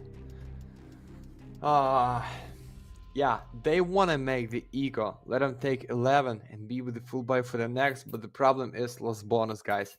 That is just 2k, and that is not enough to win it for the next, even with the good guns. So yeah, here is the gamble. Neil, maybe the fuse kits, 400 for what? For the date with your girlfriend after this best of 3? Or I just cannot understand, boys. If you like play it like all in, so play it like you can defuse the bomb. Nice flash. Oh, they can catch them all. That is just one. Okay, second kill for the pump. They going back, and the UNiTY should be ready for this one, but it's the 4 keys. That was close against Perdy, but he faked them. He just faked them with the left-handed MPs against Perdy. It's gonna be kill for the game. It's gonna be a kill for the game. 4 keys, beautiful. And the Woozy without half of health. Don't tell me they're gonna throw it. Don't tell me. No, this would be awkward to lose a round like, oh, is he still alive? Defizer, yeah, he's got his hands up, but let's be real. He was not supposed to win this one at all. It's kind of insane how close it got. And now Vuzi in a 1v2, giving Novaq an incredible chance to try and win it. That's a huge frag. I mean, if you're Vuzi, you got to expect the last defender to be on B side. So yeah, he's going to book it. I wonder if Pump has got his headphones on. Yeah, he does. That's why he's also just moving quickly towards the A bomb side. So Vuzi could have a good chance to actually cross and get the bomb planted for sure. The big problem, of course, if he decides to throw in any utility, a molly or anything like that, it'll become an easy target, but he sneaks back to short. Pump seems to be aware of it, and if you're Vuzi, you might even take some control in Boiler. There we go. Pump is able to read the situation so well. Like, he is more or less expecting where the guy is going to be, not in long. I mean, where else he could be if not balcony? Like, he's aware of it. He's just waiting for the time to strike. No! Oh, and he'll get the shot eventually. So good stuff by Pump. Gonna hold on to Mouse 1 and win the round for Novaq. Bomb has been defused, guys. Wow, but even no need to try and pick them like it was for the 4 keys. Yeah, we're gonna see this moment one more time. Yeah, the 4 keys anyway did too much just in the 1 round. But then, hear me out, 4 keys. Why? Why you trying to kill him? Even not Pump. He's gonna kill him. It's 11 to 11 with absolutely no money to play. So what? All in, up, 2 deck times. Galil, not enough nades. And the huge chance to go in back. Just bring the 1 more. That's gonna be huge play at the last 1 round at the full main time. Woozy behind the molly. Wanna punish them? We're just stuck into the fire, so it's good timing for Neelan to stay alive or give the info for the whole squad. That's kind of insane. That we could see. Oh no, Neelan again hitting a shot. That's another big frag, and now we'll see how can this one play out. It's starting to get pretty awkward, I feel like, for the UNiTY guys. It's a 4v5 nonetheless. Just 4 players left standing to try and win a big round, And right now, I'm not sure if that is going to happen. Woozy. Okay, that's a good response by Woozy, though. Giving them a chance, but Pump quickly replies. Still down to the 3v4. 2 players safe on A side. 2 players also safe on B. And with 40 seconds remaining, I feel like overwhelming the A bomb side would be the better choice. They do have that one smoke in Purdy. Now, he can actually throw it in a peculiar way that would give his teammates the chance to pop on the side. Though I feel like, if anything, oh, he's going to go and die first. Pump now has to hold the line with the AK-47. So far, he's doing a pretty damn good job. And now, oh, no! No. Buster and Pump go down. How? Just tell me. Being behind the pillar, okay, for the fake reload. I understand you're gonna give them a chance that is gonna be like 4 seconds to catch the default, but even without this one, they had 2 great kills. So how you need to deal with the big sense and a default stand, I don't know. No nades. The fuse kits just for the Neil, and Darber is here. Come on in. Like, you need to jump out. And probably the first one is great damage against Darber, but 1 in 2 and K1 filler, and this for the 11 guys. And you see this less than 3k for the Neon, and that's gonna be the same or the worst for any of his teammates. Oh wow, UNiTY somehow back here, and I don't feel Novaq can end the map just so free for the team UNiTY. You need to buy everything, guys. Mac, Deagle, FAMAS, and the 1 pair of defuse kits should be for you, boys. Don't toying with them for the 10-second diffuser against the full buy. It's not as stupid, it's just like tough to make it. Yeah, I feel like this is just so hard right now when you think about it. The guys here at Novaq, this is the problem, that they've been actually doing a pretty okay job at just, winning these rounds, but not a very convincing manner, with just 1 player surviving, maybe a couple guys, not that much. Again, we did have that conversation earlier about Counter-Strike. I know what the CS2 devs are more hyped about, or at least the game they care more about. Obviously, the one they made, rather than 1.6. But yeah, still 1.6 is obviously in the hallmark of Counter-Strike for a lot of good reasons. Anyhow, back to the game we go. CS2, that's the name. Pump, man, like he actually is a pretty sick Max 7 demon. I have seen him get just highlight reel plays in the apartments in boilers, so I don't know. That could happen again. That could absolutely happen again.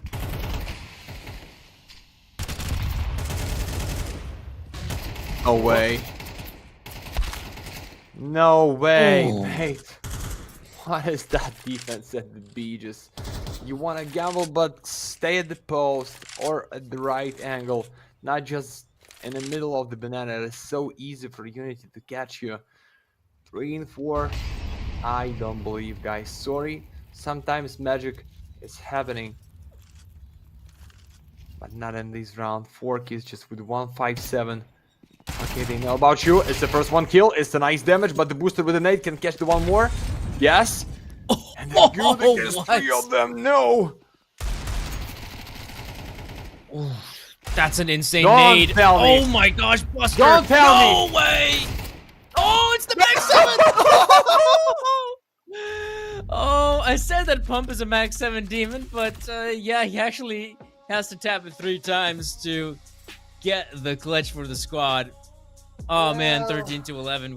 What a devastating loss for UNiTY, if I'm being honest. I mean, they had an amazing run of form initially, and then of all, I mean, they've actually lost a fair amount of post plants on B side, and this is again like a 4. Let me think. Yeah, it was a 4v2. They ended up losing again. That is just not the rounds you're supposed to lose. You gotta convert those, man.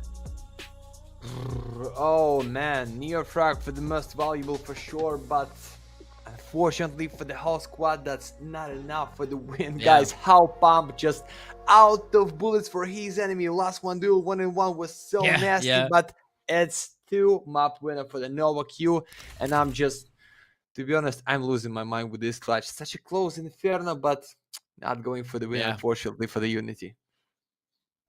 I mean, the one saving grace is that at least we're back on schedule, right, Matt?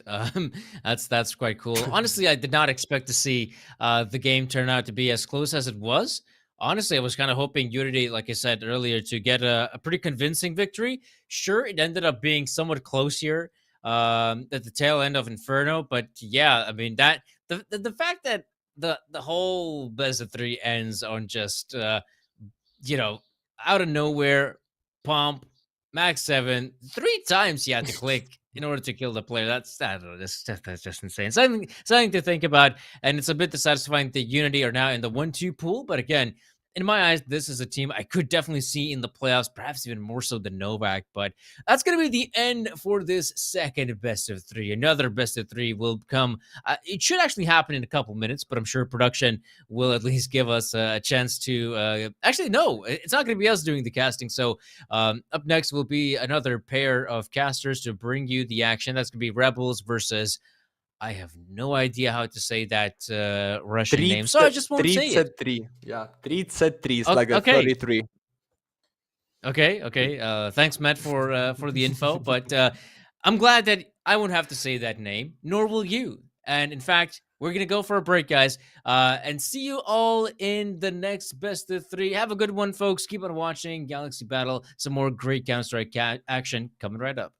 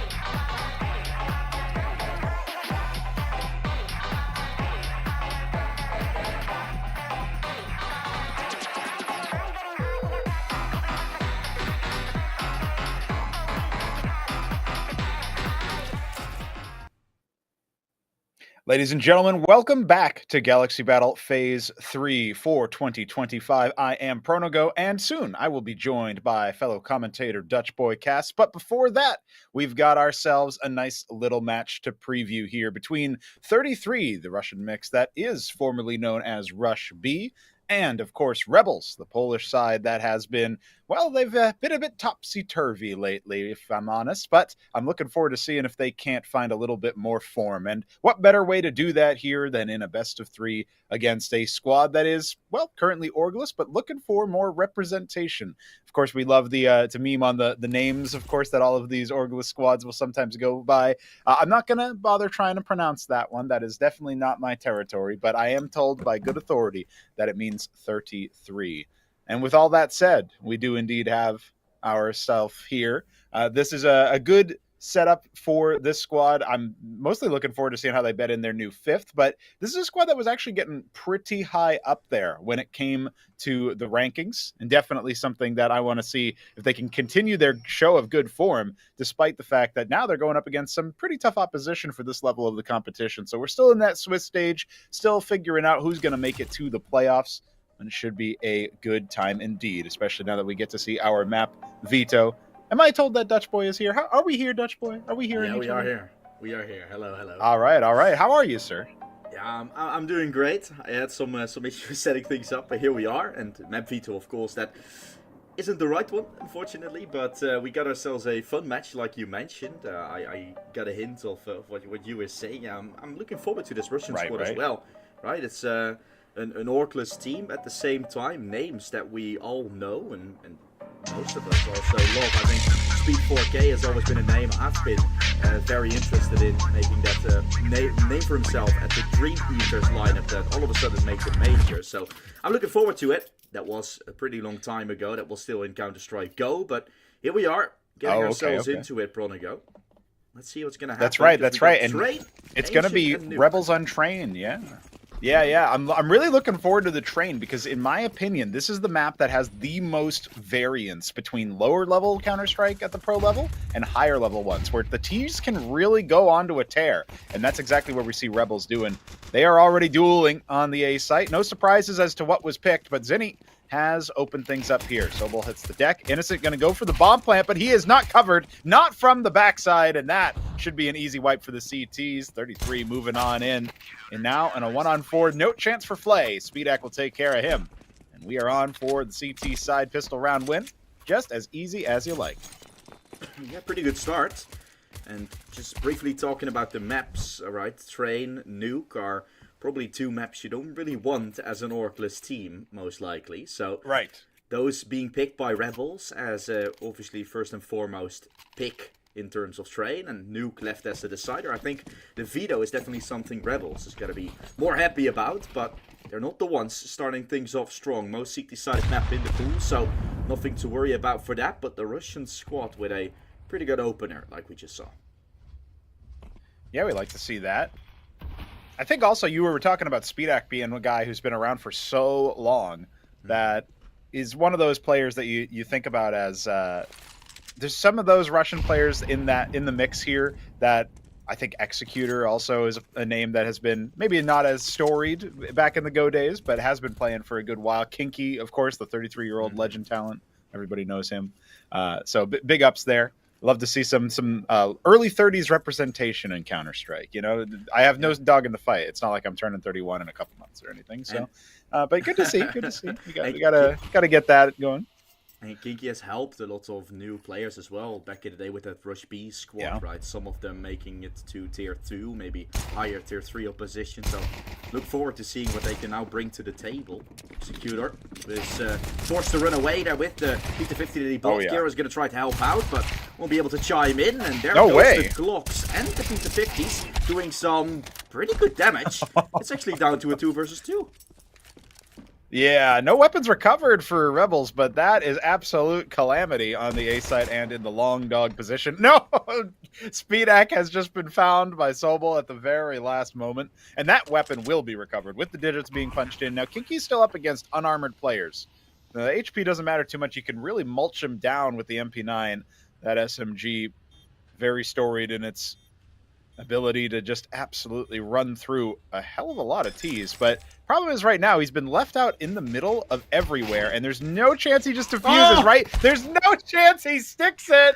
Of course he does. So they don't get away with the round win, but they still wipe out the deck. There is almost no economy built up now, and you can say, well, at least they can reinvest into real weapons, but their economy doesn't actually support that as much. So while we wait for Executor to reconnect, this looks to me like we're going to see another one of those scrappy force buys, but the bomb was down and we had one rifle saved over. So I think Rebels are in a pretty good spot for this round number 3.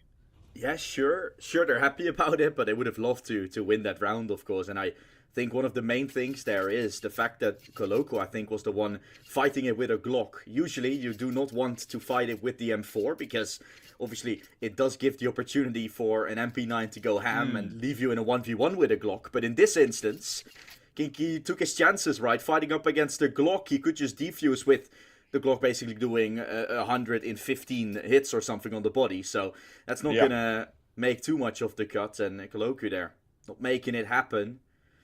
We got ourselves a 2-0 lead with that. But 33 like you mentioned, with that. not much cash built up right onto the CT side as well. It's a hard economy to manage, so I don't think Rebels is all too mad about it, although they would have liked to be on a 1-1 scoreline at the moment. Yeah, absolutely. I mean, breaking the CT economy is one thing, but actually getting the round dub is another, I think, and then perhaps even the more important at the end of the match.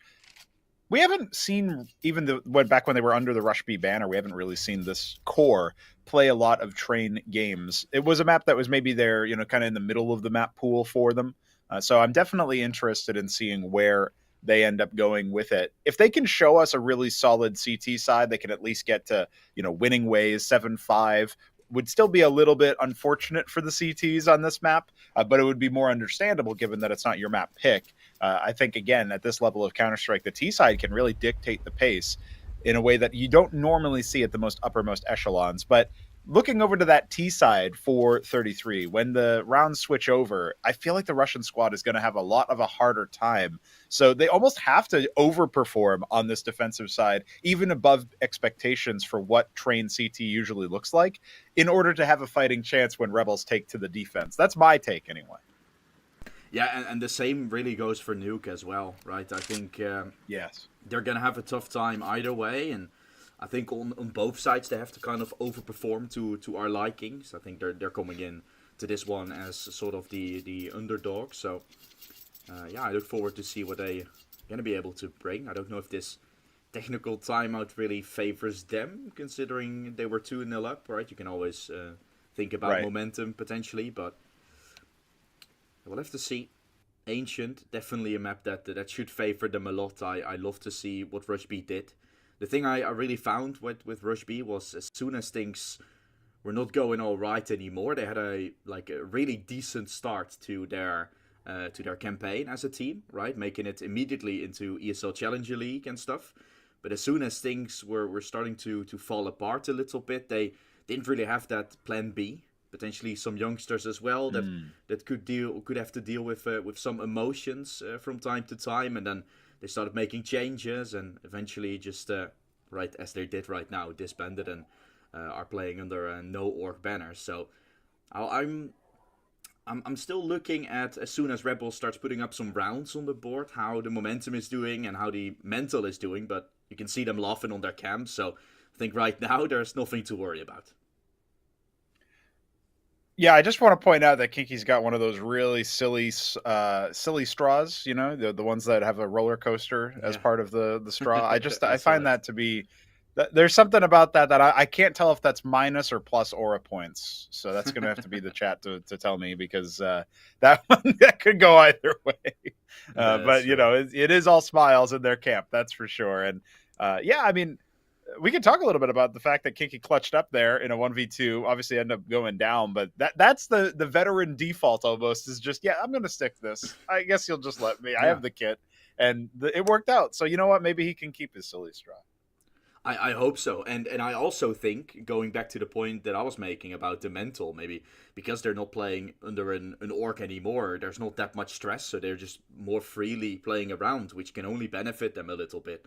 And then the silly straw, the jokes they're making, the clutch that has now happened. Like, what just happened, right? It's all it's all for the better. And Executor that had his cam off, now his cam back on, right, and is probably starting to connect to Counter-Strike anytime soon. Look, we see the Valve startup screen again, so we should be back to gaming quite soon. Looks like it, yeah. He's just getting booted up. I think he must have crashed or maybe had a power cut. Either way, he's back in the server now. They'll figure out their buy. We got freeze time coming back at you as soon as he readies up, and it's an A4 for him. So actually, this buy ends up looking a little bit more light on utility, light on kits, and a bit heavier on the rifles. Zinni back on the MP9. We are getting straight back into things here for round number 3.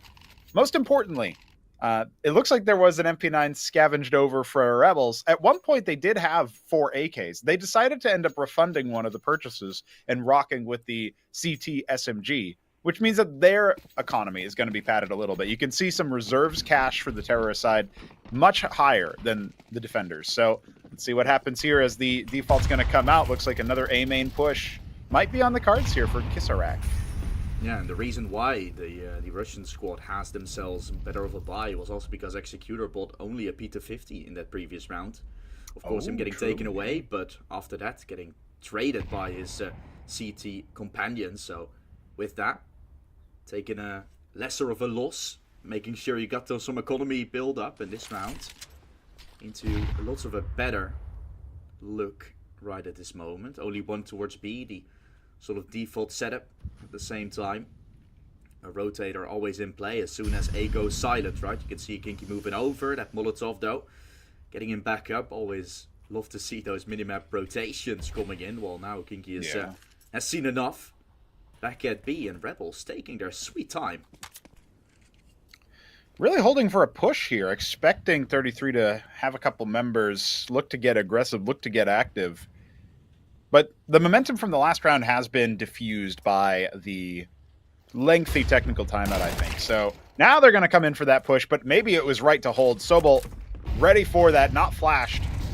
So Executor will go down. Now softened up quite a bit. The HE helping him out, and Speedek clearing Kisarak in the meanwhile elsewhere across the map. Relieves a lot of pressure onto this B bomb site. Kinky just sprays down yet another for a 2K. And there's plenty more reinforcements here as the bomb gets planted. Flay is up on the catwalk. It's going to be all on him, it feels like. And he's going to have to do it. So still covering Parsley as he will be able to spray him down. Then taken down by Kinky. A lovely rotation from him. A lovely push towards upper, obviously, to find some information on what was going on. And from that point onwards, Rebels didn't even enter the site. But there were already 2 from 33 on the site waiting. The IGL picks up a 4K. And we're now 3-0 up here onto the CT side. A brilliant, like we mentioned, overcompensation needed. And I mean, this is the start, Pronico, that I didn't see coming, but was something that 33 needed. Yeah, I think so. I love too that somebody decided to throw the captain an AK from all the way up top too. It just lands right in front of him while he's on the defuse. 4K defuse, give him everything. Give him the AK as well. Nice little celebration. So the smoke comes out already. It kind of signals a play with pace. Rebels do not want to rest on their laurels. They've got the AWP out onto Flay, and he's going to need to do a lot more than just that. He's going to need to skin some of these 33 players alive. Well, certainly positioned in the right spot. Ivy, a place that a lot of teams do end up leaving lackadaisical. Kira rotating around only to get tripwired, clotheslined. Flay will take him out. And there's plenty more action here to have. So that's going to put a lot more pressure from Speedak. He's going to have to clear that position and start watching it. This activates a 2-man push. If there was another player there burrowed into T main, that might have been a solid play, but unfortunately it's just a little bit of chip damage, and then the T's start to withdraw. So B may still be on the cards here, or they might just decide to go for that pop aggression, go straight out of dog and into T main, and you can see the CTs thinking about it. Maybe they'll just go ahead and stack the inner sight. 50 seconds left. Yeah, they're going to make a move. With the bomb still left outside of A. Rebels are probably going to move their way in towards that A side, 4 towards B. So probably just looking to save here 33. Happy about their free round so far. But Yeah, the fact that they're not even attempting to go for this, just one kill is enough to send them completely away. And to give over a round, it does show that there's at least a little bit of professionalism inside. But at the same time, I think it's a pretty harsh play to just let go of it. Kinky attempting at least something. So he wants to make it work. Sobel allowed to kill him. Oh no. It's the deck, and now more players starting to be chipped away. Executor getting boxed in from B side as well, and so even though around this plate fairly saved, there's actually only one surviving for now. Yeah, it felt like a bit of an unforced error there from 33. They had the perfect setup for the save. And you're right. I mean, a 4-man save after 1 kill, this is an Inferno, right? You don't expect that on the train side. The rotations tend to be pretty quick. But they gamble stacked the wrong site. They didn't really have any map control left. And certainly didn't have anybody burrowed into like the CT spawn angles, the back sixes of the A site. Nothing like that. Nothing towards Ivy. It does kind of go to show you, if you can get your op burrowed into that Ivy position, it's a really good opportunity for you to eventually pull the trigger and see what you can do with just 1 kill down, 1 man down. It's an untradeable area with that AWP being able to slink back around the wall. And look at this. Cheeky boost on top of the bomb train here. Oh, yeah. The 3-man setup. Zinni now going to be peering down with that recovered AK-47 that he saved in from the previous round. He's fallen, though. He's had a drop. I gotta say, though, waiting there for too long is calling for issues, but oh yeah, now it's not going to be happening anymore. Rotations towards B, because A is really silent for Rebels, but they've done this many times, right? They've led 33 to believe that it is in fact a different-sided play. They will stack a specific site. Well, then we face with issues. This smoke should be enough intel for a play to be made. Will they have the diligence this time to wait and let the round go to their opposition to at least have a buy into the following? There's only one way to find out, as we did see them have a different opinion after the bomb goes down. What a lurk from Kaloku, not ready Zinni at all. That was your AK out of the round, and now you're kind of questioning if you even want to save this. Some pistols, some MP9s, or one hero rifle that's been pulled away. Well, decapitation from Kinky. That'll be an AK taken over. We'll like that. We'll like that very much. Feels a little bit testy, though. I mean, they want to swarm and see if they can do some more damage, take some more guns away. 4-on-4, it's not impossible. Train does provide you a couple of options, but Innocent seems to be tightening the noose as he clears Kiro. And there it is. Speedak is going to get dropped, plucked out of the air. Innocent still fighting in the Brown Halls area now. Looking for his next victim. It'll be Executor. And that is easy as you like, leaving only Kinky with the AK-47. And he stole away. That'll be an opportunity for something into the next round. There was still an investment in this previous. At least he gets rid of Innocent using that pseudo-Doom view model. I dig it. Something different. Old-fashioned, you know. I mean, I've seen a lot of players play with this view model, but yeah, it's personal preference. It doesn't make you a better or worse player. That's right. So he's feeling for it. That's right. And he will be the one, saving the AK, like I mentioned, right? That's the one key thing you really wanted to save. Although I would have loved to see some SMGs around it to get this round into a little bit of a better spot, because 2 rounds per ago we've seen them saving, we've seen them stacking a site that really wasn't attempted at all from the teams. Yes. And twice they've been kind of left with nothing after they initially wanted to save, right? That was the call being made from the start of the round, kind of. Yep. And I don't know how I feel about that. It feels like they are setting up for a later buy when this CT side is really needed to be great. I mean, that 5.7 can definitely do some damage. Better than an M4 on the close range, so we'll give it that. Zinni finds an AK, although he doesn't have armor to back up. They do have the advantage, and a smoke towards main with some control, and the time is starting to tick. This is a problem, though. I mean, Ivy has been such a problem now 3 rounds in a row.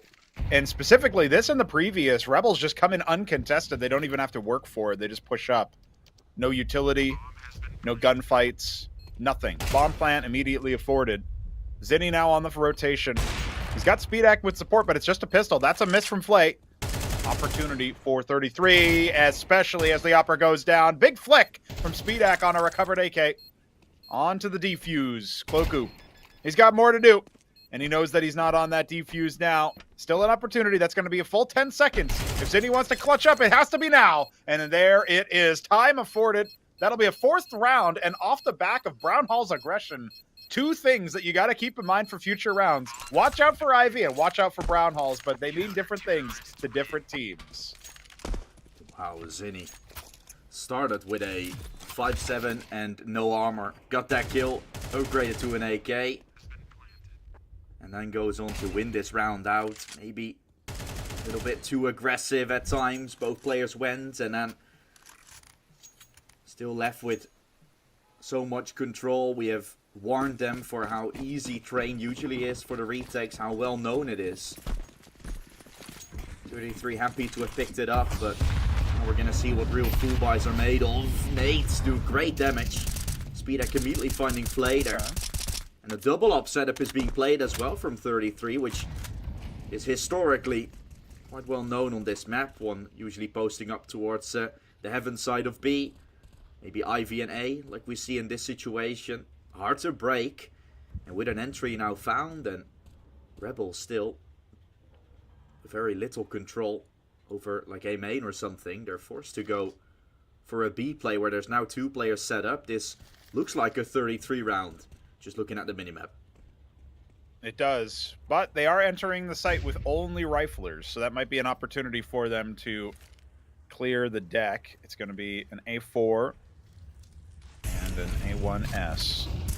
Counter nade from Executor, a little bit too early. Kinky's already been dropped. At the very least, he took one with him. Kisarek is going to be able to try to equalize. Oh, Cloaku did not have Executor's number, though. The flank is going to come in, but Kisarek, he's going to get overwhelmed nice and easy, and there you have it. You were right. 5 rounds now for the defenders, and seems like things are going as easy as they can. Even when they put both ops on the A site, the rifler's still able to stall out. Great play from Executor as well to stay alive for as long as he did, and even throughout the entirety of the round. After Kinky gets dropped from Catwalk. The riflers on the B site really just did their job quite well, making sure to at least get one, and for one of them to stay alive, stalling it out. No push there from Rebels. Back to the drawing board, back to Deagle's, a Tech 9, and Sobol's single AK. Yeah, usually Heaven play is nice, right? Because you don't have to go into a nade-dropping fiesta towards that Molotov area where Executor throws right now, the stairs of B. Yep. At the same time, right now, that gave Executor the chance to isolate the fights real well. And speaking of isolating fights, Kinky has been falling to the hands of the Sol AK and Sobol. They tried to put a redemption arc in play, but Sobol says no. Says goodbye to 2 with a headshot onto Zinni. This round becomes ever so much possible. Those 2 rifles have been recovered. They've now just upgraded from 1 AK to 2 AKs and an M4, and can just slowly but surely start making their way over to, let's say, the A side. This time 33 will hopefully be saving these rifles, because you don't want to just throw 5k weapons into the mix for nothing. I'm thinking the same thing there, Dutch Boy. I feel like these AWPs need to be brought into the next round. We haven't actually seen them find too much impact. I don't even know if Rebels are cognizant of the fact that there are double snipers on the A site. They have not been dropped by them. Haven't really been pushing towards the A site. Here they are, coming out, and Speedak is in an opportunity. Might be able to catch one. Oh, there it is. So Kisarek goes down. And they might know that that's not the usual one to shoulder the sniper. Kiro, his name is usually in the kill feed. I can't believe they're actually posturing for this right now. Just looking for some kind of exit frag. Executor finds 2, eventually dropped by Sobol. They're definitely aware that there's multiple ops now, and oh no, it's not good when Kiro gets dropped through the smoke. but still, they somehow managed to make it happen. I think Cloaku walked into his own utility or something. Yeah, he Took some killed fall himself. damage, maybe. I don't know how he died. I don't know how as well. I just saw on the kill feed Coloco falling, and us kind of questioning why 33 went for this. I think they're confused themselves as well. Here, Coloco walking. I don't even know what just He just happened. walked into a molly or something? I'm not I sure. think so. I think he got dinked initially by Speedek, or maybe no-scoped and left to 15 health, and then got killed by an 80 through or a Molotov of some sort. He's also disconnected, so maybe that has something to do with it. It could have been that he just DC'd in the middle of it. Yeah, that's a possibility. But that was when he would was be right really in front bad. of Speedek. Oh my. Yeah, That is- that would have been the tilter of all tilters, because that should be a third round for Rebels. There's really no way. Yeah. 3v5 retake with 2 ops. You're not supposed to be able to get that. Again, lots of value from Executor on the multi-kill spray down before he can be traded in the first place, right? It's very nicely done. I mean, from 33, despite the fact that it wasn't the round they were having any chance of winning, or I'm not gonna say it was now all of a sudden the right decision to go for this play, but really it was kind of right. So not too sure what to really say. They've picked up the round, and every round they get at this point on that CT side is a big plus already. Finding themselves at least a tie on this first half. But yeah, I was going to make the comment, like, them going for this, I mean, they need to find so many rounds on the CT side. We've emphasized this so much. Yes. Then for them to go for such reckless plays seemed off, but they're the ones finding the round, so I guess Kinky just has a really good style of calling. Yeah, I just had a confirmation. It was him, essentially his game quit on him. Yeah. And so that's why he just randomly had the suicide in the kill feed. But that's unfortunate for Cloaku and for Rebels overall. Not exactly what you were thinking. You know, you're saying it's not the right decision to go for it. Somebody must have had God's, mouth to their ear or something. Yeah. Divine intervention, James style, against G2 all the way back. The NVIDIA crash. Something like that. I don't know. They're like, yeah, this is actually a 3v4. Go for it. Very silly stuff, but very interesting. But beside all of that, a pretty good position so far to be in. And yeah, Rebels, ever since they have obviously made some more changes, the lineup looks really good so far. 6-2 in this game. I think as soon as they played those slower rounds and like really made some great decisions in the final few moments, it's just that the retakes have been so great that miraculously 33 have been allowed to find some of those rounds. I think, like, just kill-wise speaking, Rebels isn't probably too far off, but there's still 4 rounds in between. So if they just keep on playing this style, this slow, methodical play, I think they have something cooking for them, but you got to keep on making those thoughtful decisions, and I think it's going to work out in the end for them. They can't get too tilted by what's been happening, because remember, we had Kinky's 5-second with the kit stick defuse. That was how they got to their second round all the way back then, and Rebels should have been at 1-1 after the defeating all of the CTs with pistols, really. So that's just an opportunity there to think about. Like, Rebels should actually, if you want to count the rounds that they quote unquote should have won, when it comes to the statistics, this should be a 4-4, right? This should be a tie affair, and that would be a very different scoreline looking at it. That would be something where we would start to be calling into question. 833, are they able to hang with this, with Rebels on the train?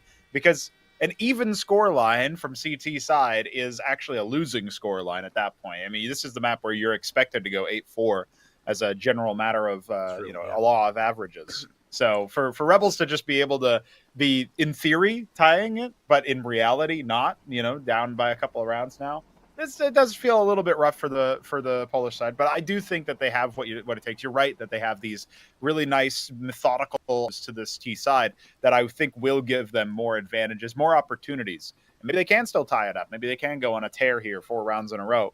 And at the very least, they're going to try to avoid that 8-4 as a default score line. See if they can't get a little bit more advantages in their little deck of cards. But we'll see as we're waiting for Cloaku to get back in. Yeah, he was off his PC as well, we saw on his cam, so probably that's also taking a little bit longer. They do have money to go for a buy. They got the plant. They got the loss bonus as well, surprisingly enough. Still thinking of that previous round that kind of should have gone to them, but the loss bonus that Rebels had found. And yeah, just adding on top of what you were saying as well, looking at the kills, right? Rebels has -4 at this point in total kills and deaths ratio for all the players combined.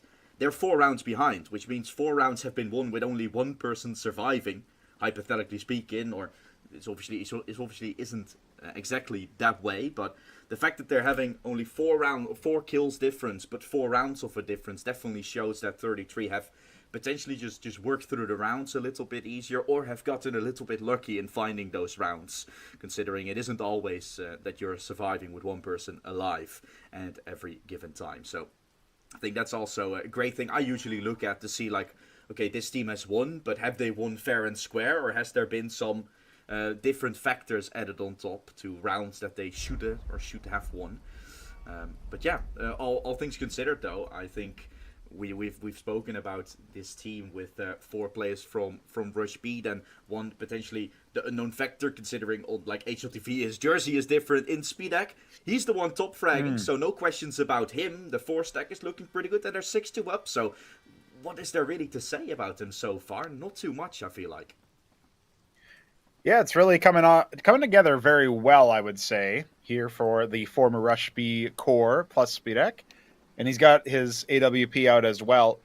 I did feel like Kiro's opping was kind of the weakest link in many respects. Every time that Rush B went up against another team, you would almost always be able to talk about, even just looking at the statistics, that Kiro, as a sniper, is not necessarily the favored one here. He is more of the meme of the support opper from all the way back in the Skadoodle days. Obviously never really took off as a term because it's such an investment to have that gun. You can't just be a supportive player with it. What Kiro was really adept at on the CT side was trying to hold angles and let people come to him, but he wouldn't really be able to successfully be proactive. It would be hit or miss when he did that. So to see that he is now maybe the secondary sniper, his rifling was okay. And, to an extent that might be all you need when you've got other talents on the team.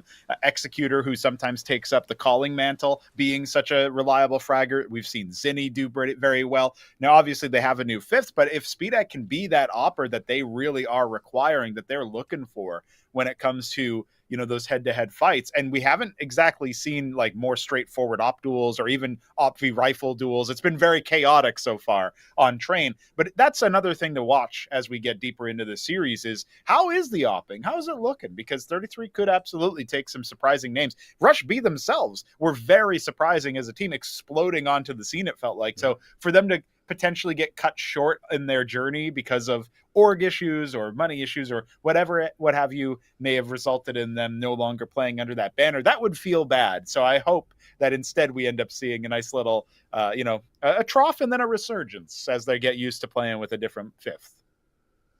Yeah, I think you do phrase it quite well.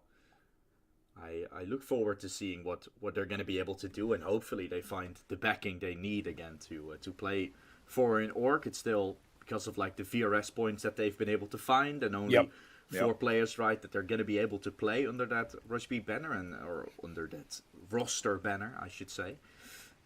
So far, right, both teams in this tournament as well. We're now in the 1-1 part of the bracket, so no one goes home. Everyone still stays in, but you can definitely make a pretty good move whether or not you can win it. But it does mean that both teams have won and lost one as well.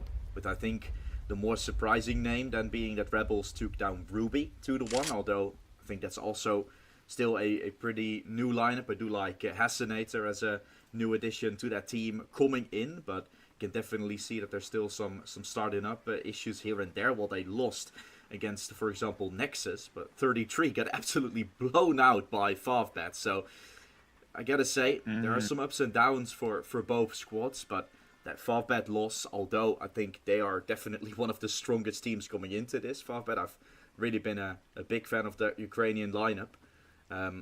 There is definitely something to say as soon as they're going to play against real structure, which we've already seen.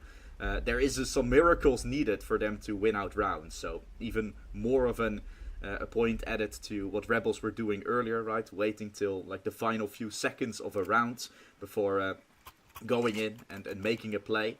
That's definitely a style of play that works against 33. Yeah, and we were talking earlier as well about like really minutia details, how Rebels were holding very, very long angles. And for a long time as well, I would think about that upper B flash that ended up going Sobel's way instead, all the way a few rounds back onto Catwalk. That's an area where you think, okay, wait a second. That's if we start going for these pushes, they're going to be holding, they're going to be waiting. And, you know, again, Ivy has been a pretty big factor in this first half already. As Cloaku does end up reconnecting, we should be getting back into it, by the way, guys, for round number 9. But I'm really looking forward to seeing what the reactions are from the CT side. I mean, they can choose to get proactive, or they can choose to just hold their utility, hold their nerve. And if they are a bunch of rambunctious youngsters, as everybody besides Kinky would probably be easily labeled as, then maybe they are going to get a little impatient. Maybe they are going to start moving in, pushing in, and then getting dealt with, or running into duels where they don't have the advantage anyway, have to aim themselves out of that situation. It's entirely possible, as we get back into round number 9, that this one will be slow. We've seen Rebels try to play with the pace before, but they've got Flay on the AWP. I'm sure they're going to be thinking about Ivy. I'm sure they're going to be thinking about those long hauls. Let's see what happens here as they start to develop their position. Yeah, and after such a long break, I would obviously not suggest them immediately going for a run, although it could have been a surprising factor. They will not be setting anybody up towards that B side. Immediately, Longdog getting checked by Sobel. Together with him, Innocent.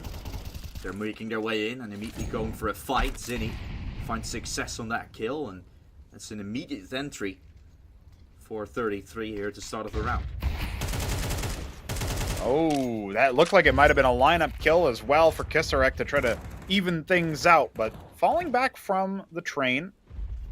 And remember, 33 is safe for now. We've got Innocent looking for information and control towards the B site.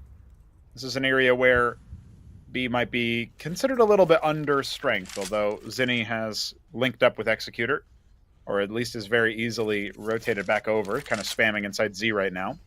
But the Exec is going to come in pretty quickly, and it's down to a man who's been multi-fragging like mad on the B site. His first opportunity onto Cloaku. He will be found, but now he's got to fall back. Let's see if he can get more where that came from. Of course the answer is yes. Now it's just Flay with the AWP. This would be a 1-on-5, finding the first 2, jumping down as well. Kiro, oh, that flick was not quite good enough, and the drive-by USP drills him. But it almost looked good for a second there, but Rebels are denied yet again. 7 rounds for the defenders. Yeah, well done. Another great hold, and of course, Red Bulls kind of forced into it because that entry didn't go their way, but at the same time, the rotations from 33 in time, fighting an uphill battle there, Rebels, I felt like. And now they really are fighting an uphill battle because they have pistols to work with. Means on paper, 33 should be good for 8, and now we might start questioning things a little bit. Yeah. Gotta say, right, Speedak, that time I was talking about with like Dream Eaters and stuff, the major that they then all of a sudden made, these are players that have made lineups work, which on paper not necessarily shouldn't have worked, but on paper weren't as promising potentially. And we're seeing exactly that in this game. Speedak, beautiful shot there onto Sobel, and Speedak is hitting everything. The up questioned on the hands of Kiro, but this is Speedak. This is a different team, a different force, as they find every single one of them a flawless round against Pistol. Sure, their economy thriving, the rounds thriving, and Train is looking great for 33. Yeah, absolutely. Locking in the 8th round on the first half. From this point onward, if they get any more, it's a bonus, and it's what we called for at the start. We were thinking about how 33 not necessarily the ones favored on their opponent's map pick. Remember, up until now, I mean, once you hit that 8 score line, it's like, okay, you've done your job. This is normal. It's looking great for momentum. It looks like it's telling a different story. Like we're going to see maybe even 10-2 on the half, which would be devastating for the Polish side and leave them without that much wiggle room when they switch to the offense. But there's another buy here. for our penultimate round in half number 1. AWP comes out for Flay. A little bit less on the utility side. They have expended a fair amount as well. But the protocols on the economy, very good here for Rebels. They definitely got everything that they needed. And no utility to help Kiro peek. He just gets dropped at speed. Now has to see if he can hold them with that AWP, but he will be smoked off. And again, with a minute 10 on the clock, Rebels are more than content to play this out slow and almost use their own smoke and then wait for it to expire before pushing. But look at the reaction here. I think 33 no. Ivy is going to be the play. Like it. Beautiful shot from Kingy there. 1-for-1 traded. Rebels do have themselves some control in this one. Leaving Innocent there, bomb getting dropped away, but because of that you originally knew 2 of them were there, so I don't know if they're gonna be not expecting this lurk to be found. Maybe because of a presence, they're gonna start anticipating on it. Zinni getting taken away as he tried some movement, but Speedak, yeah, still aware of this potential lurk, because that bomb drop, right, it must be that there was 2 originally towards that Ivy. The safe should be what they're go for, but we've seen otherwise. Yeah, when Kiro went down, he saw all 3, and one of them had the bomb on them. So that was a big information call that 33 made to pressure this. Oh, the timing not favoring Speed as he gets dropped. Executor, the last alive, will slink away. 0% chance to win the round, and you understand why. Maybe he can steal away an AK, but Cloaku's not going to give him an opportunity. And that's a much-needed 3rd round for Rebels. With 4 alive, they look good into the next bomb plant. They'll have plenty of money. And again, the cash is ridiculous on the side of the defenders, so their buy is not in question. We're going to have 1 more rifle round. No easy opportunities anymore for Rebels to score their 4th. But if they can do what they did in the previous, again, I think it comes down to their Ivy play. And the question really is, has 33 fomented a response already, or is this going to be an easy equalization? 8-4 is the expected score line. If Rebels can make it there, they're still favored on the defense. A lot to play for here in our final round. They're going aggressive, Rebels. For the first time, we really see them getting their way into Olof in the first few seconds. Zinni allowed to find an opening. Still unknown to this point is Kisarek, and with that double kill, they're really not anticipating on this. Gonna be a freebie, but now they have the opportunity to find more. Attack will really help their own to Coloku as well. This round is really looking like a 33 round because of that double entry. I think they played a little bit too aggressive, Rebels, with Kisarek playing all the way into Olof already. Could have just waited for him to find at least one. Speaking of aggression, Hero with the arm gets taken, and the site falls to pieces.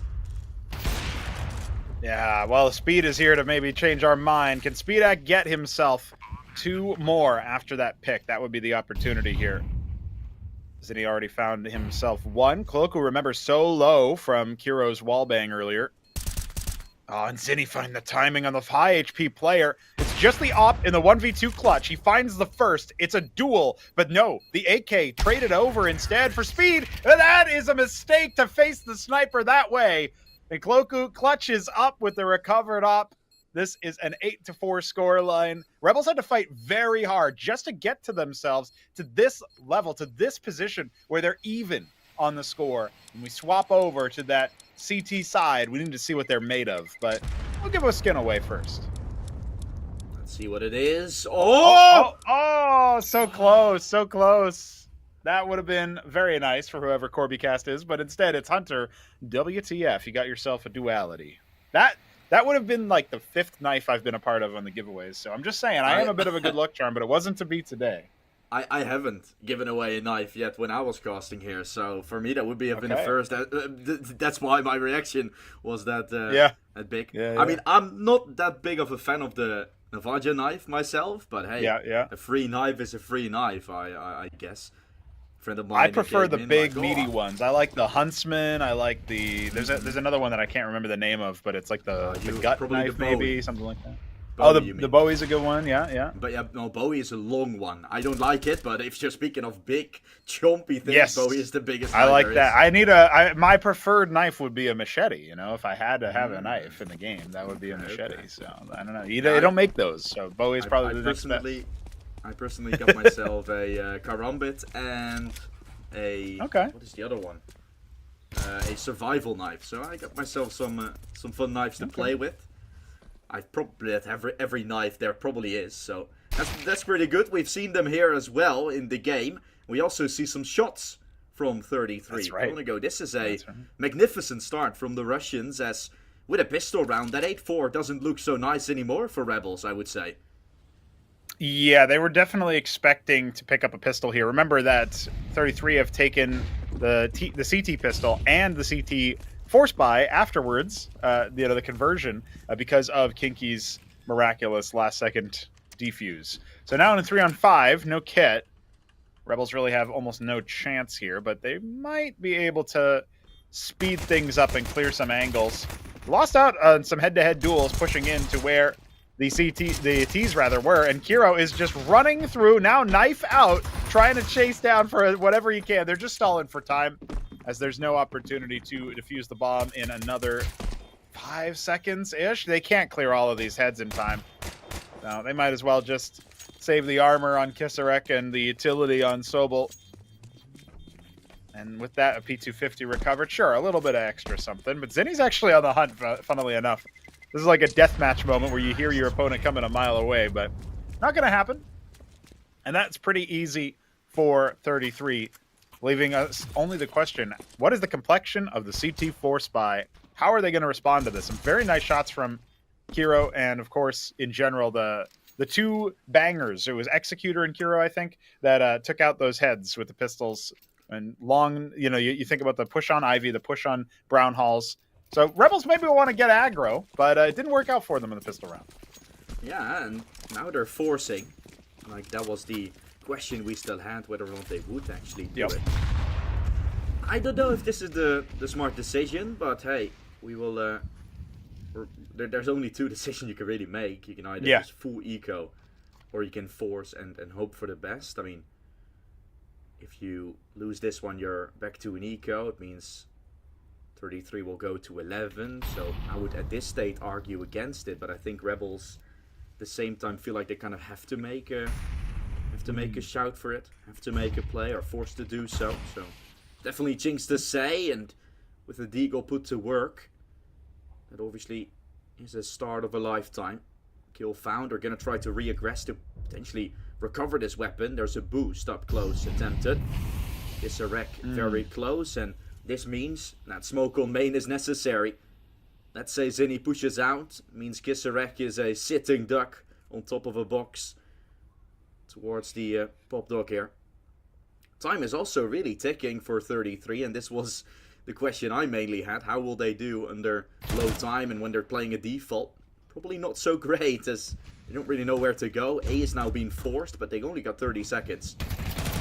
Oh, Kisarek reveals himself, but with that FAMAS is still able to bring down Kinky. And now through the smoke onto main, it sets Cloaku up. That's a recovered Galil put to work, but Kiro has found two. Still a fighting chance. Remember, Sobel still on the P250. The FAMAS and the Scout are the only remaining weapons. Is there time for B? Pull your knife out. Maybe, yeah. Yeah. If they get the bomb down now, they can. They will have time. 4 is enough. Just enough. Let's see what a retake will be, because they don't have a kit to work with, Rebels. That's the only thing really missing in their buy. They do have the manpower to work with, but up against the AK, not anymore. Just a Galil on Speedak. He's on 44 points of health. No utility left. Wants to try and find 1v1s here. He will go for a swing. Taking one down, leaves him in down to the 1 versus 1. Exactly the position he wants to be. Flay has a scout, so nothing to do. He has the shot, but Speedak does it. Clutches things up. There's so many of clutches we've seen. And they do it again. These really tight rounds are going to haunt Rebels in the meeting afterwards, after this series.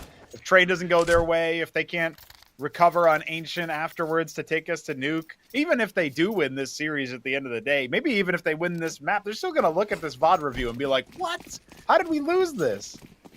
All they needed to do was post up with the sniper there. It would be one scout body tag to clear the deck and finish the job, but it wasn't enough to be.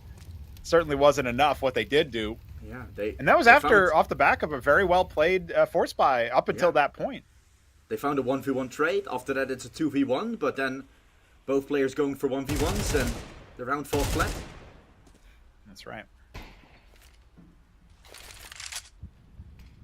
No tags yet to play. Looking for some action. There we go. Wallbang headshot. Okay. Rebolt and re-go. The refrag there for Flay. That is nice and easy. Even sends Innocent out and gets a third. This man apparently wants to correct for his previous failings. I think redemption has been served. Double digits, but I think that's where it ends on the streak of rounds for 33. No way they're going to be able to close this one. A 2v5 and plenty of map control afforded over. Weapons being recovered. Loads of AKs. Flay's actually dropped finally. But that's information over. They should be able to respond to this. If we've seen one thing, Pronego, that we've seen clutches from this 33 squad. So after this kill, don't think we can count them out. Bomb is under control though. Still got one that's pretty far away. Sobel, Innocent that can join in anytime. Right shoulder swing from Koloki's waiting for Kisserex's contact. So they're fighting an uphill battle. That's one. Oh, he clears it out nicely. Knew where Koloku was, but the time is really not on the side from Executor now. Even if he finds Koloku here, which we'll probably do. Right shoulder advantage, so that P goes his way, but there's no time, no play, no HP. And Rebels, to miraculously found that round, basing it off of a Flay correction, like you mentioned, right? Previously he had that scout, he couldn't find the final kill. Now he finds 3 for the price of 1. Yeah, very well played there. I mean, sometimes your opponent's just having a really good day. You know, sometimes your opponent's just having a really good round moment, really. And I think that's more than enough to explain that last round. Even still, props to 33 for taking away so many of those recovered weapons. That makes the economy not so good. Now they've got Flay and Cloaku. They're going to double up. Double or nothing on the scout play. You got the two of them. Oh, no, it looks like they didn't want one of those. Okay, yeah, that makes a bit more sense. Grab the A4. I was going to say that's an interesting choice to make. All right, so Flay is going to step up and have his scout fixated towards team main, but that is not where the majority of 33 players are. Sobel, going to be tested. Cloaku with the A4 as well as support from Z. He's going to be the one who's going to be pulled in by those fake smokes, and they're going to go right through this. This could be a mow down, but Sobel only good for 1. The smoke extinguishing his fire, and Cloaku not able to reinforce in time. Only good for the dink on the Executor. This is a 3v4, and now Rebels are going to have to go for it. Otherwise, 11 on the board for 33. Good nade from Innocent, the AK. Just not having the fire rate there to hold on to it, but now they have the AK to fire down long range. That's exactly where you need that weapon to be. No scout though. Flay can still try the tag. He's just looking to wallbang a bit while on the side waiting. Okay. Was the 1 AK. Kiro gets taken. Now time is not on their side. Defuse happening. They gotta find Kisserek. They won't be able to do so. Now they will. And Kinky takes them all. Attack 9. Now the knife out. Knifing in the smoke. No more play. Another clutch going to 33. I don't believe it. I can't believe it, dude. There's no way Kinky 1v3s with a Tech 9 low time. He even got tagged by the scout last second, but there was no hope for anything other than a last second defuse. And even then, it had all expired. Needed to hold that B main, the lower tunnel push. Otherwise, it was just all Kinky. It was set up for success. Shades of that Fallen clutch, but of course with a different weapon where you just ignore the defenders that are actually trying to kill you. And you just go after that diffuser, man. That was beautiful. Kinky was also like, I'm gonna lead my mate to fall towards heaven because I need that diffuser. I need it desperately. Yeah. And that was exactly what he needed. Such good control early. 1-for-1 trades, and oh boy, it's getting worse from Rebels by the second, right? Not the great buy. Advantage left. And now the Polish squad looking to take desperate matters as they need to find something. Well, there's an opportunity. Innocent with a spray transfer, picking up what Flay started with that scout tag. Lesser weaponry available now. Another scout tag, but that one was through a wall. There we go. Smoke through wall. Doesn't seem to matter. Flay can find the impact. Now Speed brings it back to a one-on-one. Sobel so low. Plenty of weapons to be recovered, but no territory really under his domain. No utility in his back pocket. This Galil with 2 flashes.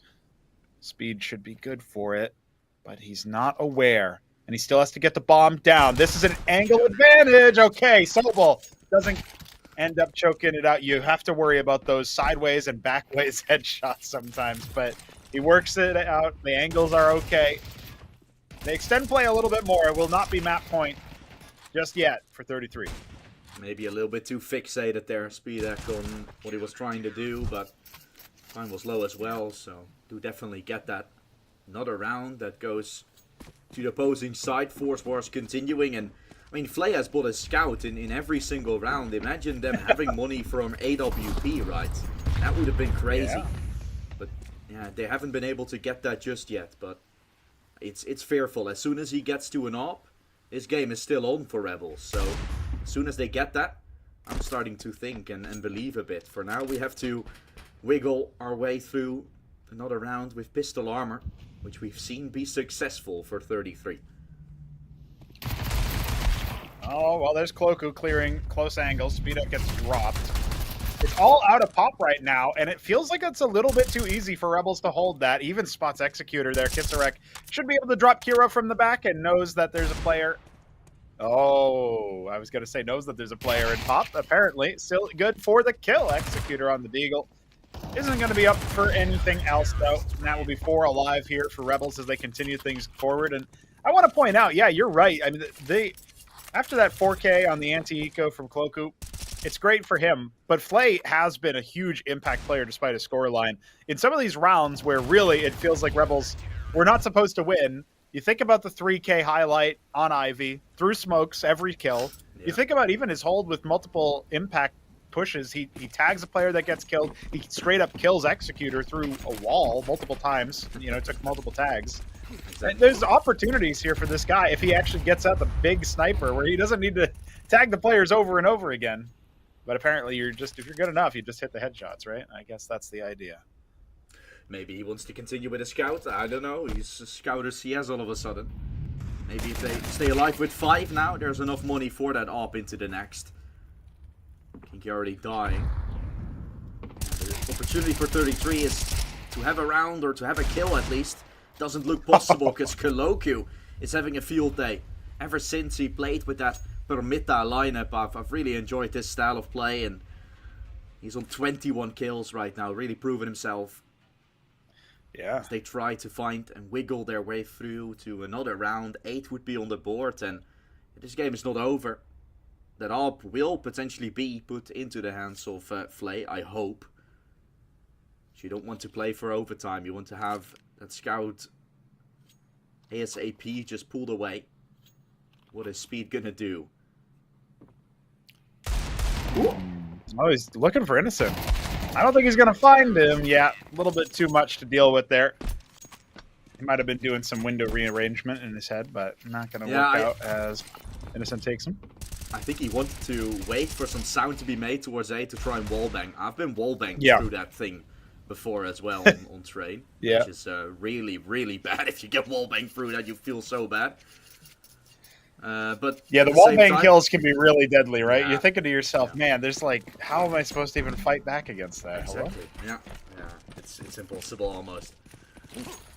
So yeah, a play attempted, not really used all too well, and now, like I mentioned, the AWP pulled out for Flay. This is where things can start to get really interesting. Yeah, we got to see what he's going to be doing. Obviously positioned towards that Ivy position. A lot of damage being dealt over, utility, etc., but not quite enough to equalize because we've got 2 men hitting the deck here. Zinni and Speed both being dropped. Cloaku very low. Kisarek about half. Defenders here at full HP, full strength on the B site. That's exactly where 33 are going to be pushing on to, but they've got to dodge nades and get the bomb in there. Kiro's so far away. with that C4. Might still have an opportunity to push, but it is allowing the CTs to rotate even the long way and find impact. Innocent drops Kinky on the push. The bomb will go down. This will be a retake, but it is a 5 versus 2. Yeah, hard one to hold on to. Each side very well known for its easy retakes, and a 2 versus 5 really doesn't help. Making noise, Executor checks it, but from the top bar, it's where Kisarek strikes. Now, Yeah. Kiro just fighting a battle that cannot be won. 9 already for Rebels, and they're all 5 alive, so they will make sure that they're gonna have to fight their way through. In this instance, 33 will have to fight through 2 full rifle buys. That's their task. They have 4 chances to do it. Well, 33 definitely have to buy up here as best they can. The money isn't great for everything. Oh, actually, it looks like they're going to refund the Galil. Go for pistols again. Yeah. Going for Yeah, Galils I mean- here, it's not gonna work. Yeah, it would be one hell of a force, that's for sure. You notice that 33 aren't nearly as meticulous about the way that they clear angles and they use their utility. They don't really equip themselves with as much utility on these, even on these half buys, where Rebels, when they were down to Tech 9s and Deagles, they were getting a lot more action with stuff like that. I feel like they were able to put the CTs in uncomfortable positions a bit more often with their utility. As of right now, they don't even position the AWP towards Ivy. Not concerned about that. It hasn't really been where 33 have gone ever since the 3K from the scout. So Flay using his aura points, and he's just going to post up towards main instead. Actually, really buried down in Pop Dog. Ooh, wow. That Molotov getting will around. force Flay out of position. He's going to be burning to a crisp, most likely. He's been taken away. Zinni with a double kill, making things somewhat more possible. Koloku will be hurt. Executor isn't going to go ahead and clear that long dog. So, like you mentioned, it's all about the map pick and the way you feel about this map. Definitely 33 feeling all too well. We see with their utility. If Kira would have found that kill, there would have been something. Pretty mad about the fact he couldn't be finding that kill. He had a clear shot, but couldn't find it. Innocent. Triple kill in that round. Rebel stabilizing once more, and even though 33 is ahead in or by 1 round, look at the kills. Look at how much plus Rebels still is. It really shows how potent this is for a comeback. They're burning It's looking at the top of really the nice screen as right well. now. 5 in a row Yeah, for Rebels. Yep, It's looking good. absolutely. They're starting to glow in the top scoreboard. It tells you that they're on a streak of 5 or more. And it could be more. It seems like it will be more. Now, we have a rifle round, finally. Full buy, AWP out. Again, limited utility. Speed Act not bringing any to the table. A little bit limited onto Executor and Zinni, but you don't need utility if you can hit the shots. And Flay's giving him a couple of opportunities. It looks like he's about to re-peek, but instead thinks better of it. Knows that his opposing Opper has the angle. Nice flash there, and Kisarek instead is going to open things up through the smoke. That is a kill found in basically towards T steps. Zinni actually going to face through, but there were multiple players looking at him. He does very well to find even one, and you can already start to think about it. If there was, one less player actually paying attention, holding for that angle, that could have been a multi-frag. Zinni could have maybe saved them. Yeah. Really, it's been a lot of impressive stuff out of Zinni. Even though he's only on 17 frags, it feels way more than that. And the thing we've mentioned, right, without the utility for 33, Yeah. those aim fights like from Zinni, they're going to anticipate on them, right? They're going to push angles without utility. So with you losing one member there's obviously going to be a trade without utility, so they need to be prepared for it. Rebels playing really well on what they've seen from 33 so far, which I'm really surprised about. My team personally has a lot of issues when we're playing up against like bugger stacks, because we're anticipating on things happening when that's not. Right, they're just pushing without flashes, they're pushing without utility, and that's something we're seeing from 33. Now 20 seconds left, they gotta force, they gotta push their way in, because otherwise they're even struggling to take the side, to even have a shot at this round. 12 at the moment now, time. Where's the plant? Sobel is gonna try to deny, he's really desperately looking for it. Speed gets a lovely kill, and fights too! How is this happening? Another clutch from the Russian Star Squad, although they need more. Oh, they're gonna take it. Speed just saves the round with Executor putting the cherry on top. What a round from 33. What a comeback. I can't believe that's how that round ends up going. Executor deserves tons of props for finishing that clutch attempt. That was ridiculous. Rebels now looking at 12 rounds, by the way. And I don't think we've seen a damn single tactical timeout this whole game, by the way. The tech pauses were apparently enough for them to say, no, we don't want to slow things down anymore. Let's just keep playing. But this would be an opportunity, right? I mean, you got money for the buy on the CP side. That's not a problem. The problem is you got no more rounds to lose. It is map point on their opponent's map pick, 33. Rocking out with the AWP on speed. They've got more utility now as well to work with. Let's see if they leverage it properly, leverage it well. Kisarek not going to be flashed because he is boosted up. Looking very solid. He got a kill on an anti when they were on a force buy, and it was 33 with the guns. Now he's got the A1S. Maybe he can do one better. Will Kinky even be looking for it? He was his victim the first time as well. Hard time. Hard angle to clear. Kinky is anticipating it. With the silence over towards that long dog. He's going to anticipate on it. 4 players still towards A. Push will come through from Kiro. He's just going to try to lurk. Lurk about. Swing will come from Flay potentially. So he's watching the other angle. Koloku. Nice. 1v1 fight needed to be found by 33 to have a shot at this, because now fighting an uphill battle, but Koloku tries to go for more, and that gets the round back up to feet. 30 seconds. Bomb spotted there. 30 seconds, you're right. Flay can continue to stall this out. He's even got the lineup for the smoke to block vision. Oh, but Speed, he finds the timing, or maybe saw him as the smoke started to bloom, and that releases all the pressure onto the A site. There are 3 rifle defenders. This is a 3v3, but Executor's opened up, and they're flushed out, all stacked up together. It's not going to be enough, I don't think. Sobel in the 1-on-3. He's delayed the bomb plant, but he can't finish the job. Executor has his number from E-Box. Bomb goes down. Sobel, it's so awkward. He's got to be so careful. He finds Speedek with a jump up, and he's not tradable. Executor was busy withdrawing towards red. This is so close right now for the pull, but I don't think it's going to be enough. And just like that, 13-10, the closer comes out. This clutch factor on the 33 side is ridiculous. Yeah, Clutch just really find success with the kills and the more tactical approach from Rebels. Not enough to stop them when there's clutches like this. Twice they make it happen. Twice with Speed on the CT side, he made it happen.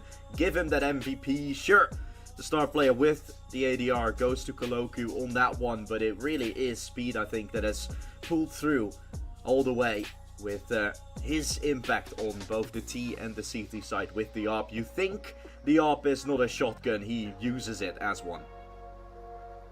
Yeah, there's some very, very nice highlights from really a lot of the players. Obviously, we think about Flay on the scout more than his op performance per se, but we also have seen a lot of action come out of Speedek, and we've seen a lot of action, of course, from Cloku as well, with so many multi-frags, but a lot of those were, I think, Eco Cobra style kills where he was hunting them down and getting the good sprays. Important, but not as important as all of those clutches. And you think about every round that Rebels lost that they should have converted, at least 3 of them on the docket there, probably more if we're honest, and that just makes it more painful for the Polish side, because now they've got to replay those in their head. Well, really what they've got to do is clear their head. They're going to Ancient for map number 2, so it's looking pretty dicey now for the Polish side. I'm not so sure they'll be able to convert this set.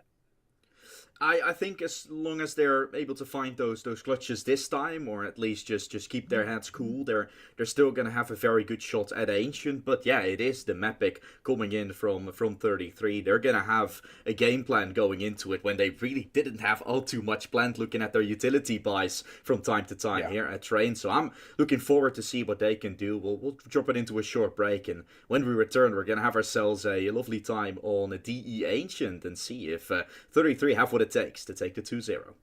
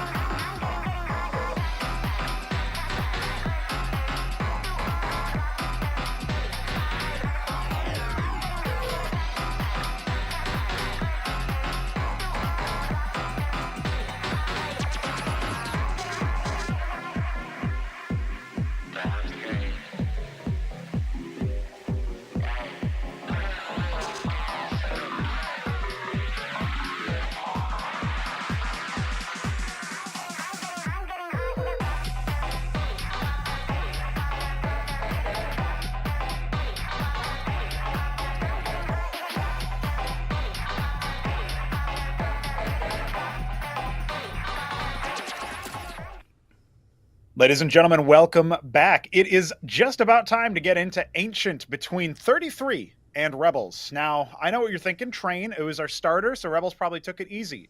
No, it was 13-10 for 33. We are going to be going on to the Russian Mixes map pick, the core of Rush B, now with a new opper, a new look player who played very well, top of the scoreboard for his squad. That's Speedak. And Dutch Boy, I'm thinking right about now, if you're on the side of that Polar squad, you might be sweating a little bit.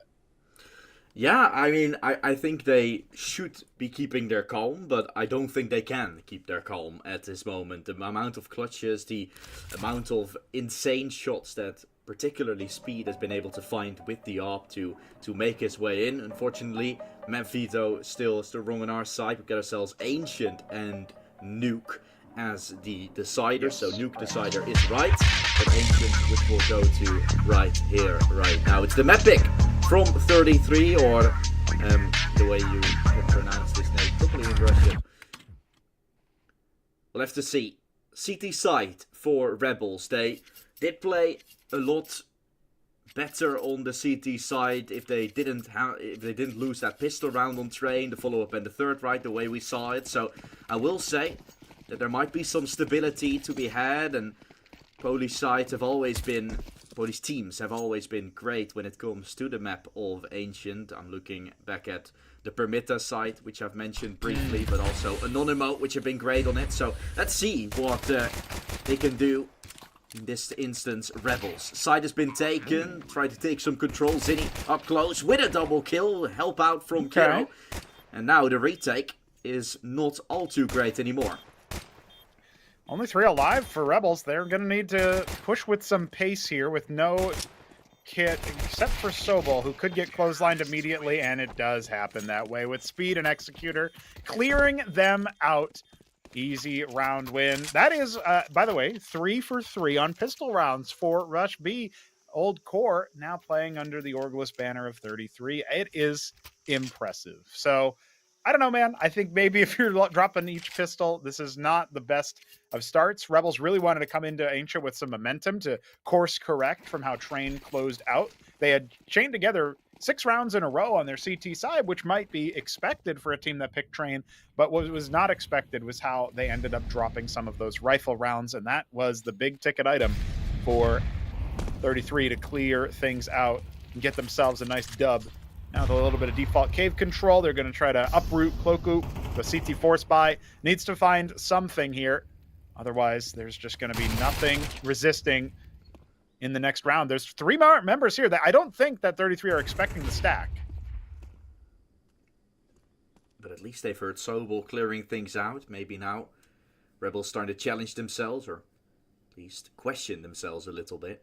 Looking at Sobol, he wanted to go more aggressive. The smoke will probably sell the point, although Cave contested now by Speedak. There will be the fight from Kiro. 2 still pushing ramp. Rebels here wanting to fight that battle because they need to find something here in this round. Need to find some control because otherwise they're boxed in and getting taken away like they are right now. No kills were found until now. Sobol finds 1. Up close still Kisarek to deal with. 5.7 is a good weapon when it comes to close range fights, but still having to do too much to ask. It looks like still going in for the fight. Picks up an AK, only briefly damaged. And another shot for Kisarek is rubbing salt in the wound once more. Planting away from the cave side, so Wallbanks won't be found. Wallbanks in return because Kisarek is down just 9 points of health. He tries to make it happen. What can he do? We're watching a wrong POV because he's with no hands on the keyboard. It's not Kisarek we're watching on the cam. We are watching Executor right now, and Kisarek has been forced to walk away. That's right. There goes the round towards 33. It was getting a little bit iffy after that double kill. Yeah. But it's really throwing chaos into the mix. It was really quite impressive, I think, that Kisarek got it that close. If he had managed to find a wallbang kill, then, it would have been 1v1. So there's still plenty of possibilities. I'm grateful for the sake of Rebels' chances into this next round that he gets away with his life and with that Kalashnikov. Otherwise, It would have been a pretty dicey third round. Remember, there's not usually much investment in that third round because you forced up, you failed, and you lost every player. Still, it looks like there's going to be 157 purchased, 1 given over from Kissarek's pocket there, and a teensy-tiny bit of utility for the Rebels side. So a light investment, all things considered. They still got minimum 2K on every player. Of course, Flay with the 3K, saving up for that big green. And they find a kill. Well, it's a trade. Nice and early on towards Cave. It's an opportunity. We'll see if they can capitalize on it. They're starting off strong here as well. Rush up. I think that smoke just partially failed. As we're going to see the site being taken over. Speedak needing to go for this plant. Will now have it. 2 over towards long, which are trying to boost. 4 players fighting from CT. They need to put the opt or the AK to use rather. Will do so. Kissarak finds 1. Also, the only one with armor. So there's not really any chance to give that one over. Aim punch, too much of a question. There's the one shot. No. There is the kill. Kissarak still booted. No one on the defuse though. Molotov still used quite well as they're trying desperately to make their way in. Wallbang needed from Kinky. He's not attempting it. Needs to go for fights. Finds Innocent. 5 seconds left on that bomb counter. Kissarak still having the AK. Gets taken. Kinky with the clutch. The man doing it. Down with the ship, dude. That is incredible stuff from Kinky. Once again, clutching up in the first 3 rounds. Same thing happened round 2 of Train. Here he is, round 3 of Ancient. Chaining them together, stopping Rebels from being able to score these conversions. How many clutches? 233 need. Ah, well, we just found 1 more.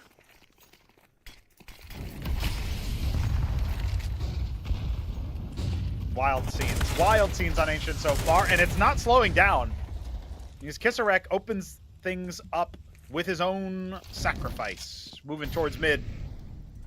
Getting dropped immediately by Executor. There's so many T's that were there to try to cancel him out. So it's not a one-man push down mid. Rebels have to take some time to really figure out what the protocols are. This is the first rifle round we actually have, and they're starting it down a man. Flay, with that AWP, is going to be burrowed into A. Not likely to be contested right now. You look at the minimap, you see Zinni is still occupying the shelf space outside of the B doors. Well, maybe they'll have a quick look in to see what they can find here. But as soon as they meet some resistance, you'd think they'd fall back away. Flay not able to connect on that frag, and there is backup here in the form of Sobol's rifle. Oh, why does he peek for that? Well, it's so Innocent can come in from the backstab, and that is a multi-frag that was absolutely compulsory. Otherwise, Rebels would have been down many men. Zinni now in a 1-on-3 with no bomb action. 40 seconds. We'll see if we can piece something together for more damage, but this looks like Rebels have found an answer. Slowly sneaking in. Innocent is checking the back. Is he watching for it? He's jiggling. There's the fight. Koloku will be pushing his way in. Now a chance to cross the B and plant the bomb. Yeah, that's exactly what Zinni is going to do. Making sure he smoked all, both coming from CT this round has become somewhat possible, although 12 HP is not much to work with. Wants to go for a 1v1 fight here, both potentially lining up. Innocent walking right in, but it's a Pekin game. We know that already. Innocent just walking in enough to surprise Zinni, to see him faster than the other way around, and it's Rebels to find and string together at least something.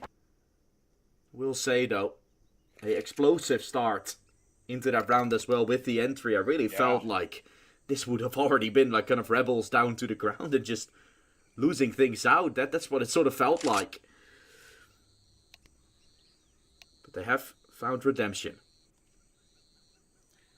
Yeah, redemption starts off with a single round win for the Poles. They're going to wait for Cloku to reconnect because, unfortunately, just as on Train, he's also having troubles on Ancient.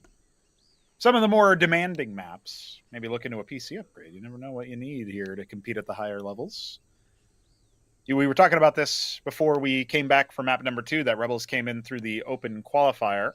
as opposed to you relying on their VRS points. And there's a lot on the line. In tournaments like these, you can really score up a lot of VRS points if you can, some would call it an upset. Others would say perform to your level of expectation. I still think that Rebels should consider themselves somewhat of a favorite. They've got a system. They've had their core together for longer.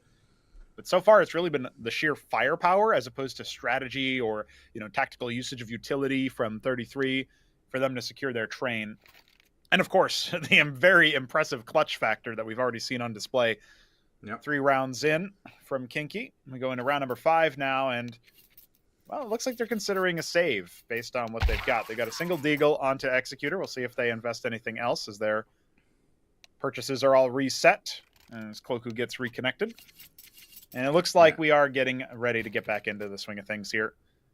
I'm liking the look of Rebels' defense on that last rifle round. Despite losing Kisarek, they were still able to piece it together. They had very good trading protocols. I was really concerned about the peak that they ended up taking with Sobol and Flay towards the CT spawn. But it was all a ruse to get innocent action. He ended up getting 2 kills there, and then the 3rd to finish it off. Really good there. Yep. Definitely stops the worry about, like, okay, is their protocols still in place? Are their team play still feeling good? What's the mood in the camp like? If they can pull a round like that together, they can definitely continue to work the comeback here, and they finally got an easy round ahead of them as well. Yeah, and with the VRS, also important to have that prize money. There's $50,000 on the line, and when you get into that playoffs, every single game is going to count like double. Just with how much money you can get, and we'll take it into effect. For now, this round is, like you mentioned, just an easy one. Oh. Talking through it a little bit. Bomb plants. That's 3,000 you're getting overall. So I think they're quite happy about it, although no kill goes to the 33 side. I like myself a $3,000 bonus. We'll take that nice and easy. All right. I feel like, the momentum can really start to swing in favor of Rebels. And on Ancient especially, you can get much more active, and you almost have to get much more proactive on a map like this. There's not as much cover on the bomb sites themselves. You need to be able to take advanced positions, or at least keep enough utility in the bank so that you can retake the site, retake the little approaches up to it, and prevent the tease. It's a very different style of map, actually, even though it looks so conventional in many ways with the 3 lanes that it's got, is that you have to, as the CTs, you have to bleed the T utility, right? It's almost like overpass in that way, actually, where you have to preemptively make them expend it in order to get the map control. Otherwise, they're going to choke you out with extra utility if they've taken the site for free. So something to keep in mind here, what the protocols are right now. Cloaku just getting flashed in, 2 spray downs with the MP9. And of course, elsewhere, another kill has been found. Zinni, unlikely to get out of this one alive, and it's just Kiro in a 1-on-5. Well, I think everything has gone from bad to worse, but there are 2 low HP players that he might be able to pick now that he's found Innocent for his first. Looking really risky here for 33. I think we're about to be tied up. It looks like it. It really does. Hero. Trying to wallbang, desperately looking for at least a tad bit, but he won't be able to do so. That flash is not going to do all too much against Sobol, although his room is really light due to his screen. And I do agree with your point. I love Ancient. It is my favorite map with the way it's being played, right? As a T, you can play very aggressive. As a CT, you can. So lots about utility brawling. Like you said, the Ts can use utility to take control. You got that Molotov that some people throw that will, like, come from outside of B, bounce a bunch of times, and it lands inside of cave, preventing the CTs from pushing or having to use a smoke to extinguish. Mid utility, but also a very aggressive style that you can play to push mid every single time. So there's so much with it on the map of Ancient. That's where I really love it. Rebels played their way around quite well. They've been the ones finding control. They've been the ones calling the shots. When it can also be otherwise, of course, with T's taking a lot of control. And this one will go flawless. Almost a team ace. Only one not on the board is Kisarek, but it doesn't really matter. 4 found in a row. 1 away from the little dot on the top. A little bit of flames to their name. As Rebels is almost on fire. Almost, yeah. And they're back into a rifle round, but Kiro has not been able to afford the AWP. Well, nor has SpeedEck, for that matter, since they both ply their trade with that gun occasionally.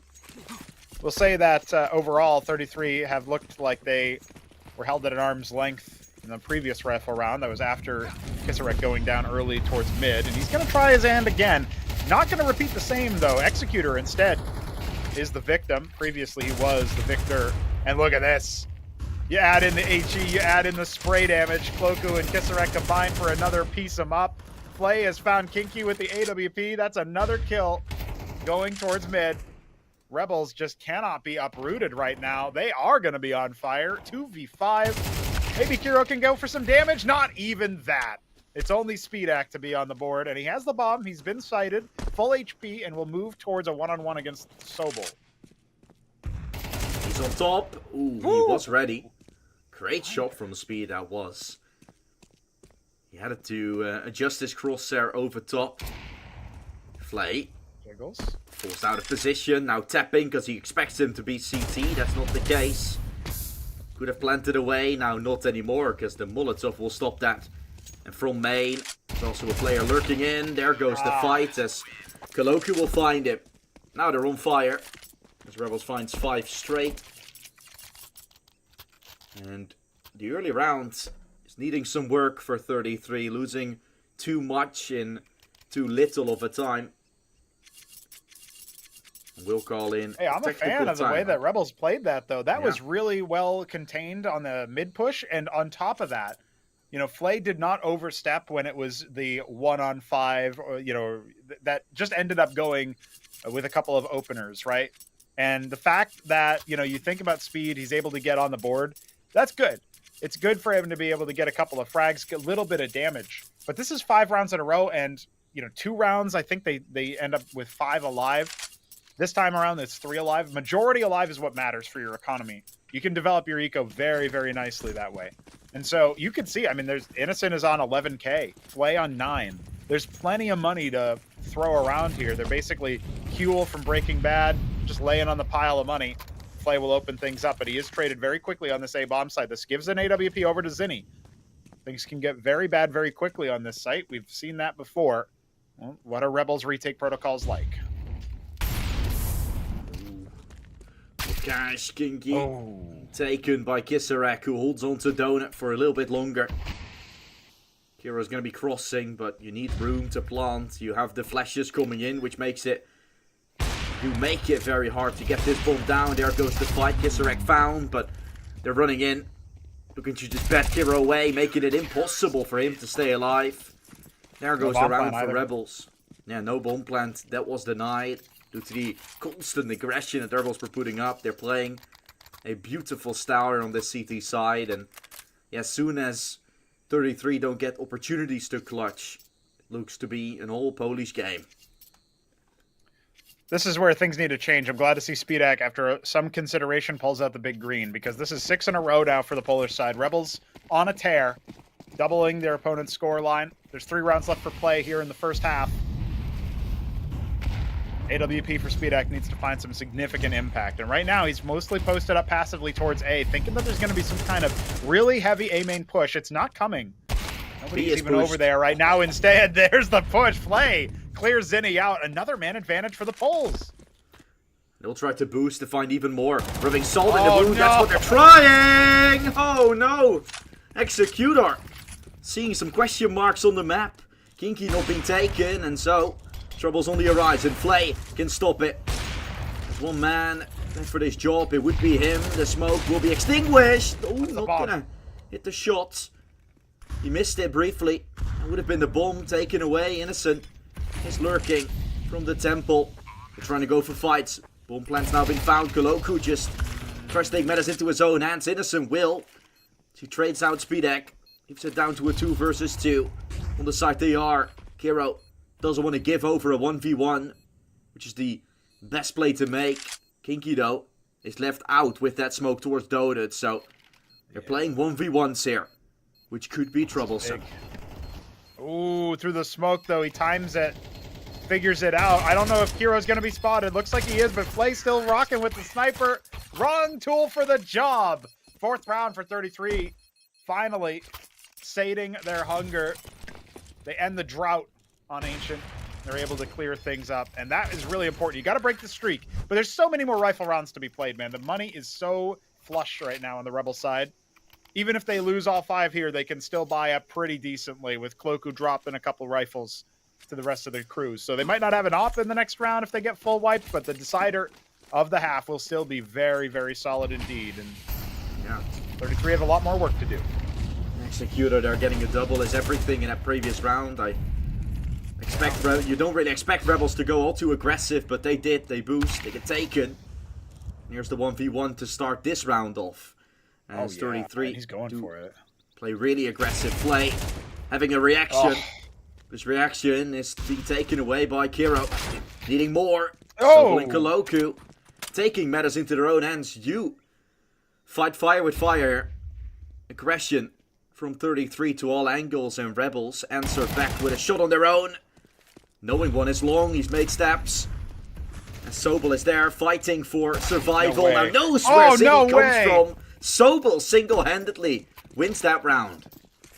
And secures the half as well. I mean, this is 7 rounds for Rebels. This is a map where you are expected a little bit more, 7-5, 6-6. So if we could get 8-4 on this map as well, I mean, Rebels would look really good to take us to nuke, because the T side is not that disadvantaged here. Really is more playstyle dependent. We, of course, have that big green out for Flay once again, who's been very impactful. You can throw some question marks as to why he did that very long, very slow peek out mid in an untradeable position. But he had some backup coming. They abandoned the B side entirely so that they could double peek out mid. And that was an opportunity, in theory, for Zinni to find a frag, clear out pretty deep, because he was able to get that aggression, but Rebels were still ready for it. Even after the first kill, Sobel so steady on the defense. And now, after the opening salvo of utility with Zinni on a Deeg and everybody else on some, well, there's 2 AKs and 2 budget rifles. A little bit of a even split. A completely abandoned by Rebels now. What I like about them is that they're shifting their weakness over to bolster another part of the map. If it's mid, if it's B, they can concede control towards A, and it's a risk, but it is, I think, an intelligent one to take, and especially with Flay using the boost to counter out Zinni's position. That is the Deagle player, so it's not a big loss, but still, now Speedak is going to be looking over towards the A site. Sees one in CT spawn. He'll see another in a moment here. As Kisarek and Sobel are doubling up. He might just think it's the same player. But this is not a 1v1 on the site. He starts to slink back. This is control now for 33. Controlled play, not the man to work with. Sobel required to step up previously. He spotted one. Does he expect Kinky? No, he doesn't. Gets into that corner thinking it's safe, but it's not the case. There goes your sight potentially, but not really any utility to cross. Kiro has a smoke, doesn't use it on CT just yet because he's completely on the other side. They do get allowed to find that bomb plant. Kisarek peaks slow. I don't know why. Because that gives Speedak a free fight. 3 to find as they're all coming from CT. There could be a lineup. Speedak in position.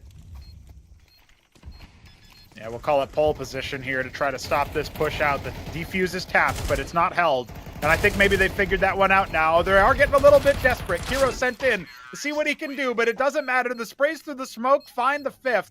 33, keep things somewhat even on Ancient. What a dogfight this was, really. Not all too nice, but they've made it happen.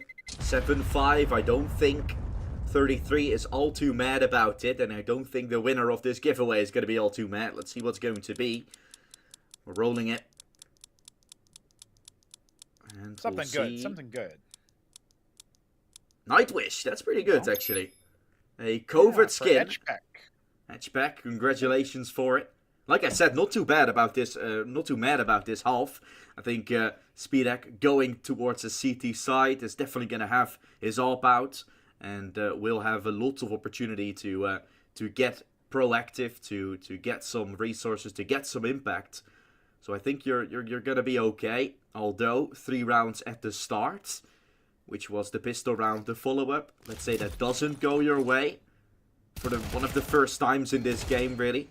We might be looking at a different story.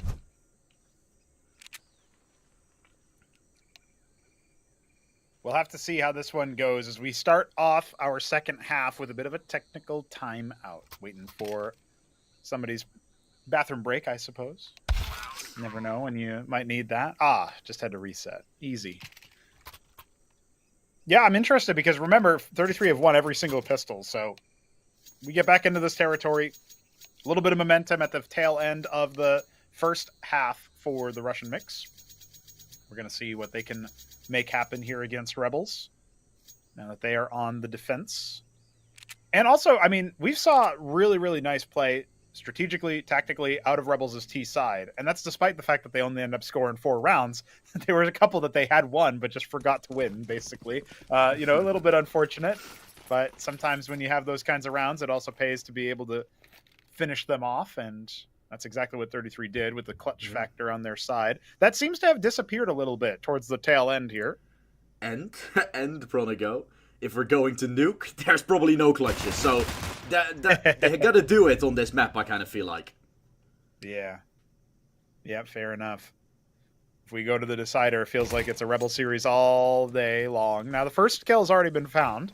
Zinni sprays him down with the dual Berettas. Is another opportunity here for Kiro, but he's just going to get clotheslined immediately. No problems at all, it seems, for Rebels as they entry onto the B site.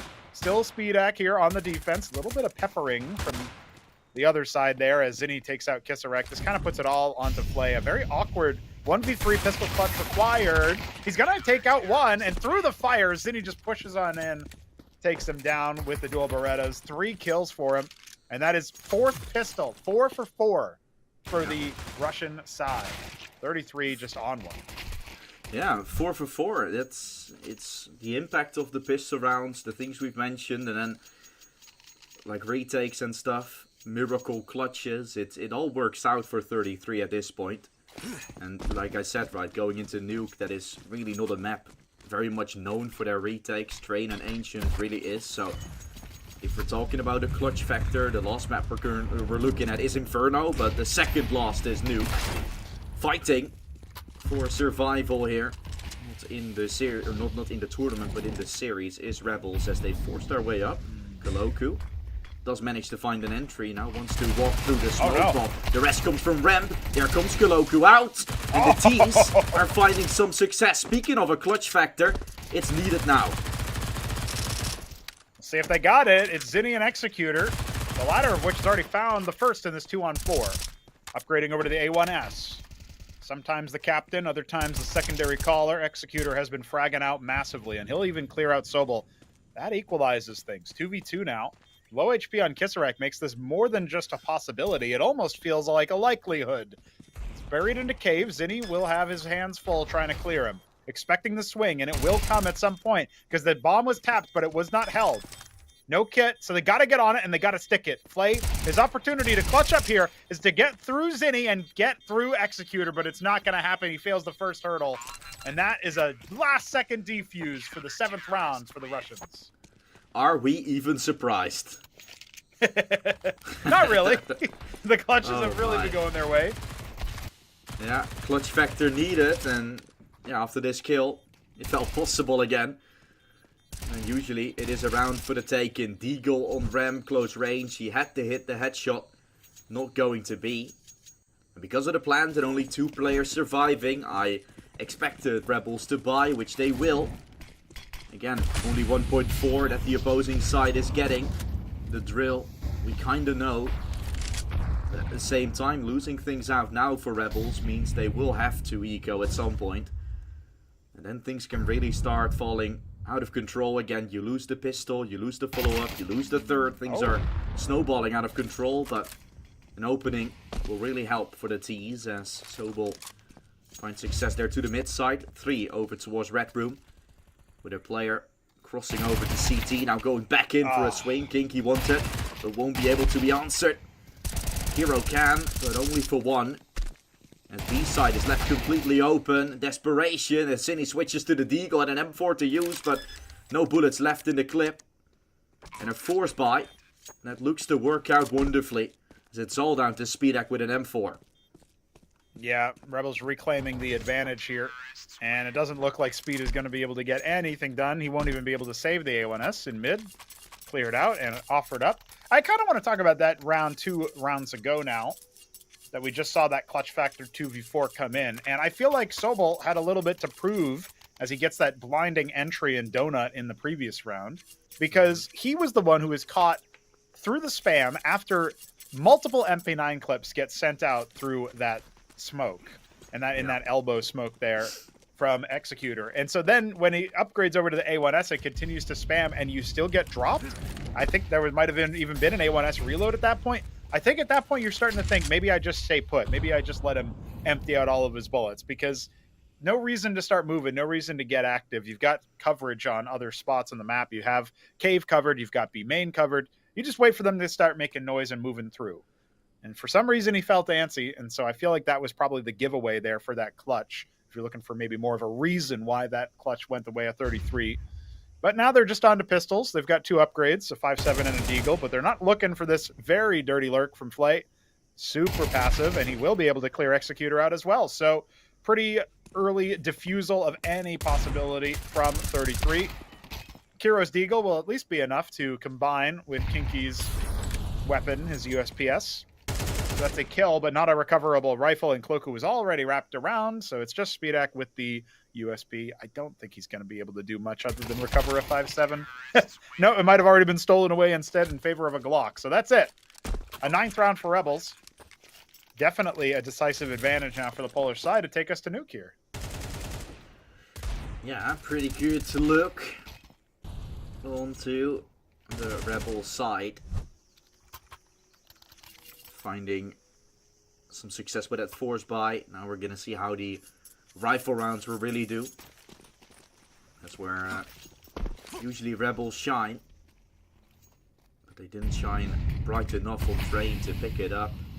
Some of those clutches were found. No op still on Speedak though. They need to win some rounds in order to have the money to buy it. This is what I love, right? Rebels went for a lot of control on middle, but 33 don't. Although, even though you don't have control, you can still fire through smokes, apparently. That's what happened. Kinky dies to the hands of Innocent, wanting to trade the round count back, and success was found, but at worst, still, down to 20 points of health only. Redemption arc for 33, limited utility, pushing cave. I love this play. Who will be ready for it? Doesn't look like Rebels is at all, and that should be one at least.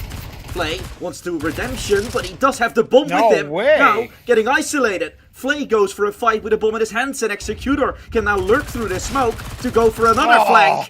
What a round to be found, potentially. Although Sobel has an answer ready. Knows 45 seconds. that Executor was somewhere.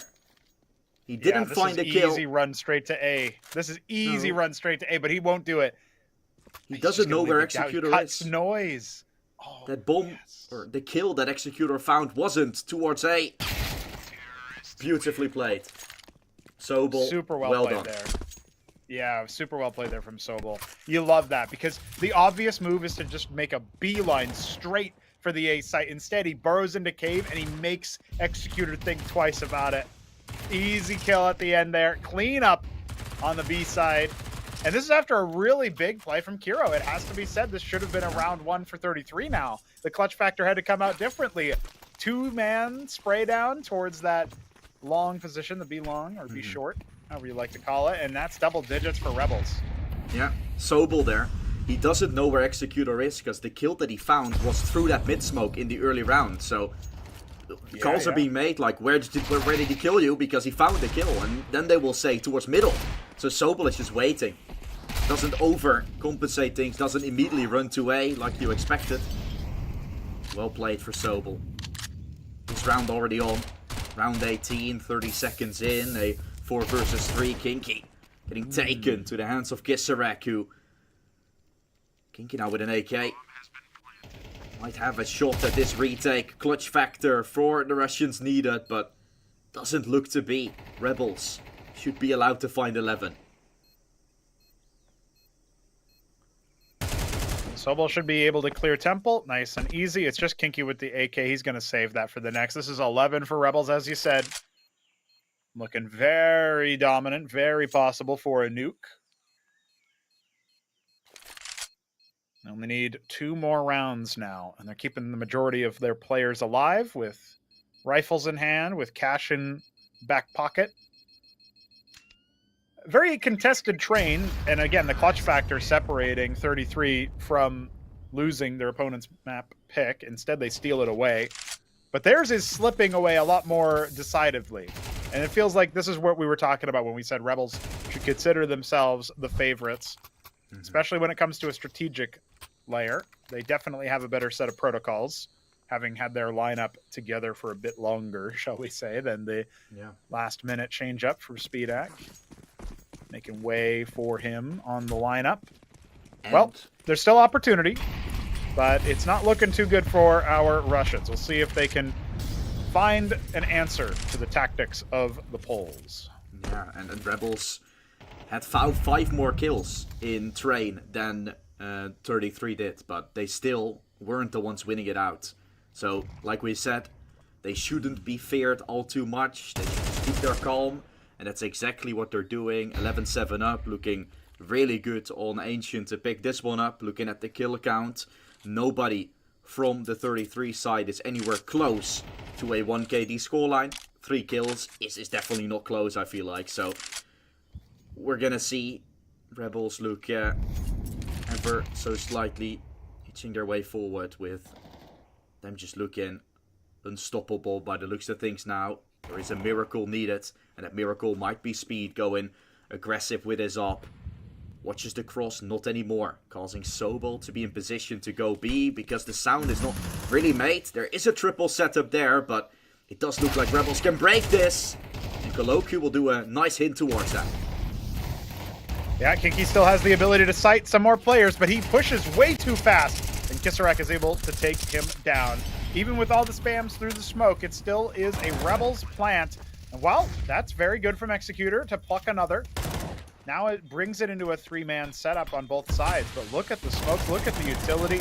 They're able to dispense with it and force Executor to go back to his smoke spamming ways. Flay has the coverage to be able to focus entirely on this position, and this is where all of 33's players are coming in. I think they're reconsidering. Innocent has an opportunity. That's a kit. Speed is just going to hold it, but Sobel will clear him out. And even though Executor has the opportunity, he can pick up the kit himself, and he's just going to stick it. He's just going to hold it, and Sobel, oh, he flicks back. I don't know if he's got the time. It looks just enough. There it is, an 8th round for 33. Oh my goodness, another clutch from 33. Executor pushes in a slight second longer, and that defuse wouldn't have been able to come through. This is 1 kill from Speedak. He finds himself falling. An Executor sticking, halfway ticked, a second longer, and Sobel would have been either able to take him down, or Executor wouldn't have had the time. Another clutch. Mandatory, of course, to win this one out. Necessary. But another one person surviving. Another round where there isn't much cash being built up, so Rebels can still do it, but they need to win out those clutches for once.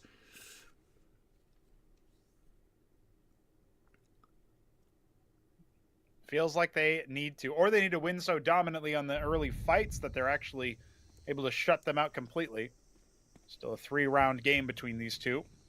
You made an astute point earlier that up until this most recent round, no player had a positive KD, or even an even one. Executor now up there. Speedak, a much quieter game from him. He's traded out immediately on the A push. And Zinni is not going to get anything done as Sobel grabs a 2K to open things up onto the site. It's just a 3v5. Make that. Oh, all right, well, Cloku has gone down in the meanwhile, but Sobel a 3rd kill through the smoke this time. Makes it even less likely for the clutch up, and it looks like they're already thinking about slinking away. No map control to work with here. 33 are going to concede map point on their own map pick for Rebels. Big opportunity now for the Polish side. Yeah, surprisingly, right? It isn't even Rebels map pick, so looking really good. Train kind of snatched away from them, with like the comment I was making about the 5 kills that Rebels still had in favor of them. They couldn't close it out. Lots of miraculous clutches. The clutch factor still on Ancient with some rounds that we have seen, but On Nuke, that looks steep. On Luke, that doesn't look anywhere near possible. And their buy doesn't look any good as well. I mentioned the loss bonus. 2.4 they found in the previous. There's still some M4s, which I'm actually quite surprised about. One of them probably dropped by Executor. The other one bought by Zinni with barely anything to work with. The rest just MP9s. It looks from bad to worse, right, with the buy. Can they find themselves an opening kill somewhere? Zinni goes aggressive. Could find Sobel here, although he's looking for him as well. Yeah, this is probably one of the fights that really makes it hinge. I mean, the bomb was just spotted heading towards A. That reveals quite a bit. Sobel holding his ground. Wait, Zinni goes aggressive? Zinni's actually pushing out. I think he saw the barrel, but he doesn't actually clock it. Well, he's going to know now. And there you go. He's going to be able to flank and take him down. Long-range engagement. That was potentially disastrous for Rebels, but they even things up, and they've already got the rotations over on the other side. So maybe now an opportunity to push towards B. You got two members working through cave right now. It's only Kiro on the site with the MP9, no utility to speak of. He does recover a smoke that was dropped, so he'll be able to maybe dispense that. He pushes it towards... caught in translation, yeah. He pushes it towards the main angle, but not at all expecting cave. So yeah. Bomb will go down, and this is a 3v4 retake on the B-bomb site for the game. Luckily, a 4x3 moment doesn't catch off Sobel there. Towards A main, but 4x3 is not what they need. They need a miracle here. 23 or 33, having Speedak down low. Dinky goes in first. Yeah, that's not gonna work. 28 HP, just one bullet is enough. And the round should go to Rebels after. Yeah, does it really matter that misplay in the end? I don't know. It wouldn't have really made it a game for them all of a sudden. Rebels take it 13-8 as they snatch the map pick away from 33. I wouldn't really call it that, but after what happened on Train, this is a redemption of a lifetime for Rebels, providing them with a chance to finish things off in style at Nuke, as Ancient goes to Rebels. The old Rush B core was pretty adept at making comebacks happen on Nuke, but that meant that they had to get behind early on to begin with. Unless their pistol round win fortunes continue to be on their side, and they can grab that first pistol and continue the conversions, it feels like Rebels should be able to get to a commanding start on that decider. And look at Flay scoring the ADR MVP for the star player on the map. I'd say another big shout out to Sobel. His entry's very impactful. Really, really solid stuff out of the rifler there on the Polish side. And I'm very much looking forward to seeing which ones are going to be activated. Now there's some scrutiny onto Speedak because he had a very solid electric train, in fact, but much quieter on Ancient. Nuke is sometimes also considered the Opera's graveyard. So we're going to need to see what he can do, what he can bring to that third map. And like I said before, you said it as well, 4 for 4 on pistols. What will happen if Rebels actually picks up the pistol, right, and starts things off strong?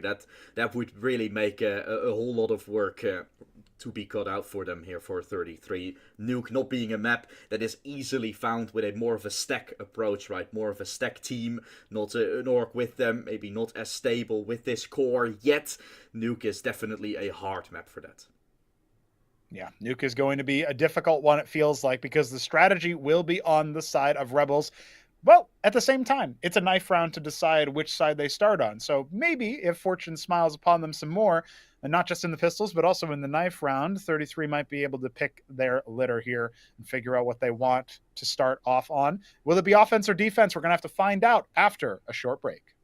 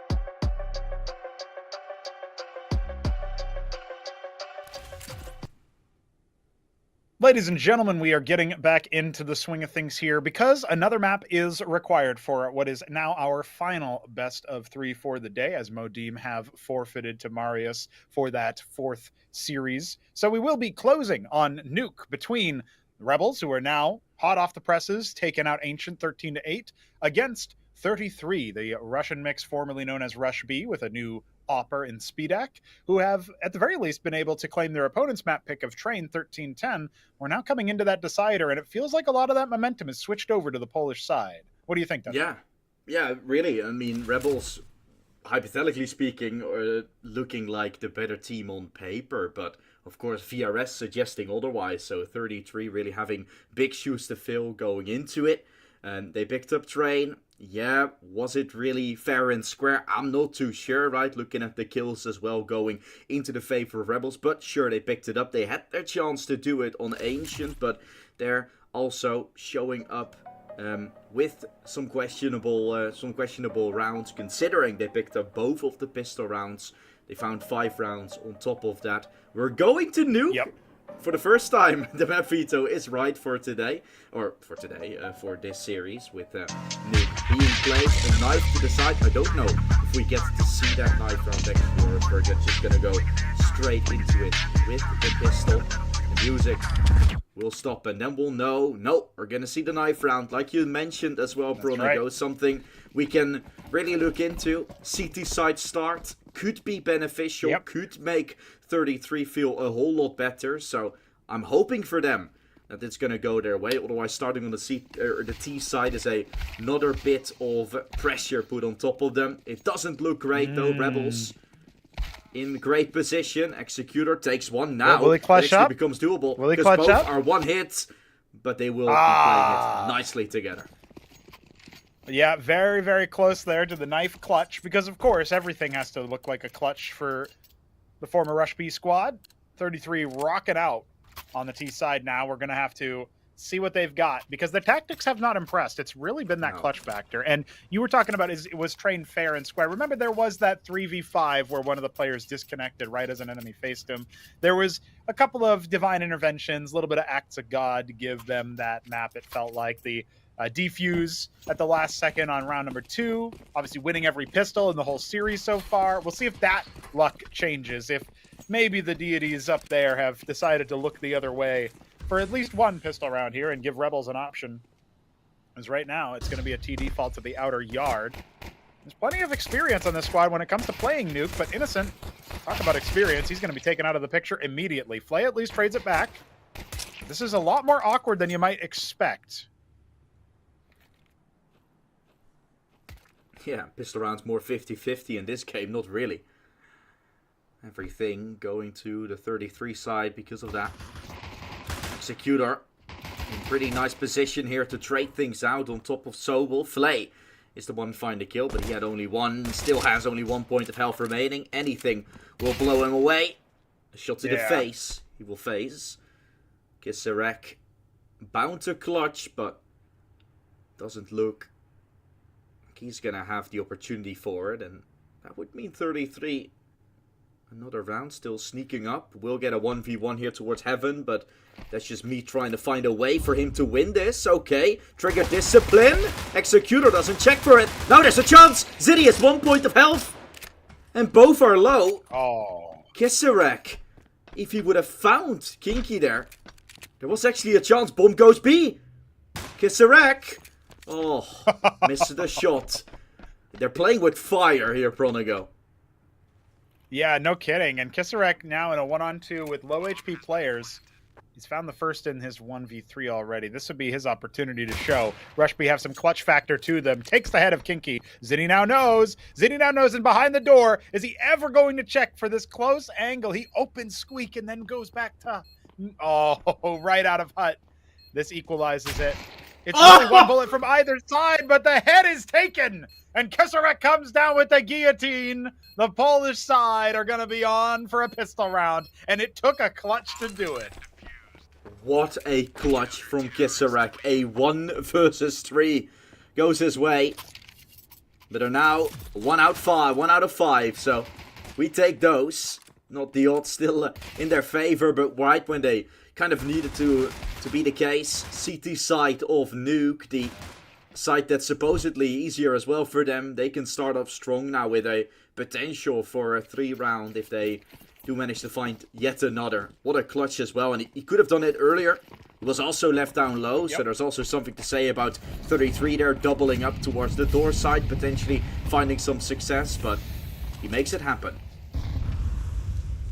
That was a CT incendiary on top of Hut. I feel like that might have been a miscomm. Rebels will need to clean up some of their lineups, I think. Otherwise, they're not going to have the positions that their players actually want. Cloaku trying to get back up there now that the flames have abated. And it's Sobol to hold ramp versus several Ts. With the bomb plant down, of course, the force buy comes out.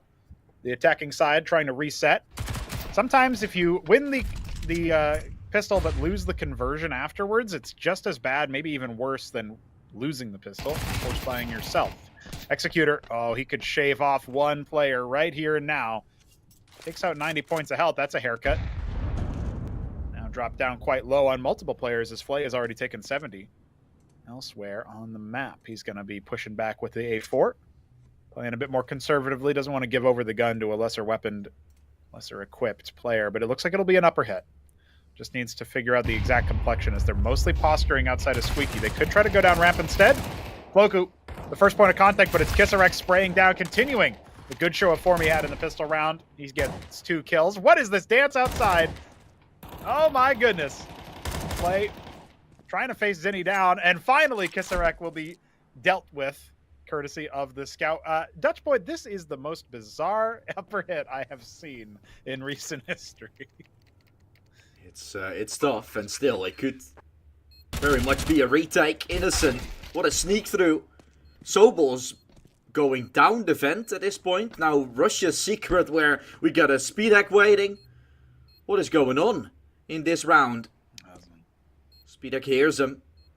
He's going to look to fall away. One's watching. That's the scout finding one. Now Flay is starting to get interested as well, whether or not one is up top of heaven. No. And it's actually 33 to win this one out. A weird upper hit, a weird retake, a weird rotation, anything weird that we can imagine. Yeah. And that was a bizarre race. And it is all in the favor of 33, right? When it comes to weird, non-structured play, that's where they thrive. We saw that on Train. Some miraculous rounds, some miraculous plays on Ancient. Same could be said. Pistol rounds usually called up to be mad lads as well. And they found 4 out of 5 for a reason. Now playing up against the force buy and potentially 3-1 up if they play their cards right in this one.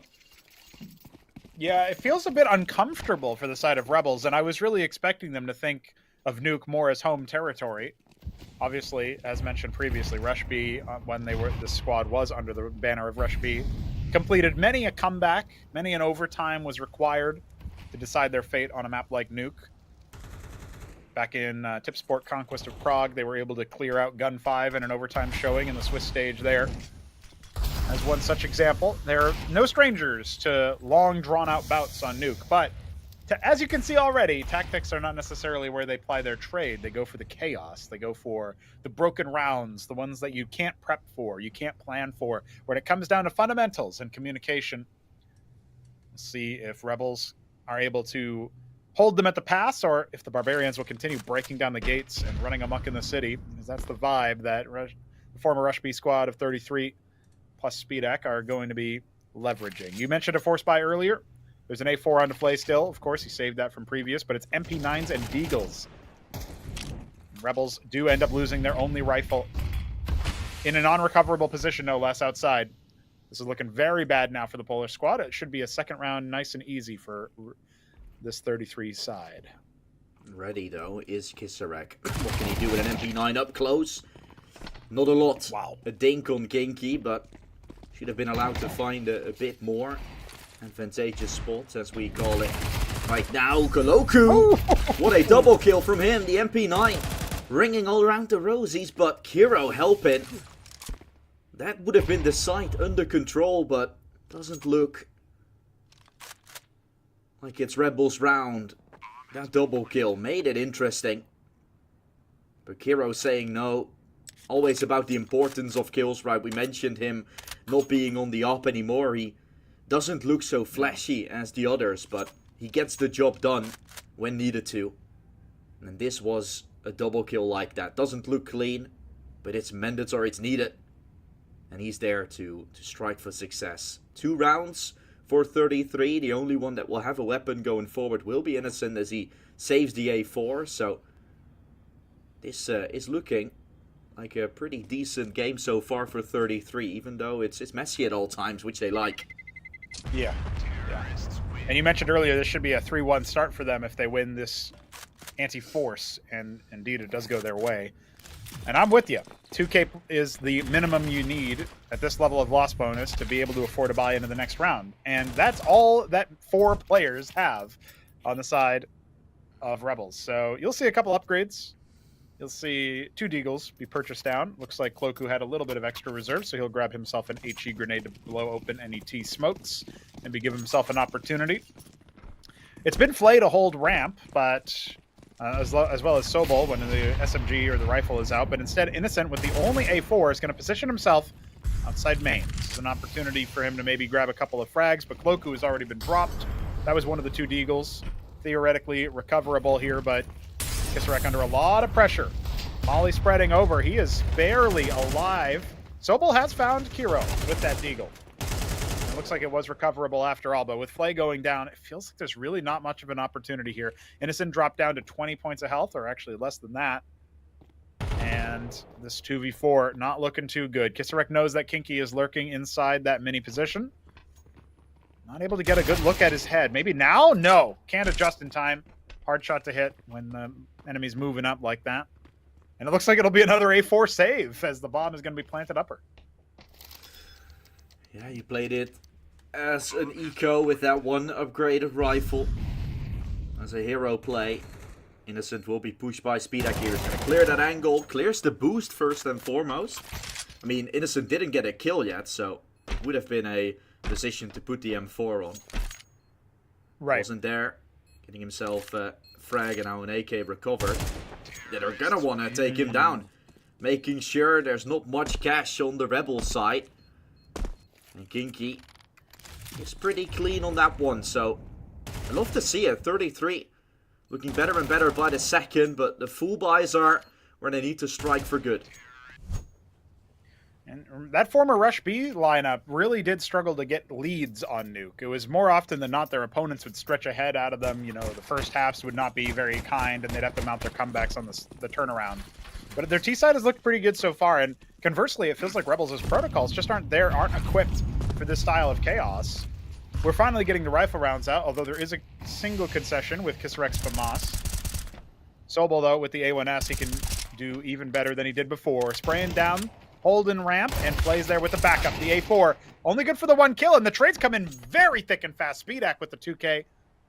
It's going to give them the 3-on-3. They can go down to the B bomb site, but Cloaku is already cut down his opponent. That's nice and easy for man advantage, and he's already looking for Kinky on the secret push. Oh yeah, Kisarek can absolutely swing with this. This is so awkward now. Captain goes down, and it's just Zinni with the bomb headed towards the upper site. Again, going for a fight, Zinni. Looking for that plant, of course. Get some more cash. He's gonna have the opportunity for it now. Yeah, it will be allowed by Rebels, although they probably didn't want to make it happen.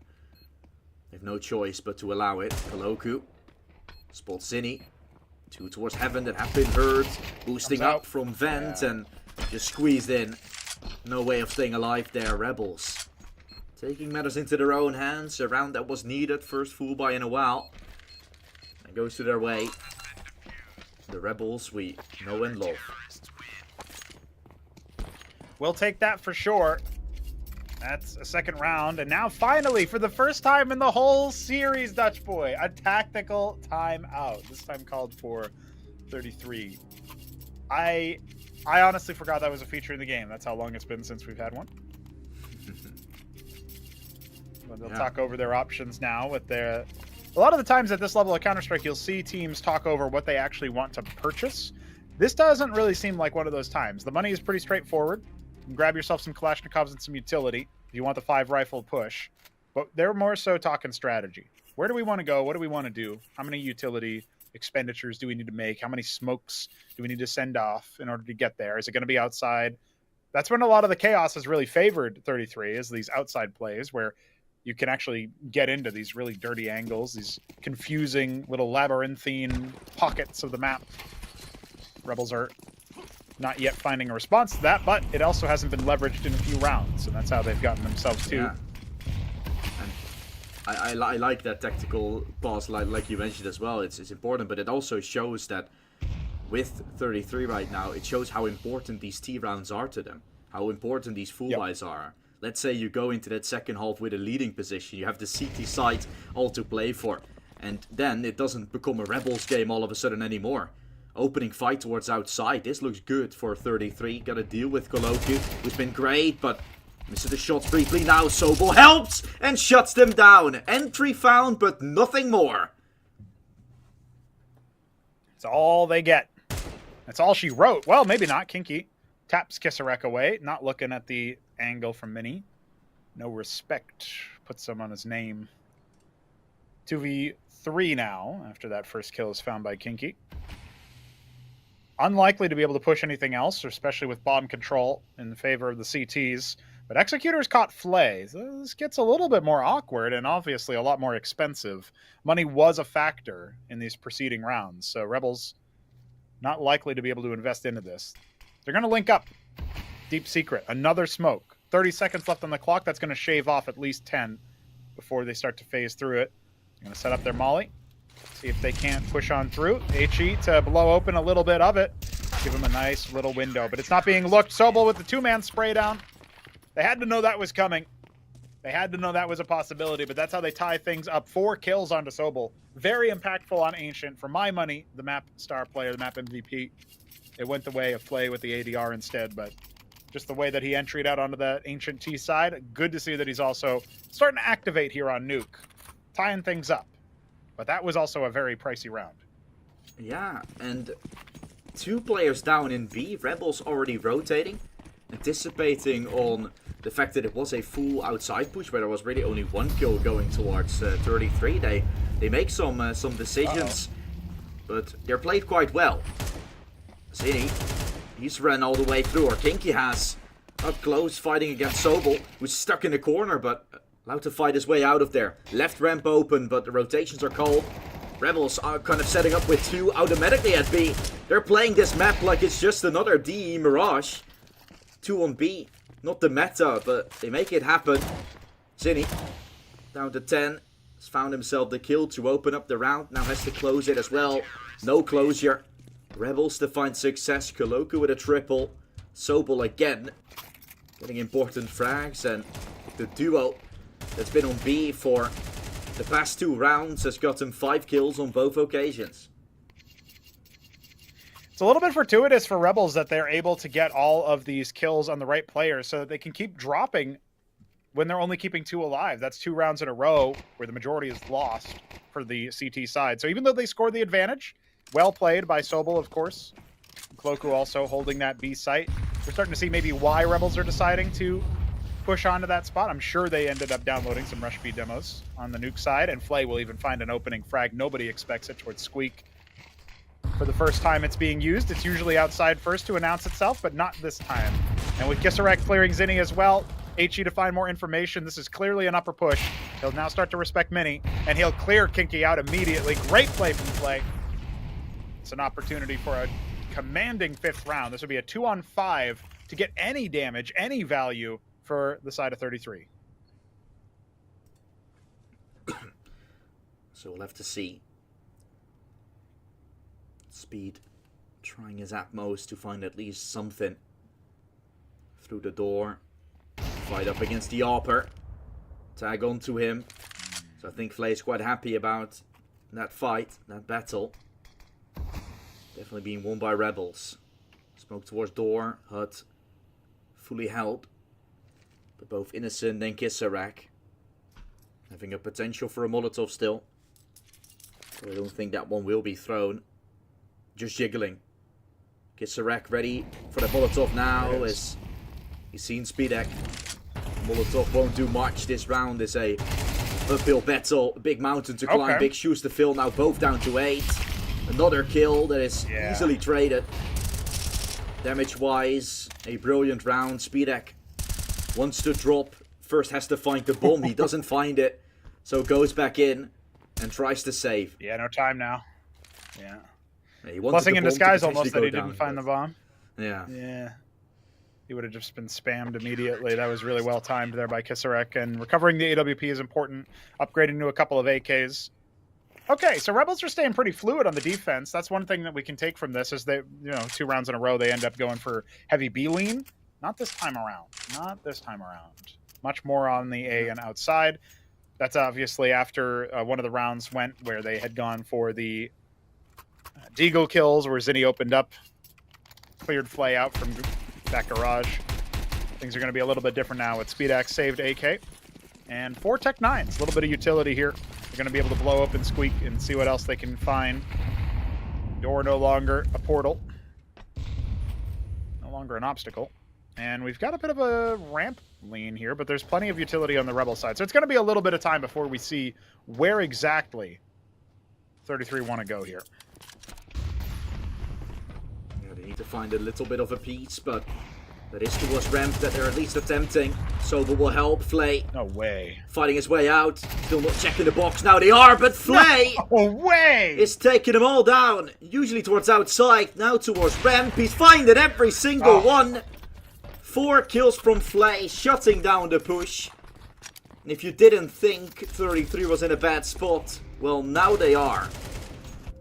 Yeah, I hear the tactical timeout music as well, so they're talking things over, figuring out what they want to do, because they're down 3 rounds on the decider, and Flay just pieces them all up.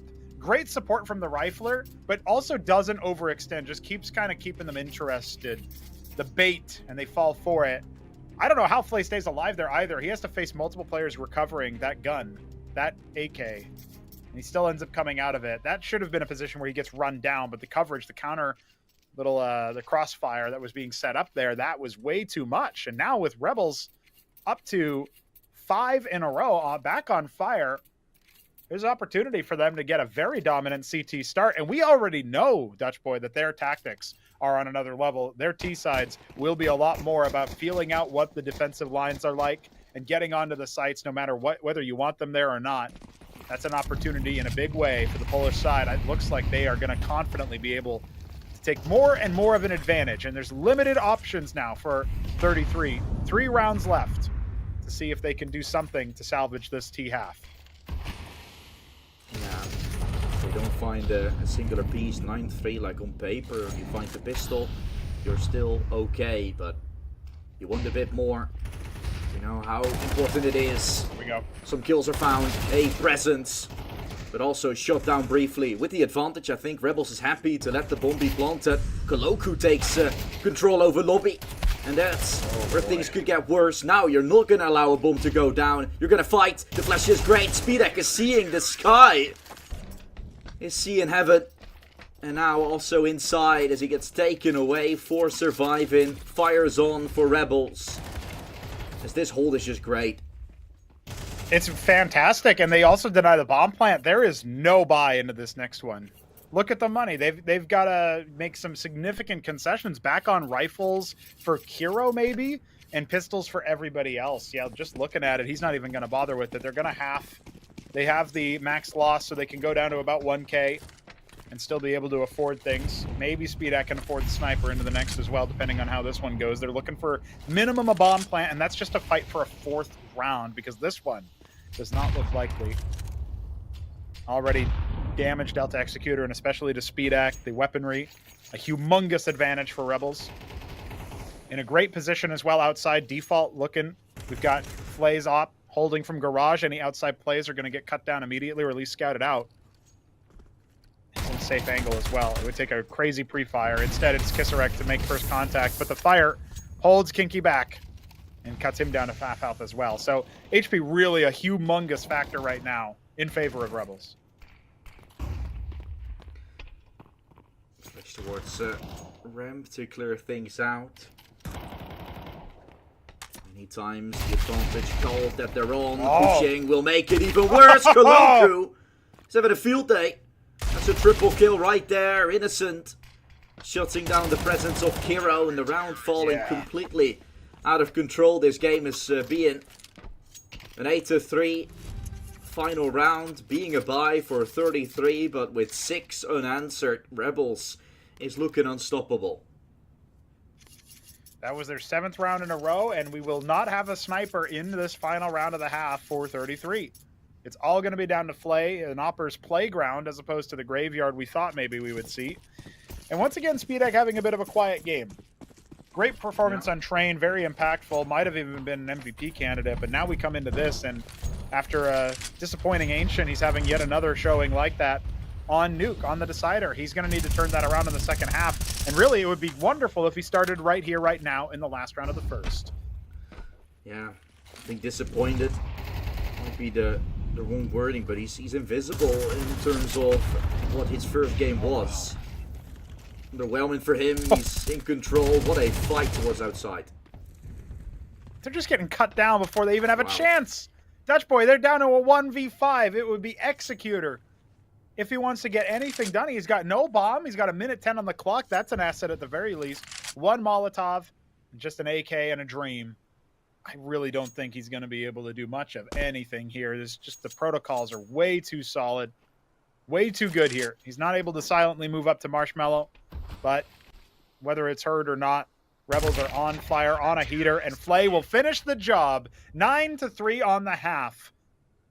I was talking about a comeback. I was talking about something where 33 are going to likely go down in the early stages and have to really piece things together. The CT side's a good side to do it on when it comes to Nuke, but it's not as dominant as a map like Train, where 8-4 is an expected scoreline, 9-3, perhaps a little bit more dominant. No, 9-3 on Nuke is impressive. It is a statement, and it feels like Rebels are not going to be slowing down anytime soon as they string 8 in a row together to finish this half off. No, really not. After the pistol, which then surprisingly went to Rebels if we're seeing those 3 straight from 33. Let's see what's going to happen on the roll. Nightwish again. Another Nightwish. Okay. A lot of thunder. Congratulations. You will get yourself a Nightwish, which is a very nice AK skin.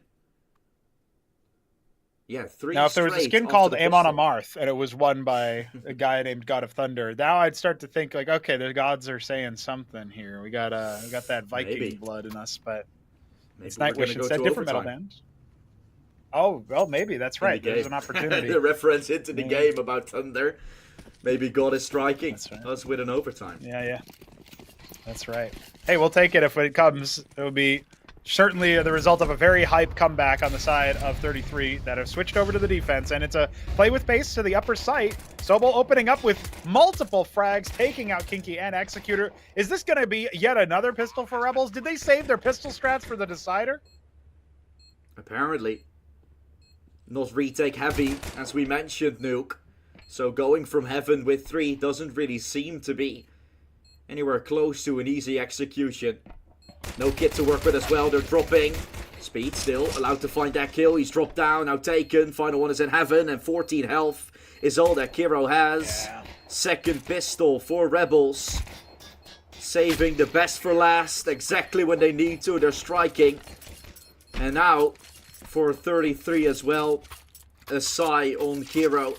The final piece of something that he was looking for, that he hoped to have found, is now demolished and fallen into pieces. They need to find a miracle now.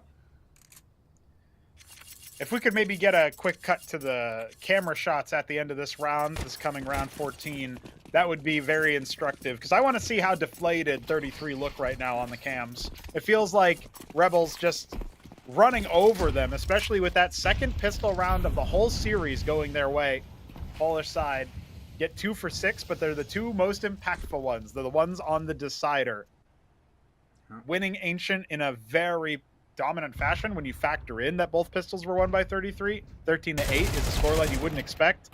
Forcing Executor to push in for something. Zinni also brought down. And of course, Kinky through the smoke. This is not one that you expect to go the way of 33. They do well to get a single frag, and Kiro Unlikely to get anything else from this position. He's all the way up in heaven. Almost no health, and nice and easy breezy for an 11th round. No chance here for anything other than what feels like a dominant Rebels victory in our decider. Yeah, they've done good. And now, a full save, of course, for that rifle buy. They know they need to find, like, at least 5 or 6 before Rebels can find 1. And the rest needs to be found for overtime, or they just gotta go for a 10 strike. So buying is the only thing that's now left for them to do. But if you're, like, mentally talking right now, you're not even really playing with the idea that you're going to win this, probably. You're just hoping for at least something. Like, you find this round, you're like, yeah, sure, but there's still so much more to do, and then the entry doesn't go your way, making matters worse. Well, Zinni can upgrade his MP9 at the very least, having cleared Sobol out. That's at least a Galil, if not something better. Not sure what Kinky brought into the round. There's an A1S, an A4, and an AWP for Speedak. And Kiro getting another. This kind of turns your favor. An opportunity there as Zinni's A1S is now going to be in his hands. Oh, but dry peeking right into Speedak. Innocent. A blinder of a shot from a player you don't expect it from. Of course, taking matters into their own hands. They'll clear your op from secret. There's still some defenders here, but with Cloaku on the swing, he's even found out Kiro, and that's it. A-site now open for business. Executor and Zinni. All that remains here, the bomb needs to be recovered.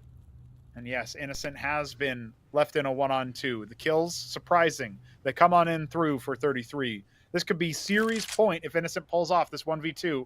But there's a really dirty crossfire from Garage, and I don't think he's ready for it. Shadow advantage, and he doesn't even turn. Finally, another response there. This time on the CT side. But man, even that is down to the wire. Yeah, but it is a round, right, for 33. That's right. Most important thing. They're going to have to buy either way. They're not really building up any economy. That AWP is not in the hands anymore. So they've downgraded, because you're only finding 3.25 if you win with getting elimination kills here. Final buy for Rebels will be in danger as well with their economy, so yeah, if you're 33, you're starting to string pieces together, but you're still so far away from actually doing it. Your mental will still not be on place, and that doesn't help. Opening kill from outside with the Mac-10. Cloaku tried to find the angle. Does do some damage on Kiro. Smoke to stop him.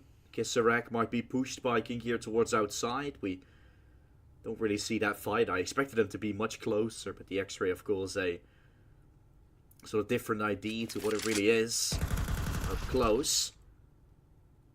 Cloaku should get this fight up against Kiro while Lobby is being pushed. The double kill could be found. Make it 3. Okay. They shut the Lobby aggression down like it's nothing. And now it's just Speedak to clear. A 1v4 play. Wants to search for information. Now knows where he is. He was down low, so it's a risk. A piece to take.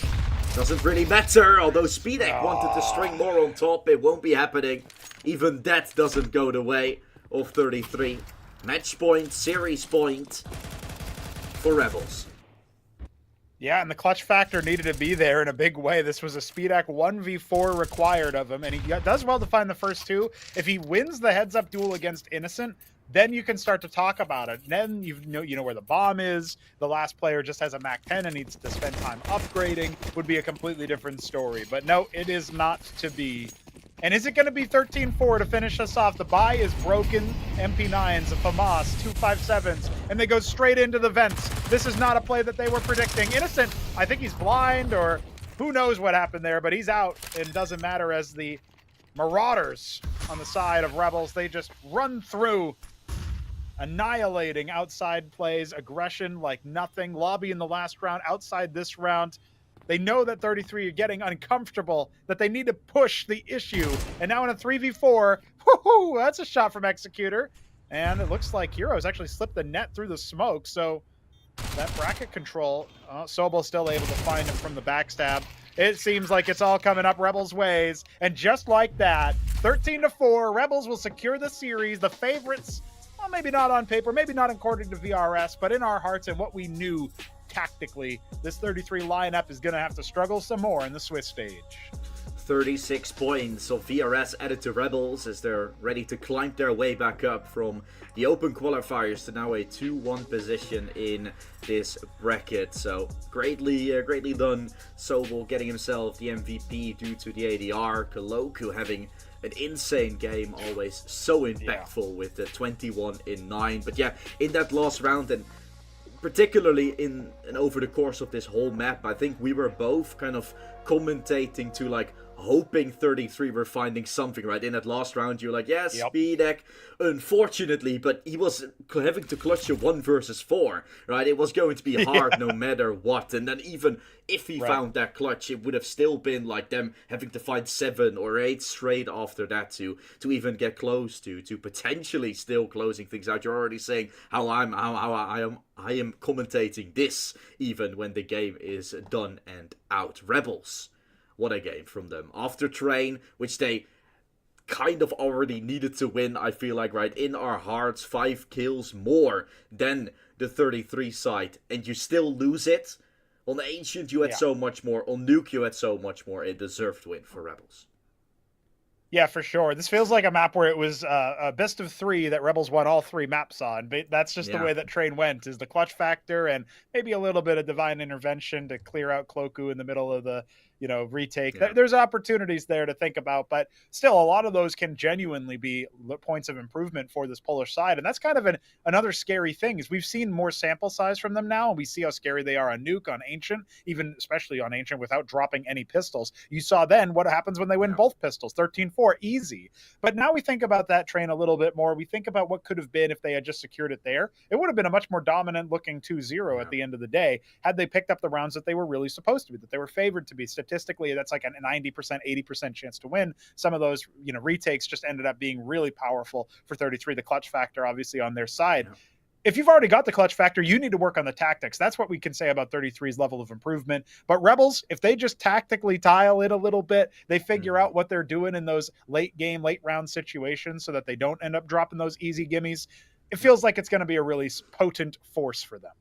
Yeah, you've summed it up well, and I think for Rebels, right, going forward into this tournament, just thinking about the fact that even though they lost that map in a very rough way, lose the pistol, the follow-up on that second map as well, but making the comeback, making Ancient still look so clean, then going on to Nuke, 3-1 down, making it 13-4, they're not there to play around, right? Even though they lose the beginning, even though they're down a bunch of rounds, they still show resilience in that comeback, which I think only suits Rebels for potentially making it into playoffs further, and of course cranking up those VRS points again later on in the stage with the prize money, adding it all on top, potentially making a very good showing to hopefully go over towards that major spot eventually, but that's still a long await. We'll have to see what they can do later in the tournament.